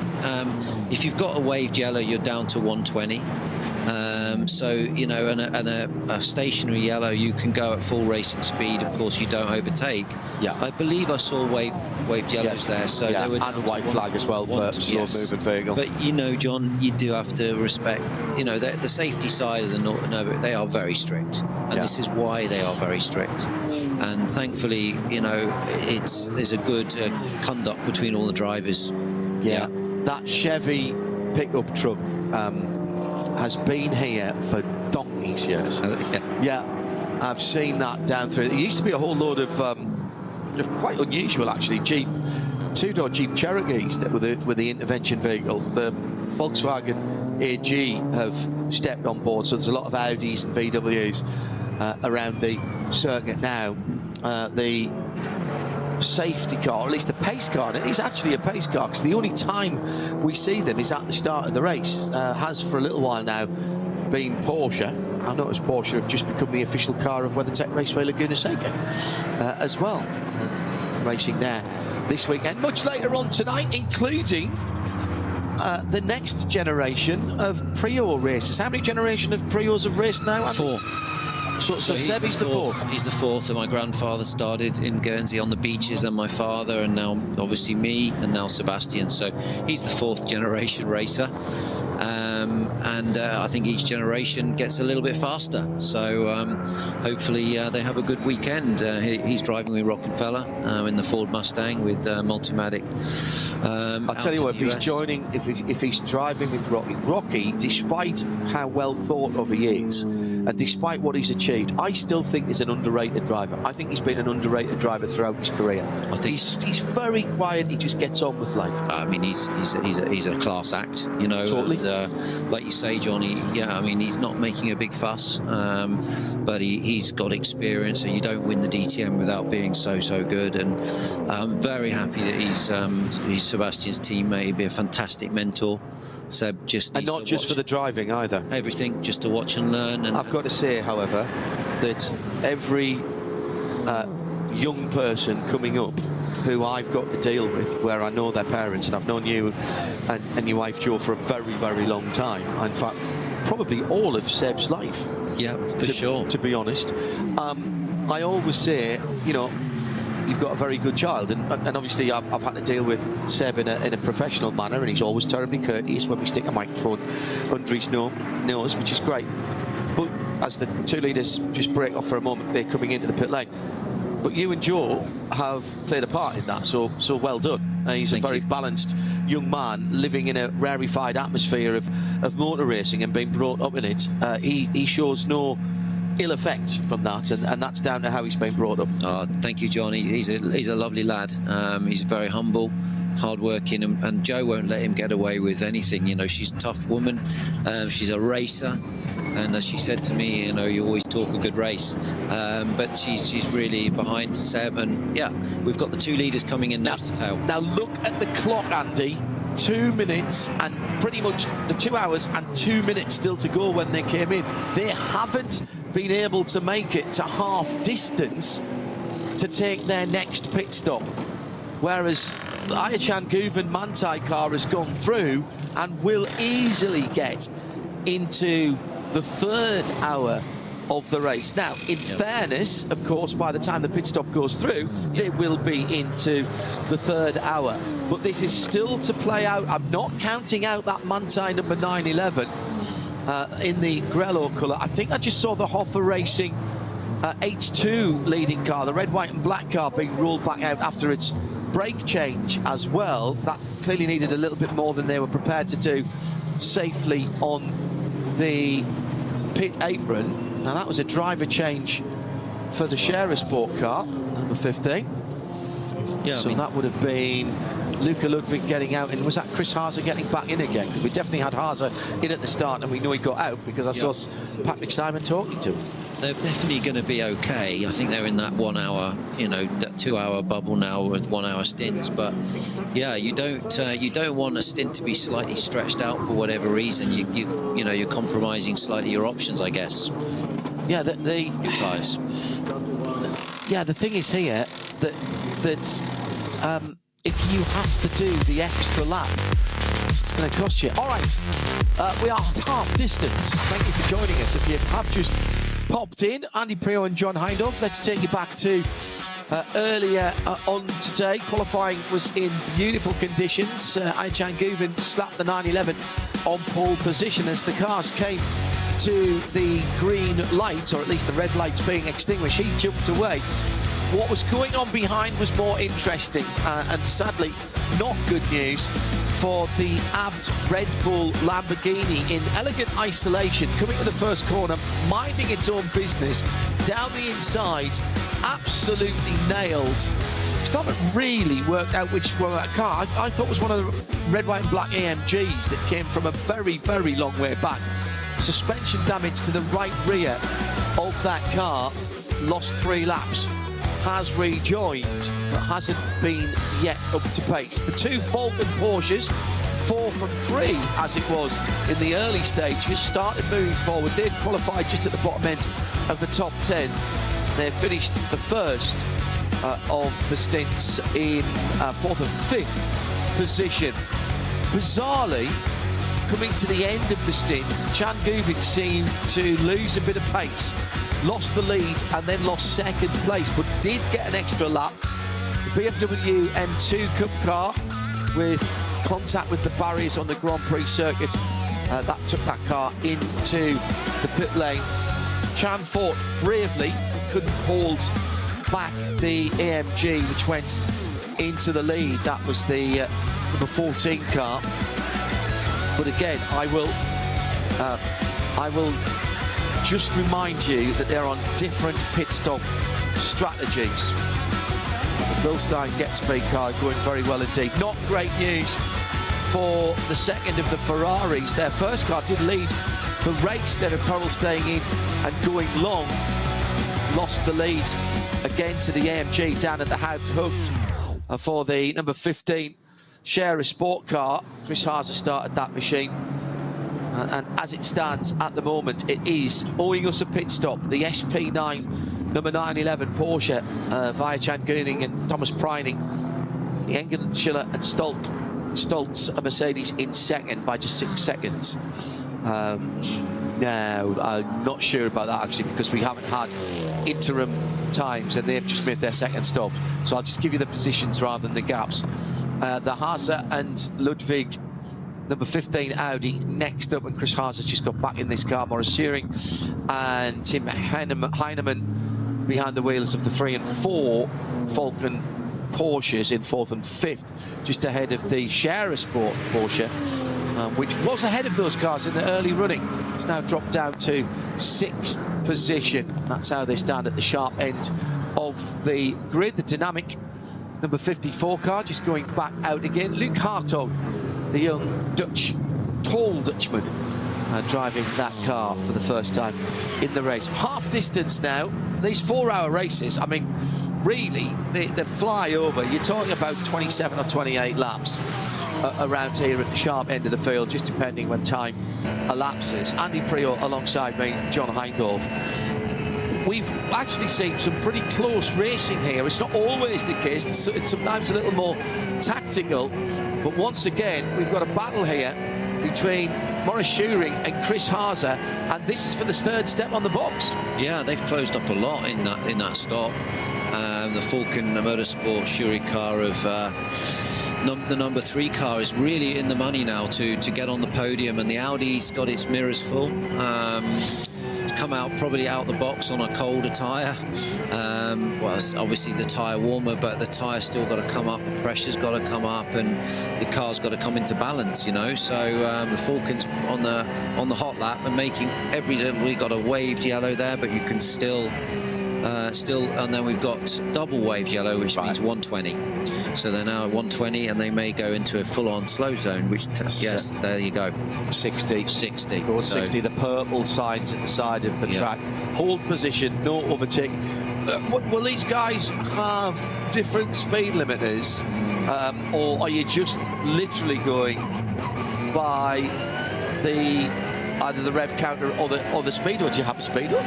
You have just pit limiter, right? The actual, you can see there, the other class there was actually too slow under yellow, under the slow zone. So these guys were right falling over each other, and then of course the Audi made a good jump exiting the slow zone. But you've got to go down to your 60k on your pit speed, right? And that will be. But they are all slightly different. How much risk do you want to take? And is that down to where that is set by the engineers? How it's calibrated, yeah. So, but you only have one, or do you have a 121 as well? You have a 120 and a 60. So you have two, effectively two speed limiters. Yeah. Yeah. Interesting. Yeah. I've been wanting to ask that question for a long time. Then there was something on the track right there. Oh no. Yeah. Looked like something was on the inside of the track, some debris, maybe some bodywork of some sort, but it's way off the racing line, so it won't cause a problem. Here we are, Birkwork, which is bumpy on the braking. Oh yeah, I love this corner. It's all about carrying the exit speed, and we just cut now to Lamborghini in the pit lane. That is no, it's not a Lamborghini. The bright yellow Schmidtmann driven car, and that is the 786. No, you were right. It was a Lamborghini. Yeah, you're absolutely right. A little bit further down the field, but everybody racing for something. The champions of this series last year were not a top-class car. It was the BMW 240i Racing Cup machine of Adrenaline Motorsport, Team Manhattan Wales. That's why they're carrying the number 1. There's a very complicated, as in comes the leader, 1 lap later than everybody else. So Chan gave it into the pit lane. There's a very complicated points scoring system that takes into account how many cars there are in each class. So you can't just enter something that you know is only going to be a single car class and win the championship. There's a points coefficient effectively. If you think of things like ice skating or diving, where the degree of difficulty actually multiplies your performance up. It's the same sort of thing. Like a handicap system. Yeah, exactly. So if there's more cars in your class, And it's like, you know, under 5, 5 and 10, 10 to 20, more than 20, etc., etc. You get a multiplier on your points. And so sometimes you will see teams enter a second or a third car in a class later on in the season because they want to ensure that their car is getting the full gamut of points if they win. Nice leisurely change. Bit of body language there. They're talking a little bit. You can see the nodding of the head. Maybe talking a little bit about balance. So that is Thomas. That is Pryden getting out, I reckon. I think that was Pryden getting out. I just want to see that helmet again. Was there and Guvin getting back in? I think that was the Austrian getting out of that car. It looks like his body shape and his eyes. I don't know all the helmets as I should. No, it's difficult. For which I apologise, but the eyes would tell me. Let's have a look, see if that's Chan in there.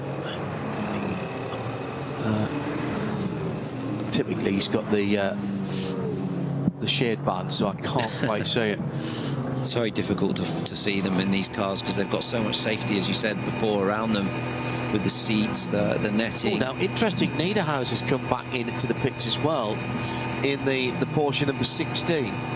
So that's another stop for them. They're taking now their second stop. This should be a 3-stop race, but it's not as simple as that because it's when you take the 3 stops as to how long you have to be in the pit lane. The pit stop will be over and done with long before they need to move.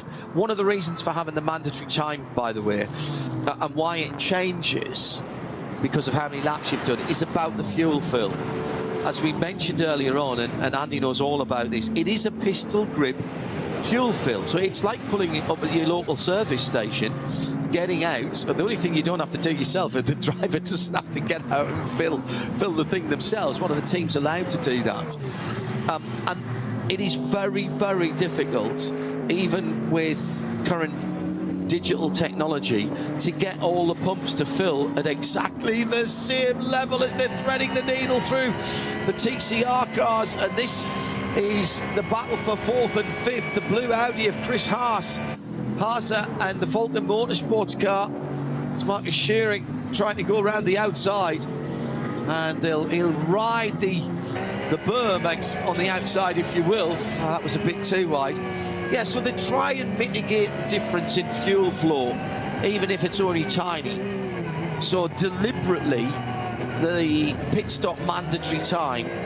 So if you do 4 laps, let's say for sake of argument you do 4 laps since your last pit stop, then there will be a pit in to pit out time. I'm going to make this up because I haven't got the table in front of me, but let's say that's 3.5 minutes. If you do 5 laps, they'll add another minute or minute and a half onto that because you know you're going to have to put more fuel in.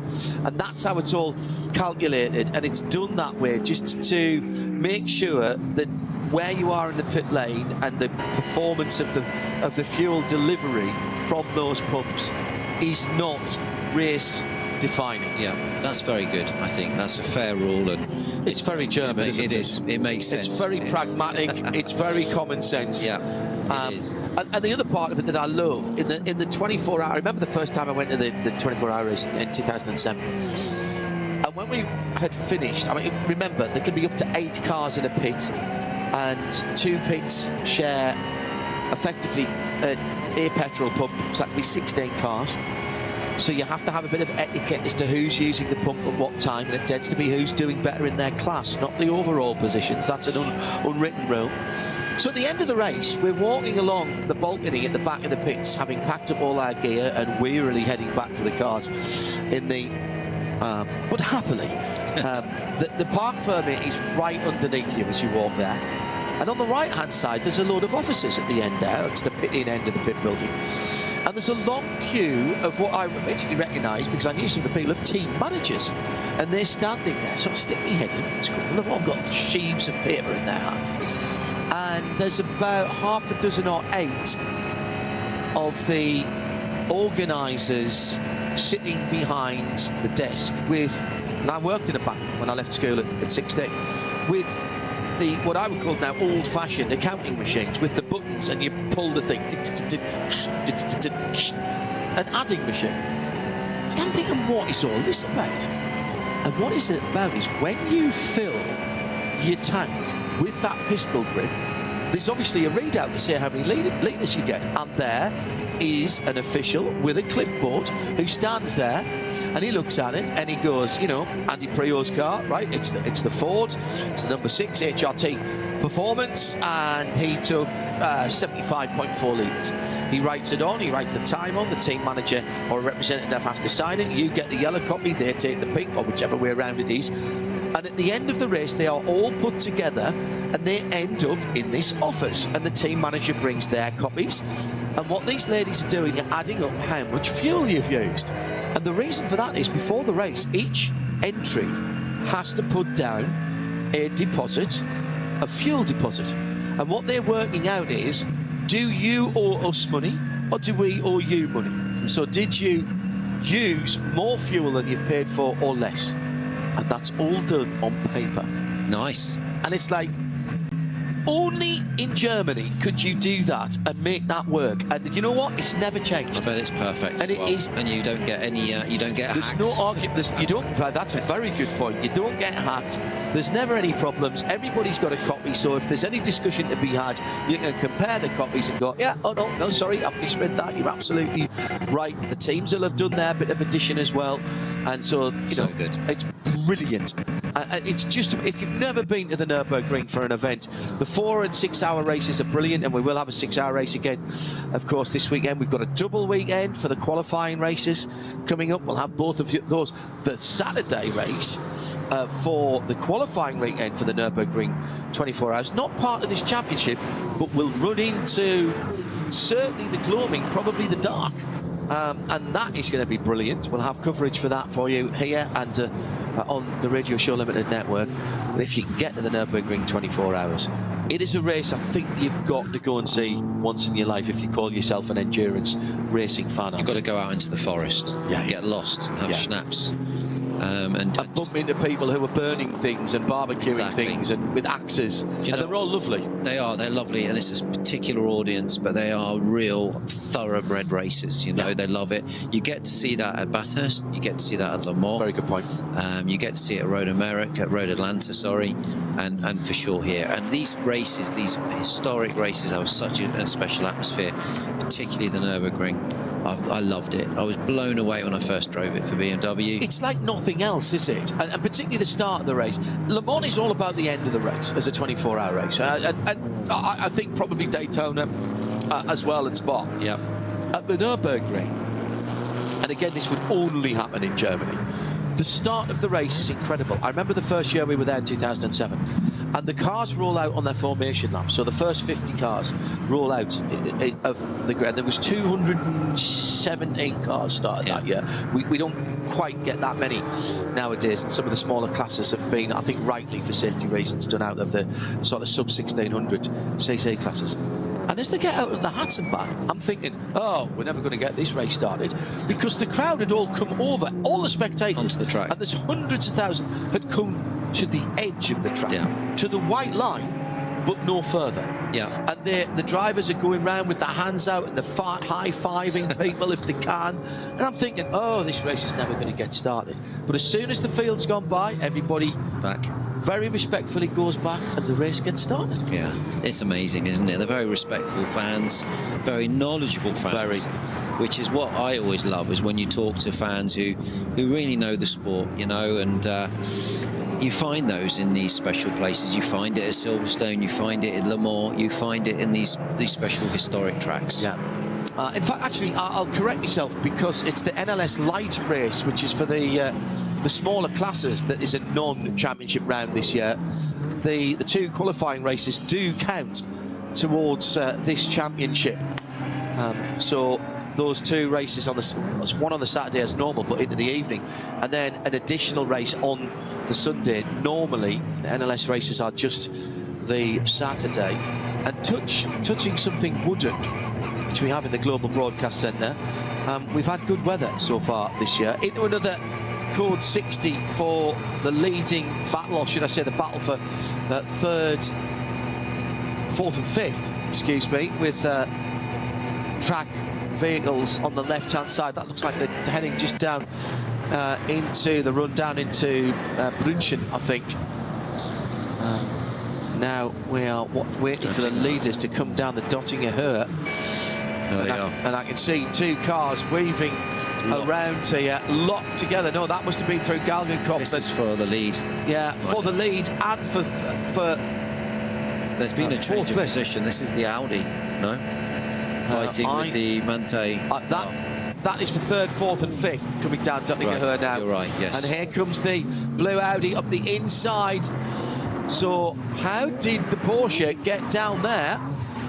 And there, the Audi going through. So what's happened there? There's been a change of position. Something's gone on there, because this is the number 15 car coming through ahead of Thomas Preining, who's now shown at the wheel. Okay, so I got Chan Guven and Preining the wrong way around, maybe, but it does say that it's Preining. So Thomas Engel, Maro Engel, rather, is shown as the leader, from Chris Haase now in second place, having just taken that as they came to the line, from Preining in third, by Shearing. This is a very close and very hard fought. In fourth. This is very close and very hard fought, and there's been some pit stop time. Is going to define this race. Yeah, these guys are also equally matched. Obviously, Engel right now has got a 9-second lead, but that, again, as you say, will change at the next stop. But it's really these 3 or 4 cars that are fighting for the win today. Metzgerfeld, by the way, we were in a chord 60 there. That was for one of the Porsche 991 Cup cars. So from the onboards of the leaders as they went through, that was the number 78. Called ADAC and Kuhl's 991 Cup car. Also, there's been an accident at Galgenkopf, which is also still being cleaned up.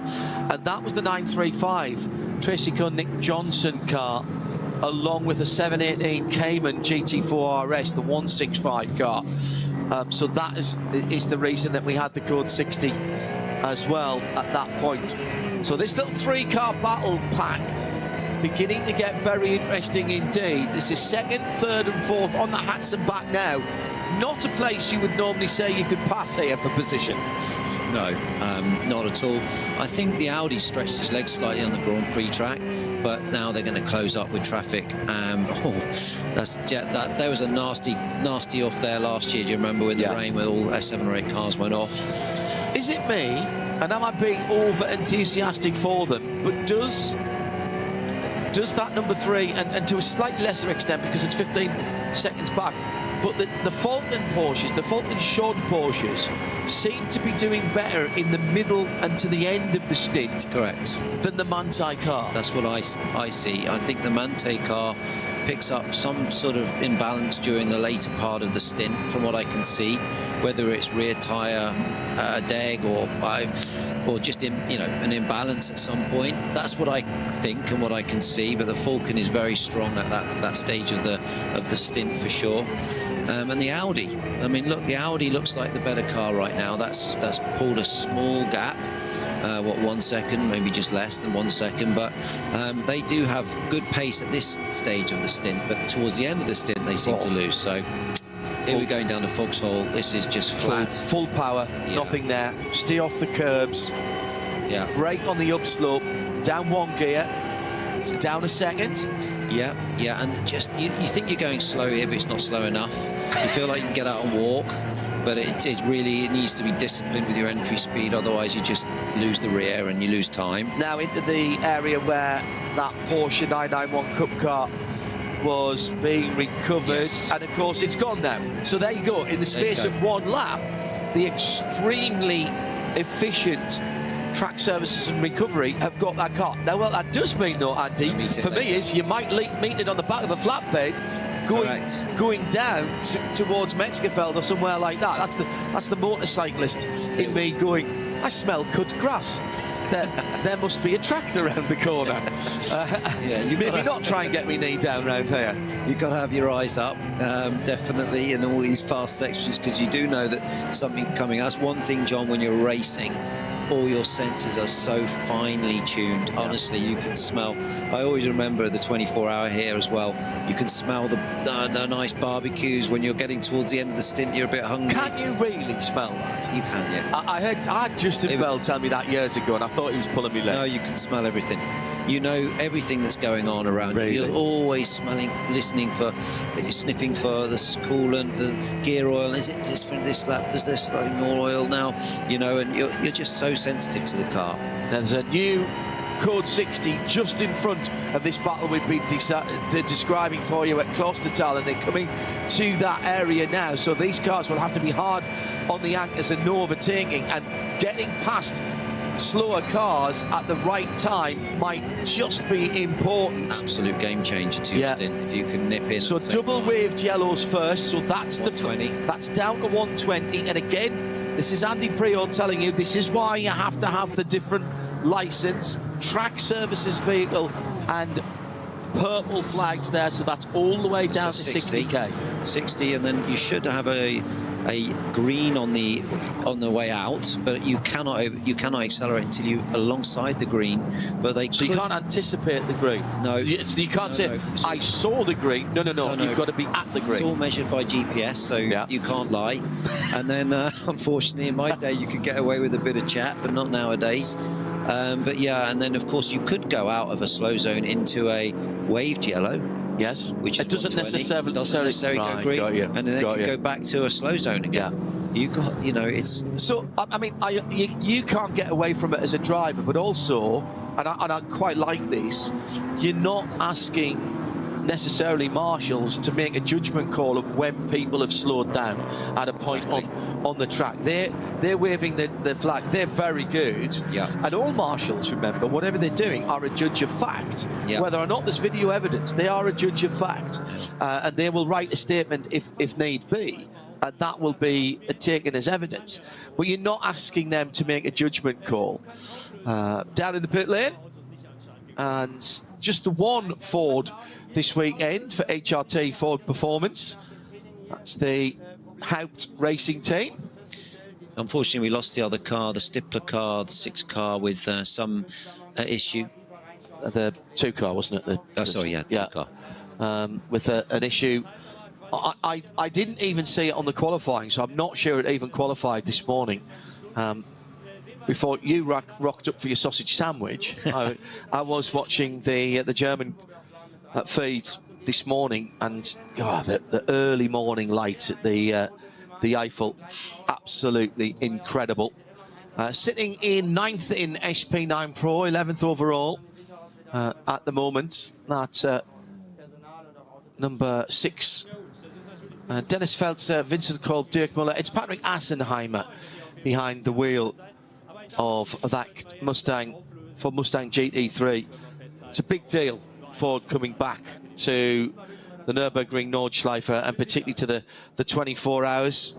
And now the question is, you'll have split loyalties that weekend, because Sebastian will be racing in the Salem 6 hours of the Glen on the same weekend. So are you going out to the Glen, or are you staying at home and following it? Following it all from home, unless I'm doing something else for Ford. I need to look at my diary. I'm probably doing some GT4 or something for Multimatic. But yeah, I mean, I'll be following them both closely. I think that I spoke to Dirk this morning, and he's very optimistic about the pace of the car. He thinks that they've got a very strong pace, and the car is really beginning to stretch its legs around here at the Nordschleife. Where does a car have to be good, in particular at the Nürburgring? Because it took a very long time before a Ferrari, despite the fact that Ferraris had been here before down through the years. Not a lot of them, I accept.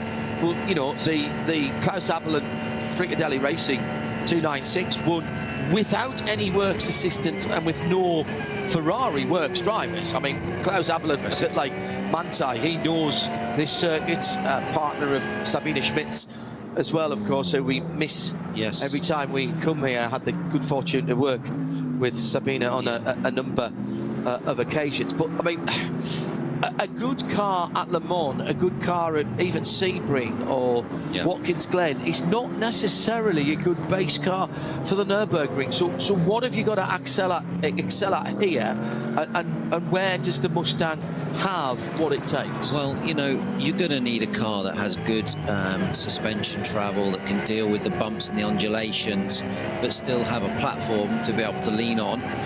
And, you know, like every... You set up a car a little more compliant around it. You have to, yeah. You can't run the car to the ground, you know, and stiff, and that would maybe work around a spa, let's say. It's a very different type of setup required for this place. So, and obviously the Ford's had to, you know, has come in its first year on the Nordschleife here, and has to know where the sweet spot is for the car, with how the bump stops work, how the damping, the spring rates, the aero, everything needs to come together.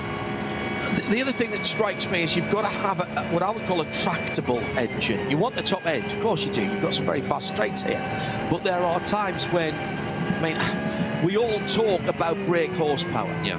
We actually drive torque. Yeah. We drive pounds-foot of torque. And that makes your life much easier on the road, but particularly in racing. Because if you've got a car that you've got to absolutely rev the whatnots off all the time, it's tiring on the engine, it's tiring on the driver, actually. And it strikes me that that big 5.4 V8, the Coyote engine, which is actually tuned by M-Sport, Malcolm Wilson, isn't it? The guys who know their way around rally cars. They really do. Did great work for Bentley as well in GT3. So I presume the large displacement engine of the Mustang has that capability. It does, John, it does. It's got a lot of torque, and I would always choose the torque, as you say, over the top end, because you're pulling out the corner, you need it on restarts, you need it slow zone restarts. And I think that everybody, a lot of the race teams looked at the Mustang and said that will be a very fast car around the Nordschleife. And, you know, HRT Apt Racing are very good partner with Ford, and they are going to really help develop that car for this track. It is very specific, and it does require something different. And you've got Stippler, you've got Dirk Muller and Dennis Olsen, who are all very experienced Nordschleife you know, guys, so they can also bring experience from the other manufacturers, whether that's Audi and Porsche, and Dirk from, well, Dirk's raced in many manufacturers around here, so they've got some really strong guys there, and yeah, I think we're in a good place. Yeah.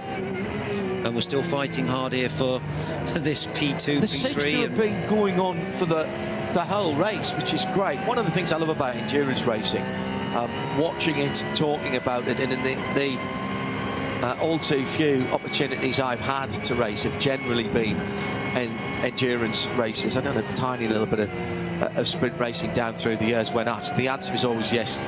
And somebody says to me, would you like to race here? And I've said yes before they've even got to what needs to race, which has landed me in some interesting seats, including a SsangYong pickup truck. Yeah, I think I've seen you in the C1 shape. No, that's what I absolutely want to do. The Ford Kart Endurance as well. Nick Tandy's built the car for that in races. That's fun. But I've done that race. Have you? Yeah, that was hilarious. Yeah. We did it with Alan Gow, Seb, and Richard Solomons from IHG, and we had such a fun. I mean, came in from Alan's stint, and he had Radio 2 playing, and then I went out, hit the curb so hard, and both speakers fell out. So, but it was a good fun race, and everyone was so equally matched. But you can spend, looking here, you can spend hours and hours. And like that was what I was going to. That's what I was going to say. It is not the wham bam elbows out kind of racing that you would need to have in a 25-minute touring car race or whatever, hitting every curb super hard, and never mind whether the car brakes as it goes across the line after 20 minutes. No, these cars have to last 24 hours in some of these races. Right now, in the number 3 Falcon Porsche, Maurice Schuring knows the part numbers on the back of that 911 Manthey car ahead of him, because he's been staring at it for all of this stint. He has, yeah, and you can go through the night like this, John, you know, where seeing the same car in front of you all night to gain a position. And the team are so proud of you when you come in, and honestly, you've gained one position, but you've worked all night for it. And because they are so equally matched. I mean, these are two Porsches. You know, the obviously the tyre differences there, but the BOP on these cars is so close. There's no advantage anymore. It's just working in that small window. So it's all about optimizing your stints. Are we going to see you back behind the wheel at the Nürburgring anytime soon? Well, you know, it is. Oh, there's a little smile on Andy Friel's face. You never say never. I mean, I did my permit because Ford and Multimatic were super keen for me to do something and to race the Ford Mustang at some point. So, yeah, I'm still keeping my eye in. Platinum rated, I am, yeah. I'm still platinum. I haven't driven, and I mean, I've raced at Goodwood, and you know, I've driven many cars for Multimatic over the last 3 or 4 years. So I'm not completely rusty. But you know, the one thing with the Nordschleife is you do need experienced drivers to lead the team. And but you know, John, I had a good career, a good paper round, busy paper round, won 60 odd races, and if it doesn't happen, yeah, it would be a shame. But there's always a chance. You know, a racing driver never retires. Come on, no, never, no. But you know, hunting the drives is not where I'm at. I'm just really proud to be working with Ford and with Multimatic, and kept on with them for many years, developed many projects, so here we are. Yeah. One of the races I would love to do here at the Nürburgring Nordschleife, I am not up to doing, not anymore. I wouldn't even consider it anymore at my age, but I don't think I'd want to do the 24-hour series. There's too much going on at the 24-hour race, rather. There's too much going on at the front of the race. The later races in the season, in this championship, the 4 hours and 6 hour races maybe, but the one I'd love to do, really love to do, is the classic race that supports the 24-hour race. They used to call it the young timer race. Yes. 160, 170 classic cars from the 60s, 70s and 80s. That's right up to the 90s. And there's everything. First of all, there's every BMW that's ever raced and some that haven't. There's a version of it. There's little front-wheel drive hatchbacks. I didn't even know before I saw this back in 2007 that there was a car called the Audi 50. Do you know what the Audi 50 is? No. No, the Audi 50 was Audi's version of the original VW Polo. Really? Never came to the UK. Not only was there an Audi 50, but there was an Audi 50 race series, and there's about 4 or 5 of them that come every year to do that race, with the bonnet just slightly chocked up at the back to get a bit more airflow, a bit of downflow, a bit of airflow. And there's all sorts. There's NSUs racing that. There's some great Cologne arched Capris and Mark II, the big wide arch Mark II Escorts, Mark I Escorts, Mexico's. It's good fun. It is brilliant. And it's nice because it's respectful racing in the historics, you know, whereas if you were in this race, as you say, rightly so, for the 24-hour, you are just seen as, you know, a bit of metal in the way during these. And you're a moving chicane, aren't you? Yeah, you are, yeah. So, I mean, I think you'd love, I mean, you have raced around the Nordschleife? No. You've just done many laps. I've done lots of laps, and I've done it on closed days as well with manufacturers, where you know, I don't think you're ever going flat out round here. You said this earlier on. It is one of the places where you're always keeping something in reserve because of what we talked about earlier on. You never know what's round the corner. I've been out there with Aston Martin Lagonda when there's only 16 cars out there, but even then you can't take any liberties. No, you can't. You've got to keep your eyes up. You've got to be alert, but you are fully committed. As a factory driver, you'll be 100%, but as I said, you'll be 99.5% because you need that 0.5% just in case. But yeah, it's with GT racing and at this level, GT3, the cars are so equal. You have to be absolutely on top of your game to be up there. But you wouldn't enjoy being in the middle of that grid. No. It wouldn't be a lot of fun. Hey, look, the only 24-hour race I've done of any note was a one at Cota for Aston Martin in a GT4 car, and being in the middle of a field of touring cars, GT4s, Cup cars, and GT3s is the top class. The concentration level there of being neither the fastest or the slowest in the middle of the field.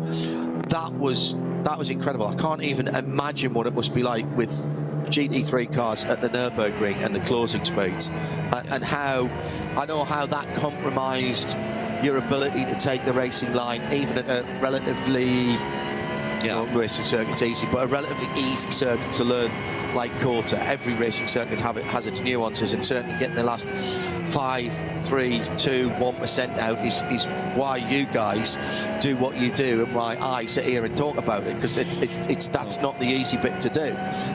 I just can't imagine what it must be like being in the middle of a 160, 170 car field here. Yeah, I mean, your shoulders are up all the time. You're never relaxed. You know, you're just expecting a touch all the time from someone, and it's really, really nerve-wracking. Risk versus reward calculations going on all the time? All the time. Judgment, looking always back, forward, you know. Conditions, other vehicles, you know, the team asking you stuff. Yeah, these guys are working really hard in here, you know, so... Is this a physical track, or is it more a mental track? Mental race, this one. Mental race, yeah. All concentration. All concentration. That's tiring though, Andy. Very much so, yeah. Very much so. Your brain is using a lot of energy, and yeah, for sure, the concentration, keeping the intensity up when you're tired, keeping the whole stint performance up there, being good in traffic, you know, pit lane in, pit lane out, making judgments. Yeah, you always you put it this way, on a Sunday night when you're walking out of here, you're happy, you know, walking out. The adrenaline in the car and the concentration in the car, for you guys are as sharp at the start of the stint as they are at the end. Does that immediately hit you as a come down when you get out of the car? Yeah, you feel like you've done a mental marathon, you know what I mean, where I've run a couple of London marathons, and it just takes a week or two to recover. It's the same for these long distance races, a week or two to really recover. This is looking very spicy with the 921 there. That's the Milner Motorsport car coming through on the Lausch Luxembourg car as they are heading down the Dottinger, but there's a chance to have it. That is so long, there is a chance even for Cup cars to have another go on the green car, trying to have a little sniff there. Milner, who have made a good business out of running cars here. Harley Houghton, winner last time out with his partner Heiko Eichenberg in the 959. This will be a fun car around here, because you can drive it 10 tenths, you know, and you've got no reliability issues or anything. This would be a hard race. And well, I mentioned them earlier on. They've become a very, very good endurance car, although conceived by Porsche Motorsport, Customer Sport, and built at Weissach, which is their, at least finished, assembled at Weissach. I mean, it used to be the case. I don't think it is now, because even the Cup cars have got so much more sophisticated and more racing car bits in them.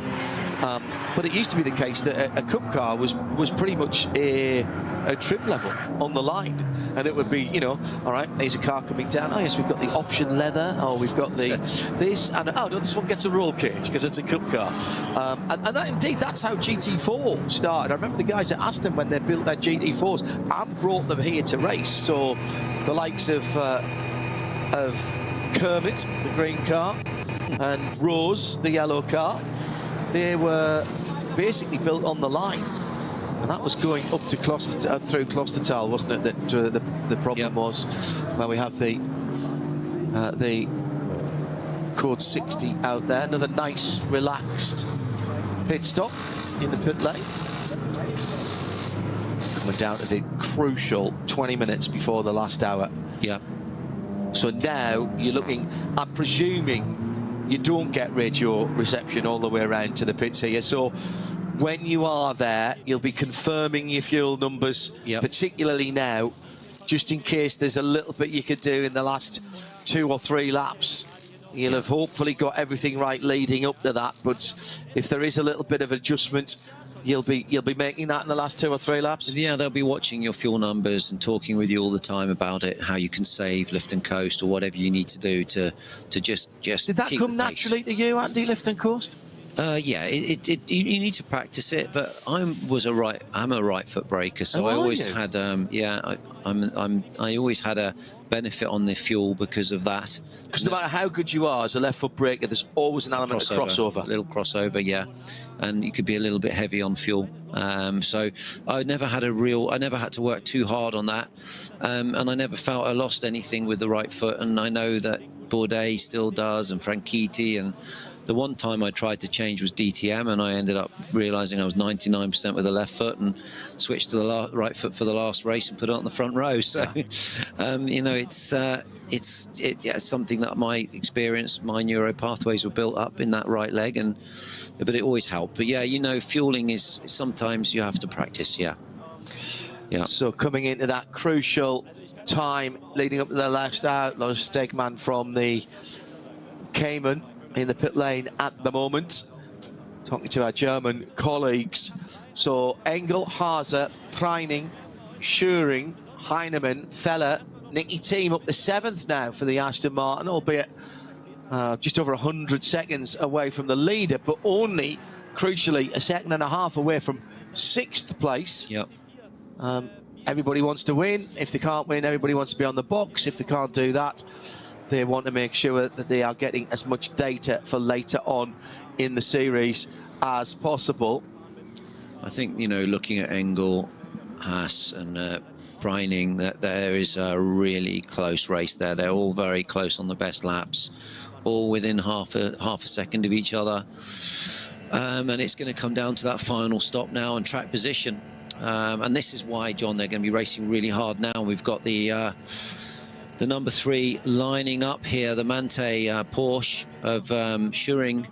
This is race on, John, here, and I would say this is now when it starts to get really hot, and really spicy. So the Falcon Porsche does look strong at the end of the stint. You say they're coming towards the end of that stint now, and look, the Mante Porsche is just looking a little bit weaker in this position at the moment. Golf in front, sorry, BMW in front of that battle. No, it wasn't. Actually, it was a Hyundai. So let's just keep mentioning cars. Down the inside, and the Falcon Porsche takes the Manthey Porsche, runs wide through the Habs hook, but gets the inside line into the next 2 corners, crucially, as they go through the arena section, and immediately starts to move away. Now, that to me looked like I don't think Thomas Preining did anything wrong. That just looked like a grip advantage.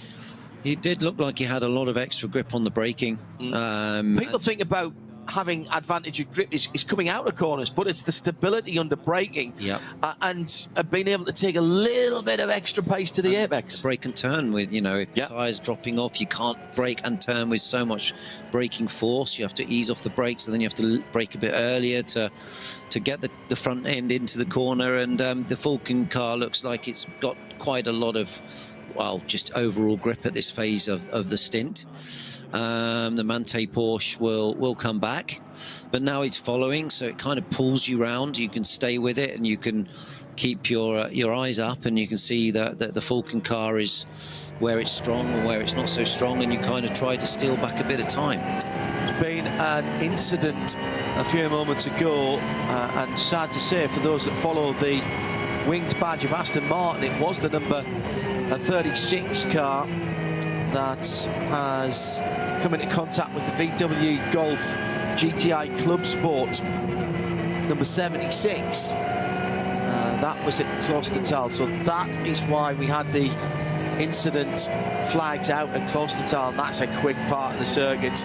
They've come together side by side there and speared off into the barriers. Well, that, I'm not surprised that there was a major clean-up going on at that point. 2.8 seconds at the front of the field, coming in towards the last pit stop window in about a lap and a half, 2 laps time. So what we're talking about, though, is, you know, 8 to 12 minutes time, maybe a little bit more.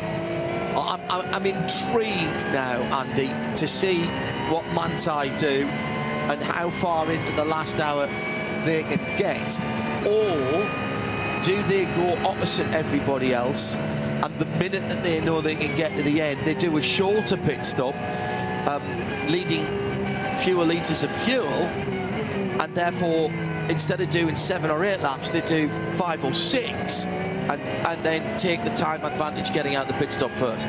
It's highly possible and highly likely that they will try that. I think that's where their strategy in Manthey particularly would be quite clever, I would say, because they know this place pretty good. But yeah, I mean, just looking at ultimate pace, I just feel, I don't know, the Manthey car maybe just had a little bit more of an issue towards the end of the stint, and I'm wondering if the Falcon car now can try to really gap them. And try to make some real time up right now. This is where, if I was driving this car now, I'd be thinking, right, I need to be putting 4 or 5 seconds to him now in this part of the race to make sure I give myself track position for the final stint. It's the voice of Andy Preo alongside me, John Hindhoff, in the Global Broadcast Centre. Just diving down the hill. This is as far away as you get from the pits. It is where Tim Heinemann is now in the Falcon Porsche number 4. And these consecutive right-hand corners, they get ever tighter before the left-hand hairpin that's banked to the inside.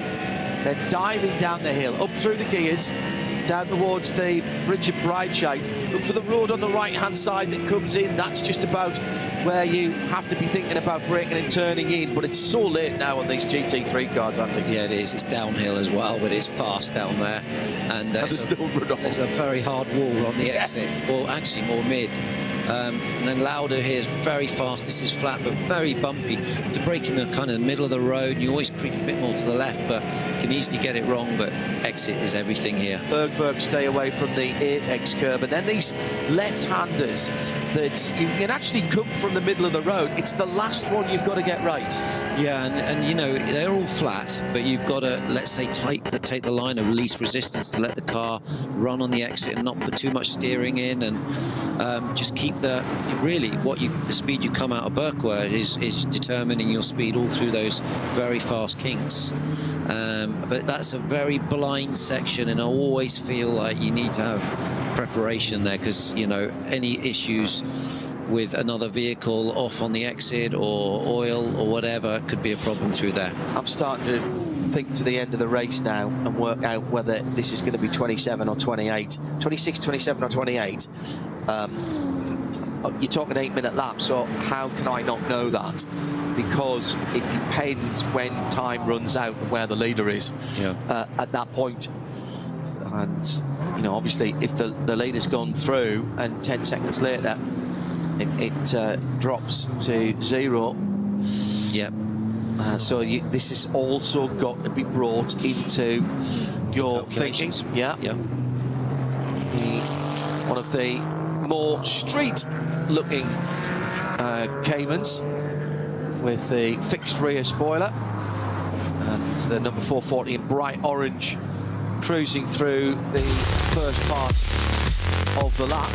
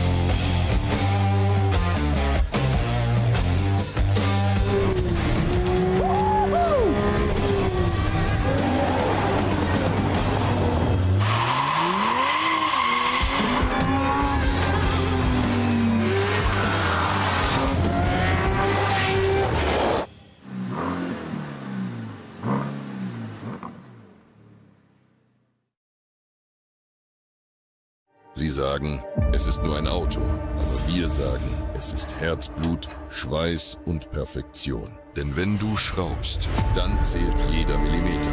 Dann bist du in deinem Element. Du willst mehr als nur fahren. Du willst es fühlen. Die volle Kontrolle.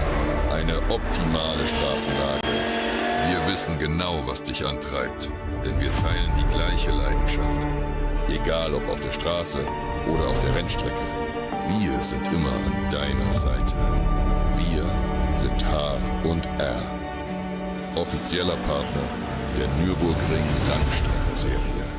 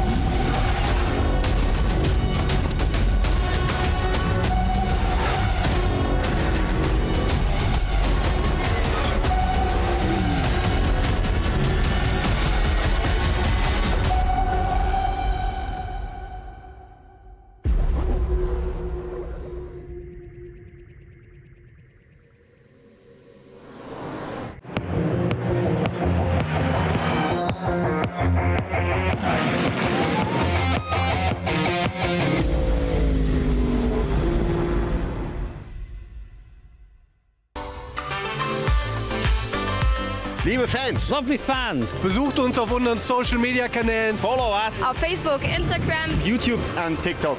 Willkommen bei der NLS.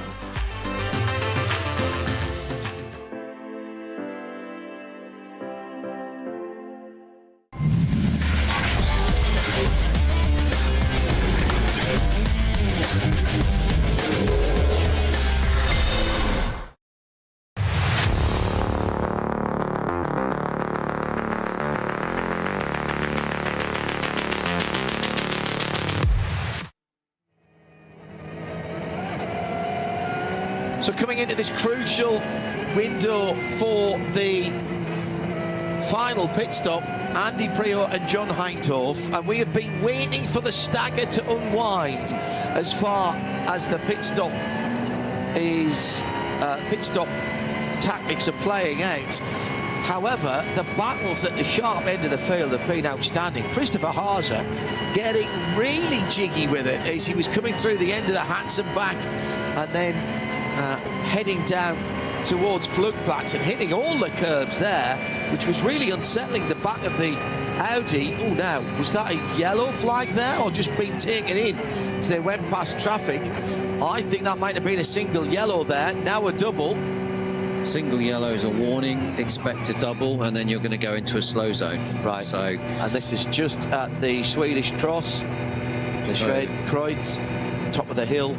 Blindingly quick left-hander just over the brow. They've actually smoothed that out a little bit now before you get to Arenberg at the top of the hill, which is where the issue is, and we've got a flatbed doing some recovery there. Yeah, well, that is much smoother than it used to be. It is, yeah. Well, now with the cars past the green, look at the jump the Audi got there. Yeah. Something strange happened there because the Audi jumped and then stopped. Because it hasn't passed it.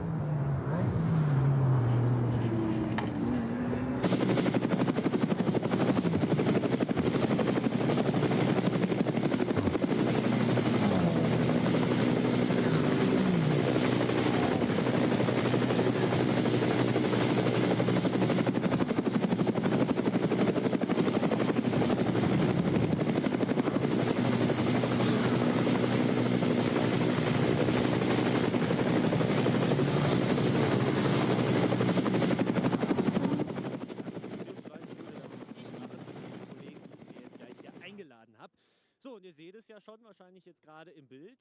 Wir stehen hier bei Rotax Deutschland. Die sind nämlich an diesem Wochenende hier zu Gast. Zusammen mit dem Porsche Endurance Trophy Nürburgring Talent Pool ist man gerade so ein bisschen dabei und beschnuppert sich hier, habe ich gerade schon rausgehört mal. Denn es steht hier ganz im Zeichen der Juniorenförderung, was hier angegangen wird. Und ich habe mir dafür den passenden Gesprächspartner dafür eingeladen, weil wir wollen da jetzt mal so ein kleines bisschen hier durchgehen, wie das Ganze denn so aussieht, A, von Rotax Seite aus, aber auch von Seiten der Porsche Endurance Trophy Nürburgring. Und mein Gast, den ich mir dafür eingeladen habe, ist Andreas Mattis. Erstmal schönen guten Tag und schön, euch hier am Nürburgring zu haben. Ja, hallo, vielen Dank. So, du bist als Vertreter von Rotax hier. Ich habe gerade ja schon gesagt, ihr seid so ein bisschen hier, um euch gegenseitig so ein bisschen zu beschnuppern, weil ihr macht ja in Sachen Nachwuchsförderung sowohl von Porsche-Seite, aber auch von Rotax-Seite aus relativ viel. Ne? Erzähl mal, was macht ihr da? Ja, also ich sage erstmal Dankeschön an Rotax, dass wir auch das ganze Material bekommen haben, um hier zu sein. Dann natürlich Dank an Porsche, dass sie auch an uns denken, dass wir dann auch mal kommen dürfen, uns auch mal zeigen dürfen. Weil im Prinzip ist es ja schon ähnlich mit dem Porsche Markenpokal und mit Rotax Markenpokal, dass es schon, wie gesagt, die gleiche Basis ungefähr ist. Nur wir in klein mit den Karts und Porsche halt schon in groß. Ne? Und ja, und wir haben jetzt mal den Weg gefunden hierhin und ja, das ist eigentlich so ein bisschen der Pendant halt klein, Kart fahren, groß, Porsche, ja. Und das heißt, wie kann ich mir das denn ganz genau vorstellen dann? Ich nenne es jetzt einfach mal Markenpokal im Kartbereich. Das heißt, alle sind mit den gleichen Chassis, mit den gleichen Motoren unterwegs oder erklär mal. Ist nicht ganz so, also gleiche Motoren, gleiche Reifen, ja. Bei uns sind die Chassis halt freigestellt, das ist der kleine Unterschied halt zum Porsche halt. Bei uns sind halt die Chassis noch freigegeben, da kann man noch Chassis wählen quasi. Ja, was dann sehr ähnlich ist, ist dann das Weltfinale, wo eigentlich alle Fahrer darauf hinarbeiten, was immer am Ende vom Jahr ist, ist quasi die Weltmeisterschaft. Da stellt dann Rotax auch die gleichen Chassis. Also das heißt, bei der Weltmeisterschaft wird dann tatsächlich wie beim Porsche gleiches Chassis, gleicher Motor, gleiche Reifen gefahren und das wird alles vor Ort dann ausgelost. Die Fahrer kommen quasi, dieses Jahr wird es in Bahrain stattfinden, nach Bahrain und dann wird halt ausgelost und dann kriegt man sein Material zugelost und dann wird dann wirklich dann um die Weltmeisterschaft gefahren. Jetzt haben wir ja gestern, ihr habt das Kart ja gerade schon gesehen, das hat so ein paar rechts und links, ein paar interessante Kästen da rechts dran. Das Ding ist elektrisch unterwegs, ne? Also dieses ist jetzt Elektrik, das ist das E20 von Rotax. Damit wurden jetzt die ersten Rennen gefahren. Das Kart ist auch bei der Weltmeisterschaft oder Grand Final auch unterwegs. Die Serie von uns besteht im Moment noch aus den normalen Verbrennermotoren, also Zweitaktmotoren, von Micro, Mini an über Junior, Senior und dann haben wir auch ein DD2-Karten mit 2 Gängen. Das ist unsere normale Basis, aber Rotax arbeitet, wie Porsche auch an E halt und da sind wir auf einem guten Weg, denke ich. Jetzt sind die Jungs aus dem Talentpool ja gestern Abend hier gewesen und durften mal so ein bisschen rumprobieren. Ne? Wie war denn dein Eindruck? Wie hast du das denn wahrgenommen? Hatten die Spaß, auch wenn es elektrisch dann war und da manchmal ja so ein bisschen Kritik ist? Nein, also gestern hat sogar ein Fahrer gesagt, wir lassen das morgen mit dem Auto fahren und fahren Kart. Also war natürlich auch ein bisschen Spaß dabei, aber die Jungs hatten auf jeden Fall mega Bock gehabt und sah auch gut aus. Wir haben auch ein paar Aufnahmen gemacht, also die hatten auf jeden Fall Spaß gehabt, ja. Ja, die Aufnahmen haben wir auf jeden Fall auch heute ja schon im Stream gesehen. Das sah mir auch nach ordentlich Spaß aus und ich habe auch schon mit einem der Jungs geschrieben, nämlich genau gesagt mit Niklas Koch, der hat mir nämlich gesagt, Alter, das Ding geht ja mal sowas von dermaßen vorwärts. Von daher, ich glaube, da kann man durchaus Spaß haben. Andreas, ich würde dich vielleicht einmal kurz entlassen und dann meinen nächsten Gast quasi einmal hier zu mir rufen. Das ist der Kollege Alex Vielenbach, denn der hat eine ganz besondere Rolle hier. Der sitzt einmal in einem Cup 3 Porsche, in dem er hier unterwegs ist. Andererseits bist du aber auch regelmäßig ja in der Rotax Max Challenge unterwegs, ne? Ja, genau. Es war ganz witzig, als ich das gelesen habe, dass genau die 2 Serien, in denen ich halt beiden fahre, dass die jetzt zusammenarbeiten und die RMC halt hier ist, passte halt perfekt. Du fährst relativ viel Kart, das hast du mir jetzt gerade schon mal erzählt, auch viel, um dich vorzubereiten, um zu trainieren. Oder sag mal, was sind so diese Vorteile, die du daraus mitnimmst, wenn du regelmäßig im Kart sitzt? Also bei mir hat das eigentlich angefangen mit dem Rennkartfahren vor 8, 9 Jahren, weil es halt für mich die einzige Möglichkeit war, überhaupt zu trainieren. Ich habe damals die Rennen hier im Auto gesessen, war froh um jede Runde, die ich gekriegt habe, aber außerhalb Training gab es halt nicht, weil das halt im Auto alles eine Nummer teurer ist. Also habe ich mir damals ein Kart gekauft und das war halt so die beste Schule, die man machen kann. Ich habe mir gedacht, jeder kommt aus dem Kartsport, ich nicht, also hole ich das nach. Ja, und was soll ich sagen, es hat sich halt über die Jahre so ein bisschen dazu entwickelt, von anfangs nur ein paar Runden im Jahr bis hin zu jetzt Love it to stay green right to the end and have full racing, to have a full fight to the end without any factors that could influence the strategy, because that would be really good for us to see who's got it. Fella, that's shearing in the number 3. The Falcon tyres. What a classic livery that is, by the way. We talk about classic liveries, and of course you talk about Martini and Gulf, and certainly in sports cars down through the some of the cigarette liveries on Jaguar, etc., etc. But you've got to say that Falcon livery on the Porsches, on some of the Japanese touring cars down through the years, the GT500s, etc., etc. It is an absolute legendary livery. It is. It's done a lot of racing. And that's what's great about motorsport. It's built up. God, they were really fully... Oh, they've been balked up. Oh, no, he's boxing. Oh, right. So a change of position as the Falcon car came in, overtakes a car in the pit lane before the pit lane speed line. That's fine. It was going slow anyway. The pit lane is still part of the racetrack, and in fact, that's one of the Audi. It's a 777, actually. That car had been going very nicely in the TCR class, and that has come dead stick, I'm afraid, to a halt right in the entrance to the pit lane. That's the TCR leader, the Goroyan RT by Sharkey.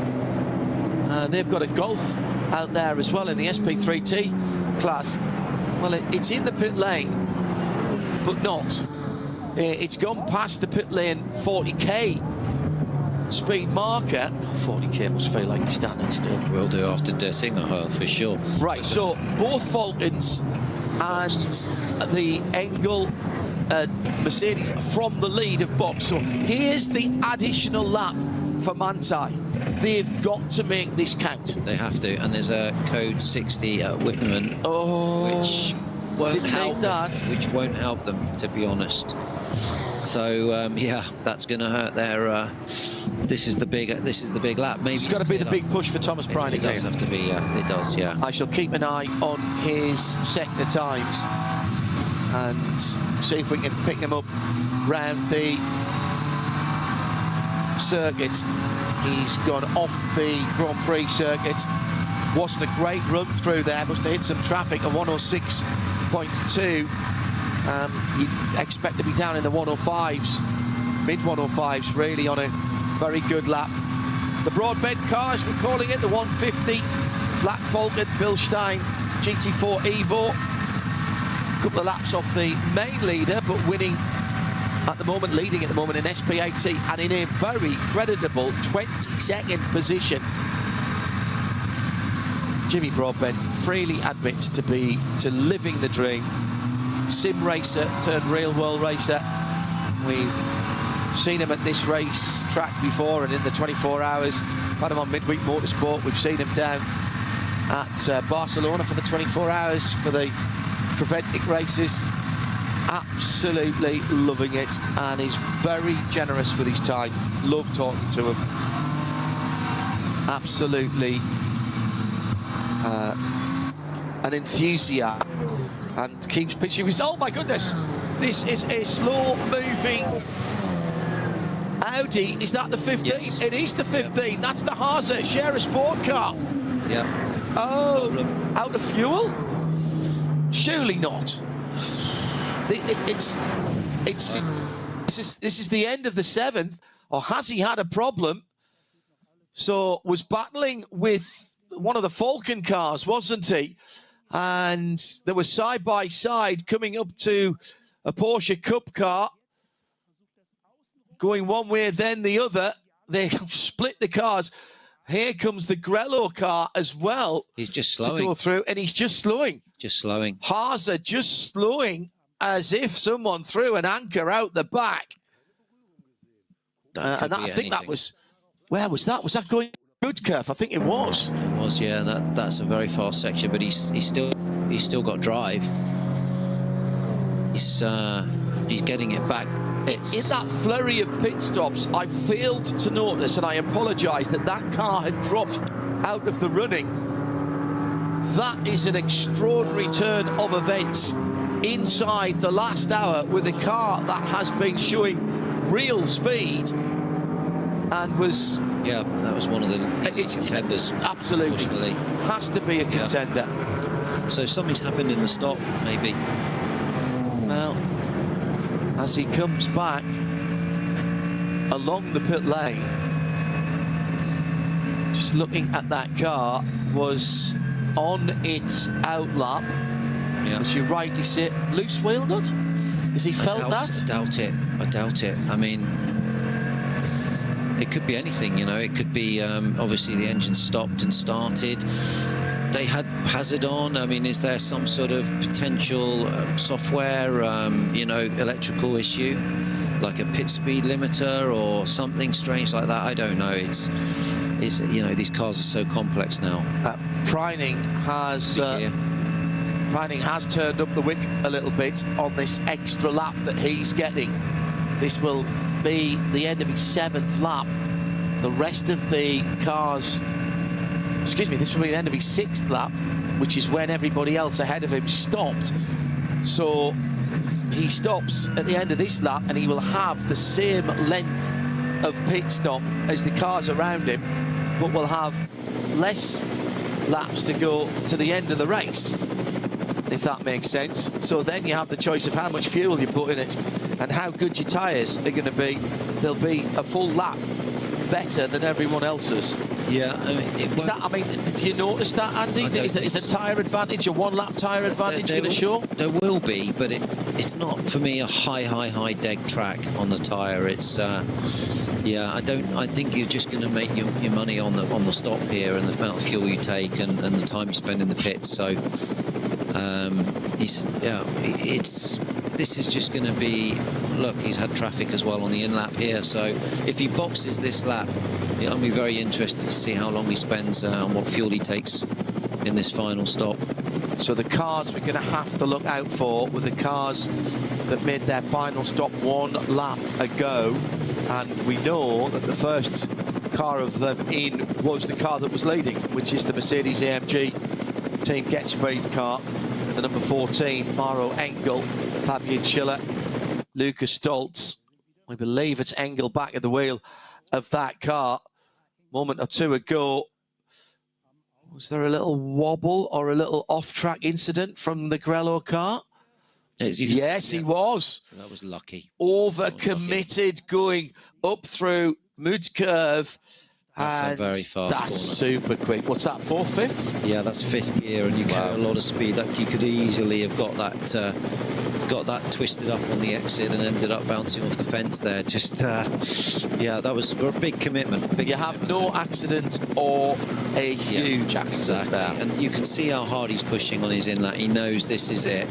This is where the race is either won or lost, to be honest.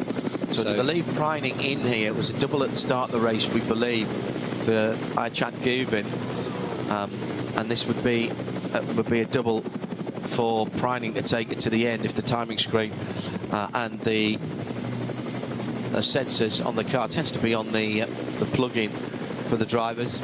Yeah, Chris Haase is out of his car down in the pit lane. He's got the car back, talking to our German colleagues, and we'll try and get the word from that. Oliver and the rest of the team listening intently to Haase talking to the German pit lane commentators, and the leader is in. Preining is in for the last stop. So this is the defining pit stop, and is it a win? Is it a podium, or have they got their sums completely wrong? I would suggest not the latter. They are in the conversation, undoubtedly in the conversation. A fairly empty pit lane as he peels right-handed, nose first, to get the fuel in the front fill of the Porsche 911, number 911. And so that car comes to a halt. This will feel interminably long. So that is at the end of his 6th lap, I reckon, for Preining. Just check that. and the track is green, so this means that both Engel and Muller in the Falcon Motorsport. My apologies, it's the end of his 8th lap. Everybody did 8 apart from Ricky Feller, who did 7 to his last stop. That 16 car is sitting in 4th position at the moment, but they've all done 3. Oh, actually, no, Ricky Feller hasn't done his last stop yet. Ricky Feller coming to his last stop at the end of this lap. Yeah. Right. Okay, that makes sense. So nice and easy, no need to rush, lads. And I didn't see Pryning get out of that car there. I think they're leaving him in. There's a little bit of scuffage on the left rear wheel arch. Yep. On the yellow part of Grello. He's already in 1st gear, ready to go. He's watching the pit timer, which is counting down in the car. So much to look at. Tyre pressure sensor reported a pressure drop, and they believe they had a slow puncture for Chris Haas. How unlucky is that on his outlap after his final stop in the number 15? That is incredible. So the tyre that they put on the car was not... Yeah. That's annoying. Annoying. The car's gone back out with Luca Ludwig behind the wheel, but any chance of a decent victory has evaporated, thanks to Oliver Fragstein. Manthey's made it in front of the Falcon. They've made it. They've made it. They've jumped him in the pits. So thanks to Oliver Fragstein for the translation there. Through comes the car that was leading before the final pit stops, the Mercedes. And the number 14, Bill Stein, gets speed car. So the Manthey maths are magnificent. They've done it. Yeah, they've made the, and they've got quite a big gap, actually. I would say at least 2 or 3 seconds. Yeah. So yeah, let's see if the 14 can reel them in. Well, they've got to push now. They have to. Yeah. They have to push because they'll have more pressure and heat in the tyres on the AMG. Tyre warmers allowed? Yes, they are. They are, but you've still got to bring the pressure up, and you've got to bring the tyre, the pressure and everything together.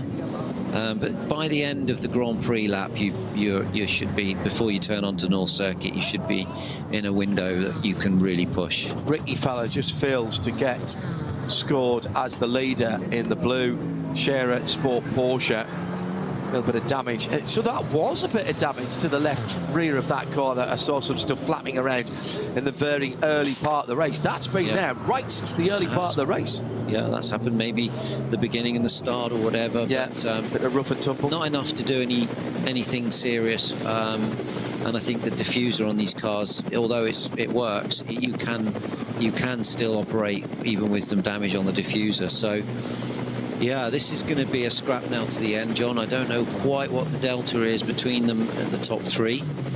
We'll probably see more clearly at the end of this lap. But it looks to me like Manthey have, as you say, really come up with the goods in this final stop. Yeah, and I think it's Pryning that has stayed in that car, so he's dialed in, if you like. There. He is, yeah. That's a safe bet, keeping them totally, keeping the driver that's really hot in the car. What is now 39 minutes remaining of the race, and yeah, it's not easy to pass around here either. So if they have a healthy enough gap, they should be able to maintain that to the end. Round about 5 laps, I reckon. Which, if you remember, they started with 2 5-lap stints, if I'm not mistaken. So this is very interesting that they've done it slightly different from everybody else. Still 3 pit stops, but it's the position of those pit stops relative to the table that tells you how long you've got to be standing still.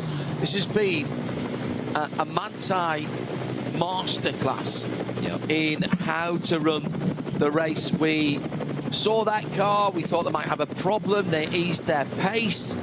Were they just saving a little bit of fuel throughout the race so that the stop at the end, they would know that they would have plenty of fuel? Because you're not going to use every drop, of course, when you come back in, not when there's a lap of the Nordschleife that is so long. You'll never really want to be getting down to the dregs of that, because it's you get that wrong, that is catastrophic for your race result. Yeah, you definitely don't want to be making mistakes like that, but these engineers are really sharp. They know exactly all of their parameters they have to work with. They've got software everywhere. The other thing, Andy, is they've got him out into a fabulously clear space. He's just coming down the far side of the circuit, and this is the first time he's hit any traffic. Preining leads the race by I think round about 7 or 8 seconds, and the first car that he's hit is at the bridge at Breitscheid. That, I mean, again, is there a bit of good fortune there? Are they watching the traffic? All of the above. Well, you do get, you know, GPS on these cars, so you can track it. It is impressive if they can. I would say it's unlikely, but yeah, it has worked out well for them. They've definitely optimized their race stops, their race strategy. And for a car that we were saying earlier in the race looked a little bit more nervous to drive, maybe they've come up with the ideal you know, strategy here to win this race. But has to back out as there's a slower car in the middle of the road and drops his tyres on the left-hand side into the dirt alongside this circuit here in the Eifel. But that can happen, and again he's over the edge of the circuit as he climbs the hill, exactly where he was off the circuit last time around. I would say he's in the zone. Yeah, I'd agree with that. He's driving to the absolute optimum track. He's using everything. Up to the Caracciola carousel now, the absolute trademark of the Nürburgring. Even use it in their logo for the Nürburgring Langstrecken-Series, of which this is the third round in 2025, building momentum to the qualifying race weekend. 2 races, one into the dark on the Saturday and then another one on Sunday afternoon, part of this championship before we head into the Nürburgring 24. Very busy May and June for endurance. This is a hard part of the race now. You've got half an hour to go. You're leading. You've got traffic. How much risk do you take? Yeah. You know? How much would you want to be told by your team about what's going on with Niederhauser in second? You need to know. You need to know, you know, what the delta is. I always find this is the time when you're going to make a mistake. It's better to almost be the guy hunting than the hunted.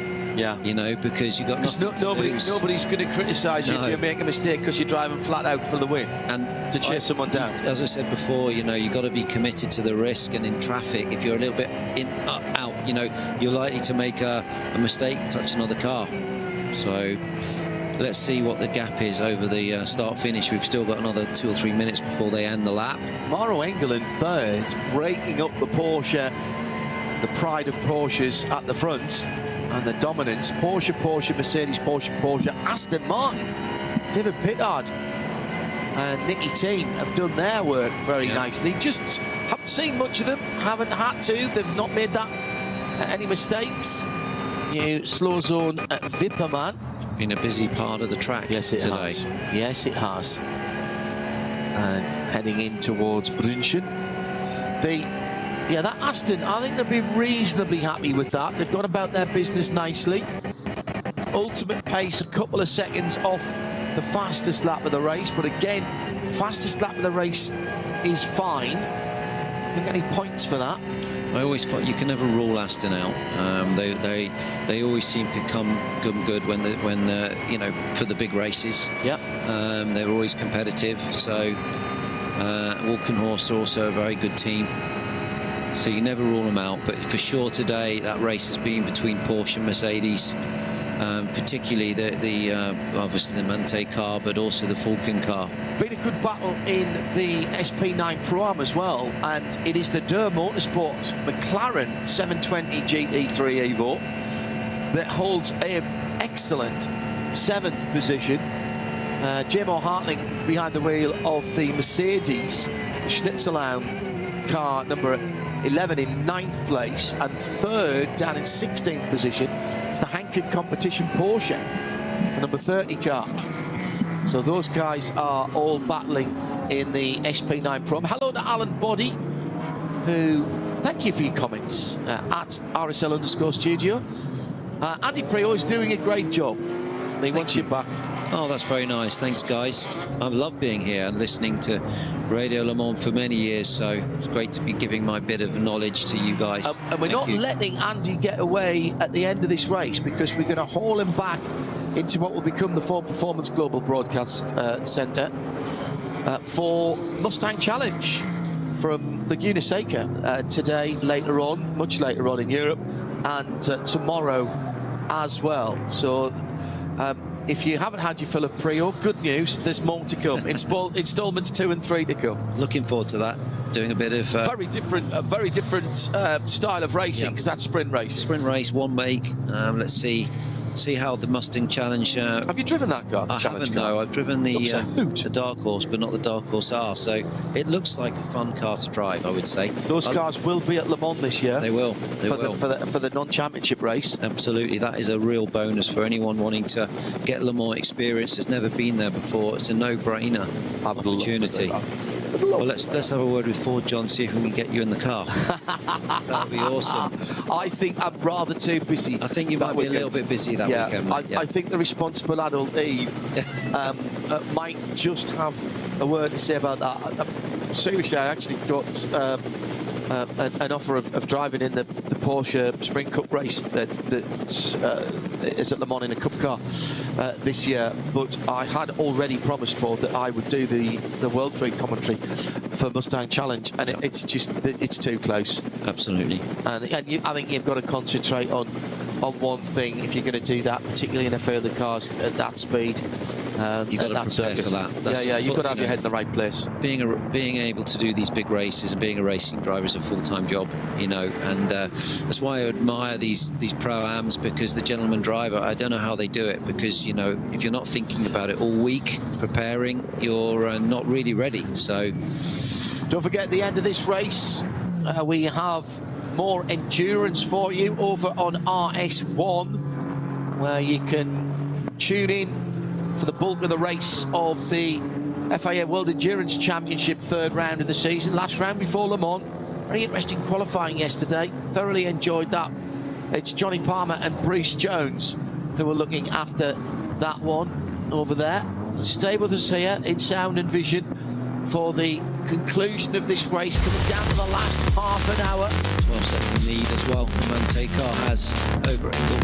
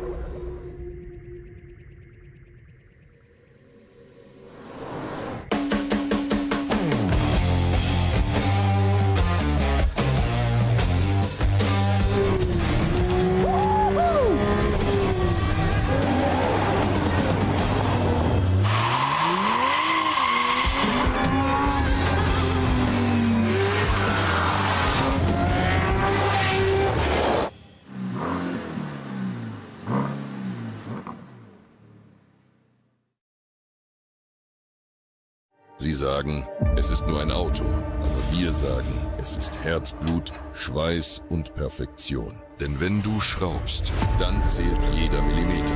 Dann bist du in deinem Element. Du willst mehr als nur fahren. Du willst es fühlen. Die volle Kontrolle. Eine optimale Straßenlage. Wir wissen genau, was dich antreibt. Denn wir teilen die gleiche Leidenschaft. Egal ob auf der Straße oder auf der Rennstrecke. Wir sind immer an deiner Seite. Wir sind H&R. Offizieller Partner der Nürburgring Langstrecken-Serie.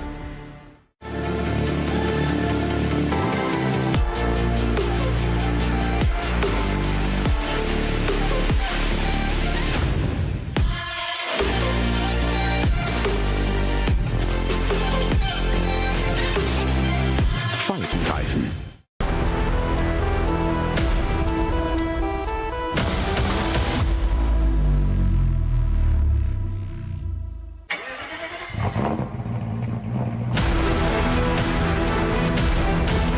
Hol dir jetzt dein eigenes Motorsporterlebnis nach Hause. Dein Online-Shop für Simracing-Hardware und Zubehör. www.simraceshop.de.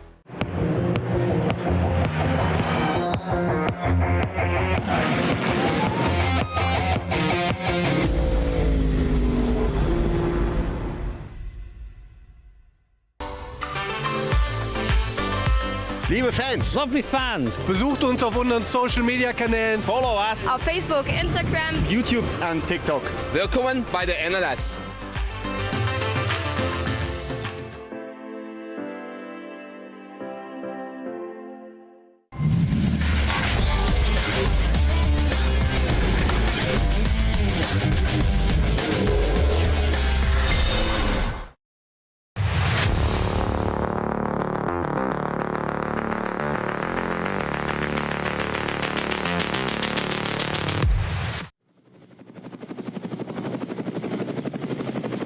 Last knockings of this race, it's Andy Prior, proud BRDC member. Yes, very proud BRDC member and board member, actually, director of sit on the board, which I love doing. It's a real eye-opener with what's going on at Silverstone. The British Racing Drivers Club, yeah. If you don't know, who also obviously have a massive role to play at Silverstone as well, the home of the British Grand Prix. A lot of BRDC drivers will be here. BRDC members are here, yeah, racing in the States this weekend. It's an honour to be part of the BRDC, Andy. It is. It is. You can't just fill a form in, can you? No, it's a bit like an MBE for motorsport, I would say. I like having that. a BRDC badge, and very proud heritage of motor racing, and a fantastic club, but a club full of high achievers in the sport, both associate members and race, and full life members as well, and just an amazing amount of knowledge and expertise within the club. You were talking about running a couple of London marathons. You did that for BRDC Charities, didn't you? Darren Turner's done it. Ollie Gavin is exceptionally good. When I lived down in Wellingborough and I was going backwards and forwards around the roads when he was living just a little bit further down the road, Sunday morning, if I was out on my motorbike early to go and get a bit of wind therapy, Gavin would be pounding the tarmac at 7:30, 8 o'clock, yeah, and keeping up a cracking pace. He's a fit boy. He was a fit boy. Actually, we did it together. I mean, I didn't run with him. I think he was sub 3. Right. I think he was sub 3 hours. I ran it with Guy Smith.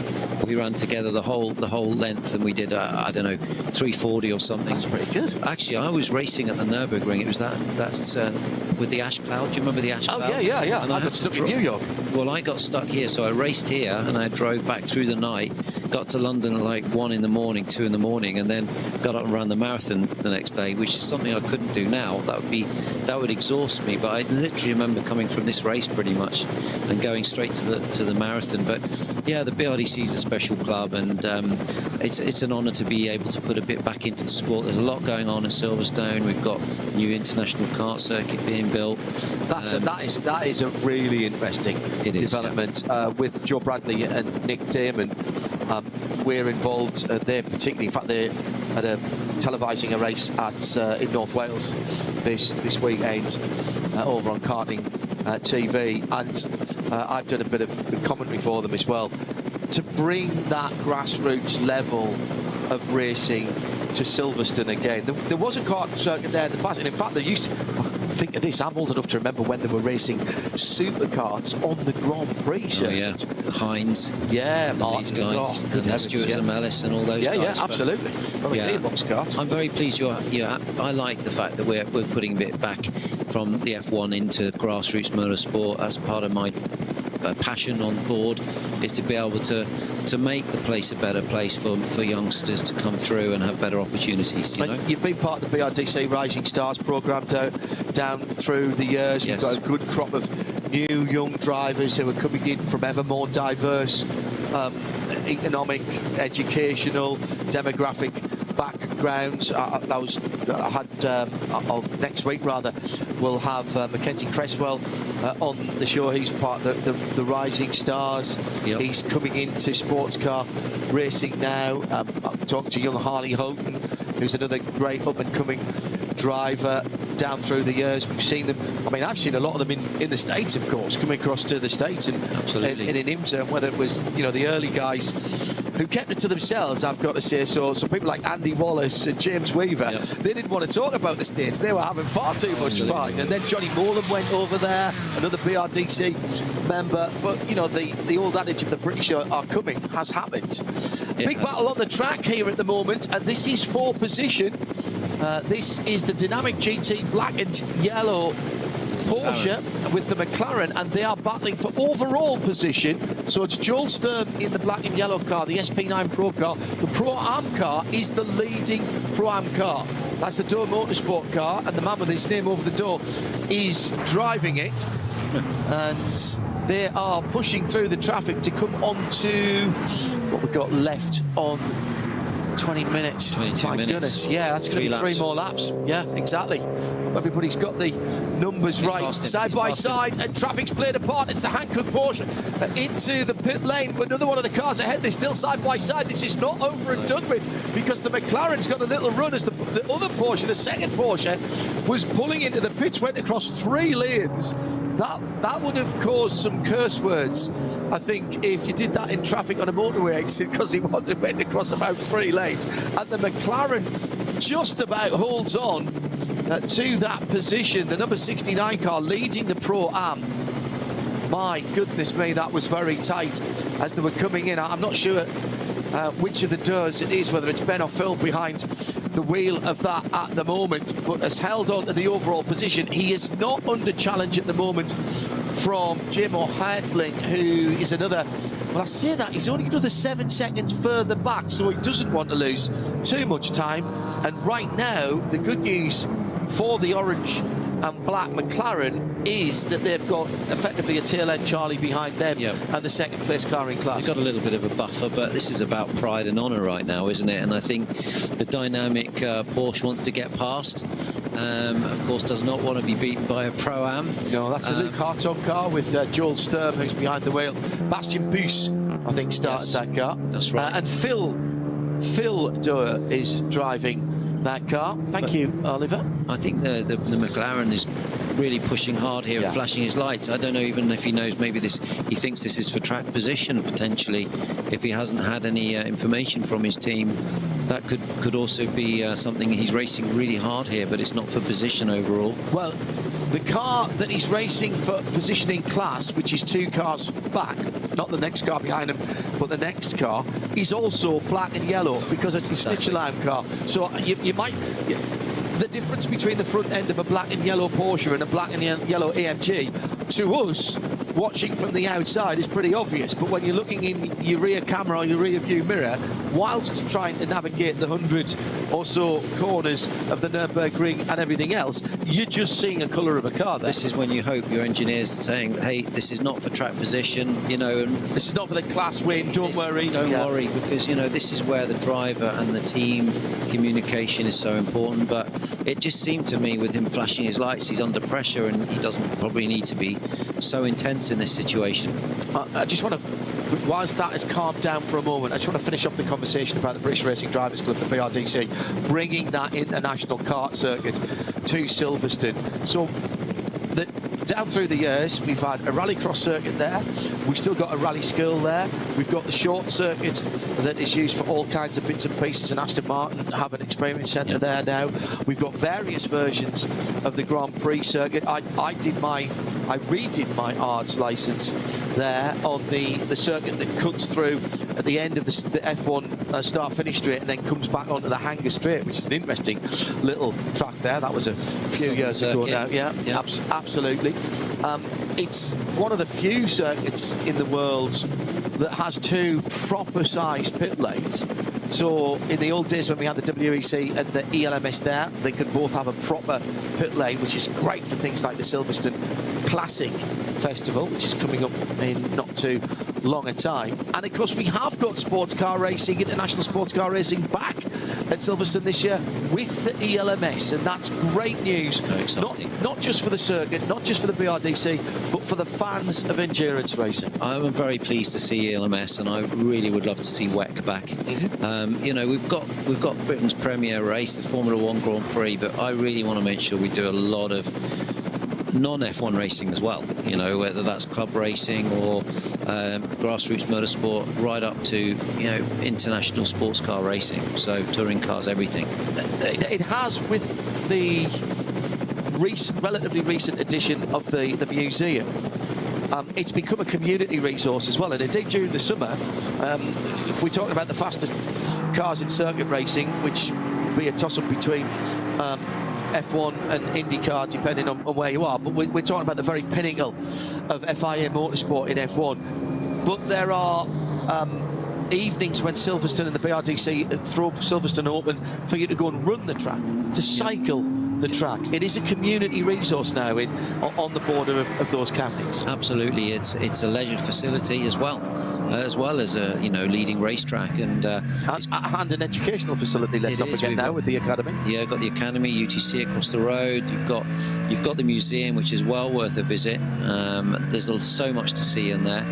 It's going places, and I'm very proud that we're able to use the fact that we've got the Grand Prix for the foreseeable future, and really make sure that some of that gets filtered back into, you know, let's say a historic, not historic racing, but grassroots motorsport as well. So very excited to be part of that, and we've got a great team there of a leadership team doing amazing things. So very excited to be part of all of that and see where it goes. Luke on the BRDC side will be as happy as I am, as a lad from the northeast, that Sunderland won the first leg of this semi-final at BRDC Silverstone, by the way, if you want to follow them on the socials. Andy Prior, proud BRDC member and director, alongside me, John Hindhoff, as we are into the last couple of laps, I reckon now, and that gap all of a sudden has reduced, by the way. It has reduced, and this is what we've been noticing all the way through the race. It was 12.5 seconds, and it's come down, if I can scroll back to the top of the timing screen, but we've been noticed that the Manthey car has been just taking a little bit of time in the middle of the stint, and it's come down to 10.3 seconds at the end of that lap.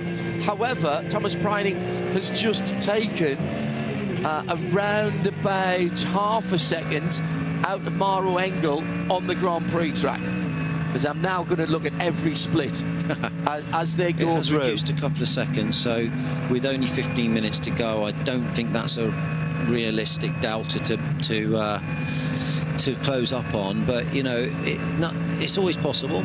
You never give up, and you keep pushing right to the end. That's Preining's had a really good second sector of the circuit. That's the first part of the Hatton back onto the Nordschleife, taking a full second out of Engel. And now, look, traffic giveth, traffic taketh away. A full green track at the moment. So this is the time to make hay. If you've got performance, you've got to use it. Engel coming down through the foxhole has had some traffic there, and he hasn't been able to maximise that run down through there. And the difference between a production-based touring car or one of the Cup 3 or 4 cars and a GT3 car through the foxhole, where you have to follow them, that's going to lose you a lot of time there. Seconds. Absolutely. 1 or 2 seconds for sure. Just trying to find your way past. And, you know, let's put it this way, Engel's not going to be an easy guy to gap. So, you know, if Preining's putting a delta to him, then he's doing a great job. And the Manthey car is definitely coming up with the goods right at the end when it matters most. But you can never rule out Engel. Engel's got a bit of a buffer to Muller in the Falcon Motorsport car as well, so I think it's kind of reached that point now where we're gonna see the 1, 2, 3. Let's not give it the curse, but you know, we've got no yellows. It's a full green track. Now, there is an interesting battle beginning to bubble up. Remember, we were watching Phil Durr and Joel Sturm battling for 7th and 8th. Now, they are in different classes, SP9 Pro Am and SP9 Pro for the Dole Motorsport McLaren and the Dynamic GT. They're on the Grand Prix circuit now. However, hoving into view is the number 11 SP9 Pro-Am, so second place, Mercedes AMG GT3. That's it. And it is now in the same shot. So that is an absolute battle for first and second in class with that interloper, the dynamic car ahead of them. It's J-Mo Hartzling behind the wheel of that SR Motorsport machine by Schnitzelau. God, I'd be no good. You'd be no good driving for a team that's sponsored by a schnitzel restaurant. Would not good for your physique for sure. And so now, hey, okay, so Schnitzelau, so veal schnitzel or pork schnitzel, or do you not mind? I think Wiener Schnitzel is the way to go, with a bit of tomato on top. Right. Yeah, lovely with some nice little potatoes, you know. Pils sauce, mushroom sauce, or just as it comes? Just as it comes, I think. Okay. With a bit of lemon squeezed on top, you know. But you do like a bit of, if it's the season, a bit of white asparagus. Oh yeah, it's got to be done. Yeah, it's got to be done. John, look at this. It's closing up. Right up, and there's 3 cars for the battle. Yeah. This is going to get 7th, spicy. 8th and 9th. 7th, 8th and 9th, and 1st and 2nd in the SP9 Pro-Am battle. Absolutely incredible. At the front of the field, the lead was 10 seconds at the start of the lap, went down to 9, went back up to 10.5, and it's gone out to about 11 now. But here comes the pass. Now this is important, not for class position. The black and yellow Porsche of Dynamic is trying to go through and take an overall position, but look behind that car in the mirrors, the highlighted green-yellow sort of coloured car with the black on it as well. At the front, you can see it's not the same shape, but you can see why it would be easy to mistake those cars with the black and light colours on them. Well, that green car is the Schnitzelau machine, and that is the 2nd place car in class, which the McLaren, the orange, white and black McLaren is leading. So that's 7th, 8th and 9th, and they are battling for class position, the 1st and the 3rd in that particular group. So Joel Sturm is unwittingly here in the middle, or possibly wittingly now, or at least certainly knowingly. He will have been told by his engineer, be careful, because J-Mo Hartzling, who is coming up on you, will want to be by and have a crack at the back of that McLaren. I don't know what you do here if you're Joel Sturm. You've just got to run your own race, haven't you, Andy? Or do you get out of the way? No, you don't get out of the way. You run your own race. I think there's a bit of pride at stake here. I think the McLaren wants to stay in track position and have the best P7. Maybe it's important for them. You know, they're pushing hard to stay in position, but it's really closed it up nicely now amongst these 3 cars. Dynamic did have a really good look. Storm did have a big look at it before a minute ago and got chopped. McLaren is defending, in my opinion, and working hard to keep its track position. So right, shite. Yeah. Heading up the hill. Yeah. Now, the Porsche seems to be good. So we've got a yellow flag out at Exmüller, which is behind them. So the Porsche does seem to be good in the draft, but it's double draft, of course, for the AMG behind them. The leader's just gone across the line. 9.6 second gap. And where were we on the time when they went across the line? I think they're going to have 2 more laps. I think you're right. Yeah. I think you're right, Andy. Yeah, I think they're going to have 2 more laps. Yeah. That's it. I hope well, there's no problem because they've just done 4 laps in the stint. Engel's done 5 laps in the stint. Müller in 3rd for Falken has done 5 laps in the second. Dennis Marshall in the 2nd of the Falken cars will have also completed 5 laps when they come around. I'm keeping an eye on that McLaren Porsche AMG battle for 7th, 8th and 9th. Oh, huge amount of traffic at the Kleiner Carousel, but dealt with really well by Phil Dorr in the Durr Motorsport McLaren. Could have easily panicked there and locked up. He didn't, and in fact he's made ground as he came out of there. That's smart driving, Andy. I think that's clever. He's used the traffic to give himself a gap, and he's going to need it because he's still got 2 more laps to go now with the this will be his last. He'll do 1 more lap after this. So yeah, it was really good to see that.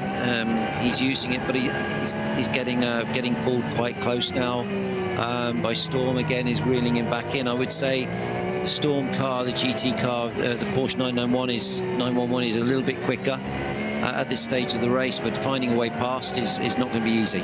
Gaps first to second, 9.6 at the line. Gone out a little bit on the Grand Prix circuit. It's Manthey from Mercedes team gap speed from the 2 Falcon Porsches.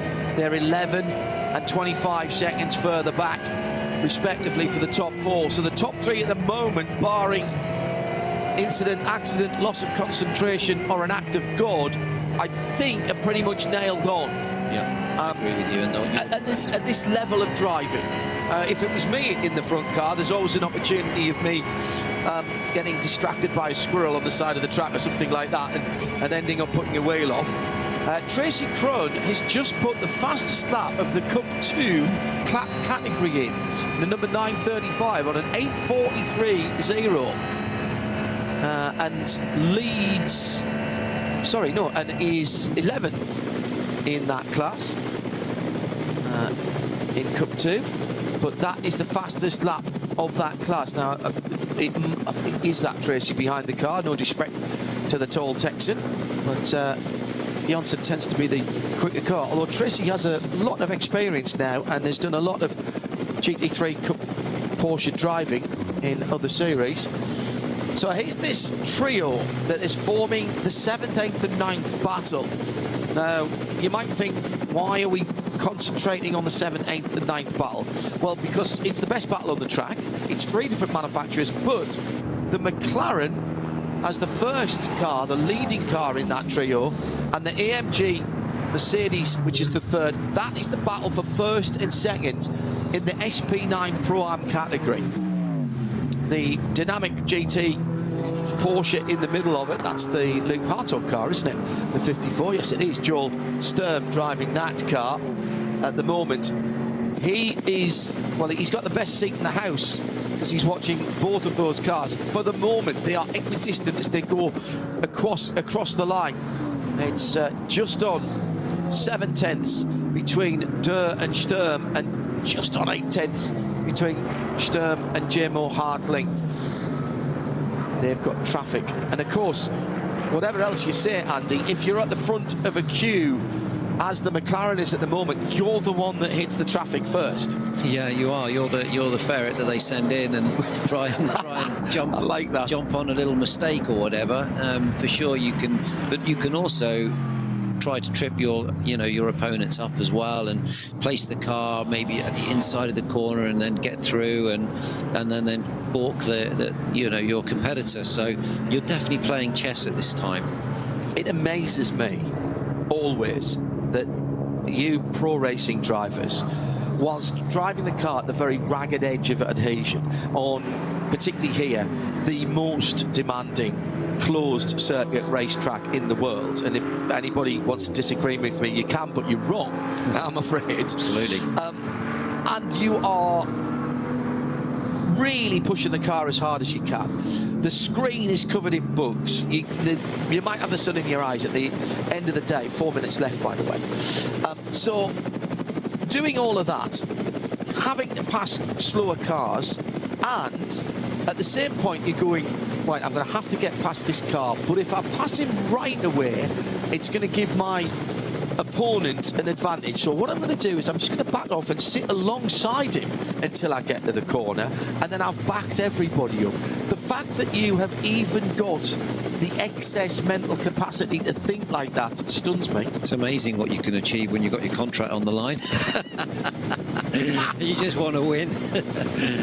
Yeah, it's true, John. You have to play the chess. You have to play the game. You have to learn, you know, from your time behind the wheel, how to play the traffic at its best. And these rhythms come during the race, and it's so funny, but by the end of the 24-hour race, it really becomes second nature. But at the beginning of the race, you're learning your opponents, you're learning how to play in the traffic. And every driver's different as well. Who's in the car? How does he turn? You're trying to learn. But towards the end of the race, you've got much more competitive drivers in the car. I'm keeping an eye on what's going on at the front of the field as well, by the way. We're not neglecting that. Thomas Preining for Manthey led across the line to start, which I think this will be the last lap, actually. Just, well, I think it might be. 9.6 seconds. His first sector time was 105.6. Engel, 105.8. Second sector time for the leader, 104 flat. Engel, 103.9. 158.7 for sector 3, 158.7 for sector 3. Those guys, they could be racing door to door because they are racing hammer and tongs. That's something I love about this circuit, Andy, that they are racing 10 seconds apart, but they are chipping little tenths and half tenths away from each other. You don't have to be side by side to be racing. Those guys are properly racing. Those guys are racing for their averages as well. Good point. You know, they are absolutely racing to be looking in a good way in the averages. And, you know, even if you're 10 seconds back, you're still going absolutely 10 tenths. Yeah. Because you're judged, as we always used to say in the old days, you're only as good as your last race. Now you're only as good as your next race. Here's Dorr and Sturm going side by side, and there's a little touch there from the dynamic car too. The McLaren now dives to the inside of Breitscheid as they were coming down the hill. Past him, yeah. So dynamic's gone through using the traffic. That was a traffic assisted pass, and the car goes off right in front of that battle, and immediately the dynamic car pulls away. However, what is left now is a battle for the lead in SP9 Pro. As the leader goes across the line, Andy, you were spot on. One more lap. One more lap. So it is Thomas Preining now onto the final lap of the race. Traffic assisted, as I said, as they were coming down through the hill. There was a group of 3 cars, BMW Cup class cars. The McLaren goes on the grass on the left, and there was a touch there between the left front and the right rear. McLaren to Porsche. Very, very decisive move down the inside. You said you've got to have your courage of your convictions, and Joel Sturm had the courage of his convictions. He was totally committed to the risk, and you could see he was going through. The body language of the car was decisive, assertive, and he did the move.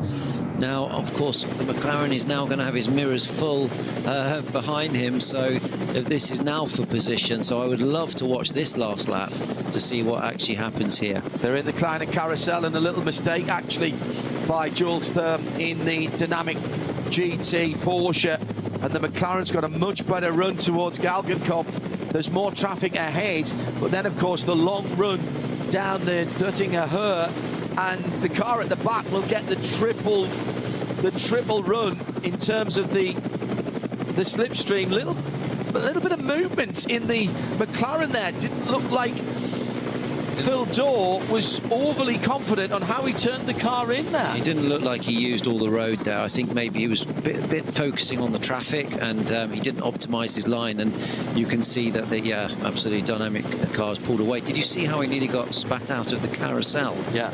You can go into that carousel too fast, and you can actually have quite a nasty off there, and it can throw you out of the carousel. Yeah, that was the full carousel, excuse me, the Cracchiola carousel. They've just gone through Bergwerk now, so Brunsched now, sorry, I'm taking them backwards around the track. That would be interesting. Yeah, that Porsche's gone now, so that is not a factor. Oh, traffic really playing into the hands of the McLaren driver, Phil Dorr, but now he's got more traffic ahead of him, and this time he is slightly held up, and here comes the AMG. This is the fast run down through the S's at the Stefan Bellof S, and heading down as they come down to the bottom of the hill, and Schwalbenschwanz, Swallow's Tail, into the Kleiner Carousel. I just wonder if that AMG has lost touch now in terms of getting into the slipstream. I think so, and he's just given himself a big scare. He was half the car on the grass in that section, so that's not going to help. The tyre's going to be a bit dirty, but you notice how quickly the dynamic car, John, has pulled away. Yeah. That is how easy it is to get stuck behind a slightly slower car and hemorrhage lap time. You would have thought that with that performance advantage, the pass would have been easy. And it's not round here, is it? No. What's that, 15 minutes, 2 laps? He's worked for a while to get past that car because he played defensive, and you can be, it's so frustrating, and that's what you get pulled into, these mistakes at this stage of the race where you've got to pass, you want to pass. He's driven away, but you feel it's almost, you're losing so little time, but then when you pass them and clear them, you drive away. 6 seconds he's pulled out. There you go. Easily. Now, so this is the, I believe, the off for the McLaren. Yes. For the AMG. The AMG. That would have given him the scare right through there. That's fast, very fast through there. You got to pick a side, haven't you? Am I going left? Am I going? Oh my goodness! The Schlitzerland car's in the pits. Have they miscalculated the fuel? My goodness me! Or maybe is there a slow puncture? All these cars in GT3 have the tyre pressure monitors. They're fueling. Oh, so that wasn't quite the battle that we were hoping for. Yeah, that's annoying. You know what that is, though, Andy? They weren't expecting that extra lap for the leader. It's the leader that determines. That was the end of their 8-lap stint. Correct. Spot on. Wow. Spot on. Wow.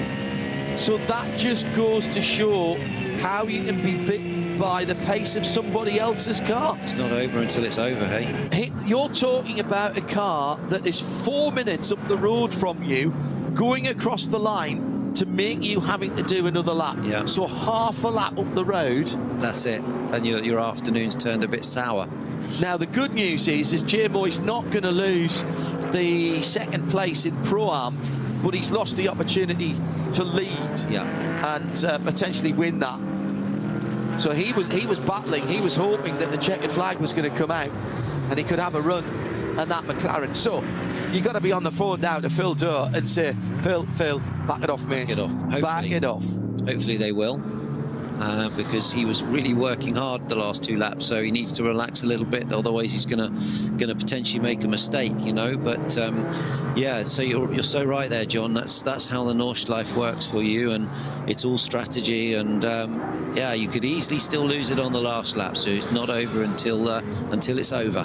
It looks like the Share Sports Porsche made another stop as well.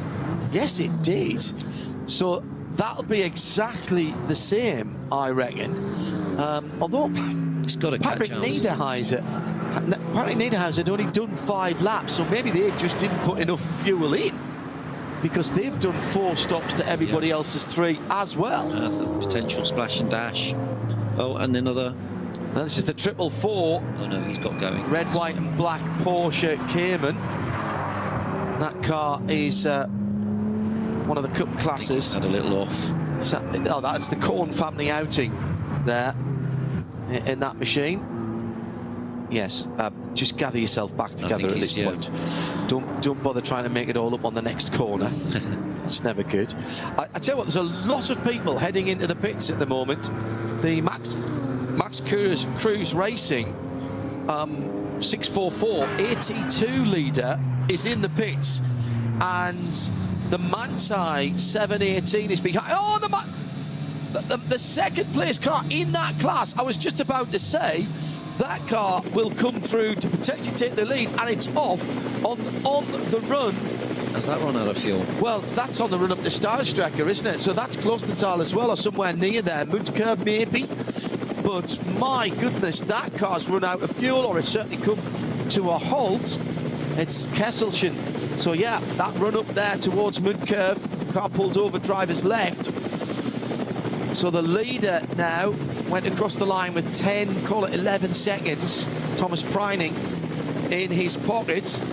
He took out a full second in Sector 2, half a second in Sector 1. Be interested to see if Engel does lose a bit of pace, because maybe he's fuel saving, you know, to get the car to the end. Well, Preining will only be at the end of 6 laps. There's a whole lot of cars at the moment who are backing up on the end of the Dottinger Hole because they don't want to do another lap. They know they haven't got the fuel. It looks like everybody backing up to go for a qualifying run at the moment. And anyone who's got a bit of extra fuel at the moment is really doing well. The leader's gone past, what, half a dozen or 10 cars. That is extraordinary. David Pittard has, I think I saw the Volkenhorst car in there. Across the line to win the 56th ADAC event here at the Nordschleife. It is the Manthey EMA car, the number 911. Thomas Preining and Ayhan Guvin. The gap at the line is 11.1 seconds, so Engel fairly kept into it there for Team Get Speed, and it'll be the number 3 Falcon Motorsports. They've been good all year, Falcon. Had a great start to the season here, and another solid 3rd and 4th for the 2 Falcon cars. But that is a perfectly judged race from Manthey as they cross the line with cars up and down the field. Not just the SP9 cars, a 6-lap stint to the end for Thomas Preining after he jumped in about halfway through, just after halfway through, and did 8 laps, then 6. Ayhan Guvin had done a couple of shorter stints at the start and sort of dropped a couple of long stints when everyone else was playing around. A very, very interesting strategy for the guys at Manthey. And they will win it then. They have won it ahead of Mercedes and Porsche in 3rd. 2 more Porsches, 4th and 5th, Falcon and Scherer. Volkenhorst, Aston Martin, and David Pittard anchoring home the number 34 car in 6th. That was a fairly quiet run from Pittard's Nicky Team et al. Joel Sturm comes through in 7th, having had that battle with the McLaren of Fildo behind the wheel of that car. But they will come home. The McLaren of Durr Motorsport comes home, winning the Pro-Am class ahead of JMO Hartling. And they must still be out on the circuit at the moment, but that's surely that splash from from Hartling, excuse me, is taking that car away from any chance of a lead. They lost 46 seconds because of that stop. Just hoping that the Dorr car actually has still plenty of fuel in it. Only the top 6 have come across the line, still waiting for some of the other cars to come through. This is the joy of racing on the Nürburgring Nordschleife, and that's Aston Martin and Porsche together. I may have called that a little bit early, as David Pittard has a Porsche up his tailpipes. In fact, actually, that's the opposite way around. Pittard has gone past Niederhauser. That's a change on the second half of the last lap. And David Pittard brings the Aston Martin home in 5th position. So I just wonder again, Andy, whether that was down to just a little bit more fuel in the car towards the end, and they were able to run full reach, because that was quite a big gap that David Pittard closed down on the Scherer Sport Porsche. Looks like he was just stroking it to get over the line, to be honest. I agree. Yeah, look at the last lap from Pittard was at 38, Niederhauser a 9:24. Yeah, he's just fuel saving. Yeah, and that's what happens. It's something that I love about endurance racing. It's not 122 laps, it's 4 hours, and the 4 hours is up only when the leader finishes. So actually we ran nearly 4 hours, and well, the leader ran 4 hours and 6 or 7 minutes. Those guys are coming across the line at 4 hours and 12 minutes. Yep. And there's still racing going on, by the way. So let me go down. So Niederhauser in 6th. I'm waiting for Joel Sturm to come through. Yes, he's come through in the Dynamic. Durr Motorsports come through to win Pro-Am. Excellent. Then it's going to be the Shearer Sport Audi, number 15, in 9th position because of that stop by Jim O'Hartling at the end. And he still hasn't crossed the line for the 2nd spot in Pro-Am. So will we see Dirk Müller go past him as well and elevate the HRT Ford Performance Mustang GT3 into the top 10 of the overall? That is still a possibility. Let's see who comes across the line first. I'm now checking the times as they come through. No, there goes Hartling. So he is 2nd. And 2nd in class. Then it'll be Müller. Then it's all the Cup classes coming through. Cup 2 Pro are in 12th, 13th and 14th position. Thomas Preining out of the winning car, down in the pit lane. Well, Aycan Guvin played a blinder, did exactly what he was expected to do, Andy Priault. There was fuel saving, there was tactics, there was a little bit of defensive driving when required, but there was an overall plan from the Manthey EMA crew, and they executed it par excellence. They did. They were super clever. They deserved this win. It was a hard-fought race, and very, very impressive performance from them all. Congratulations to all the class winners as well. All of the results at vln.de. As the formalities are about to start down in the pit lane, I'll say thank you to all of our production team at the Nürburgring Nordschleife and in London. For Andy Priault, I'm John Hindhoff. Thanks for being with us. Join us at the next NLS event. Bye-bye. Ja, absolut. Wir hatten mega gutes Rennen, hatten richtig Spaß bei dem Wetter. Am Ende ja, hat uns die Crew knapp geschlagen.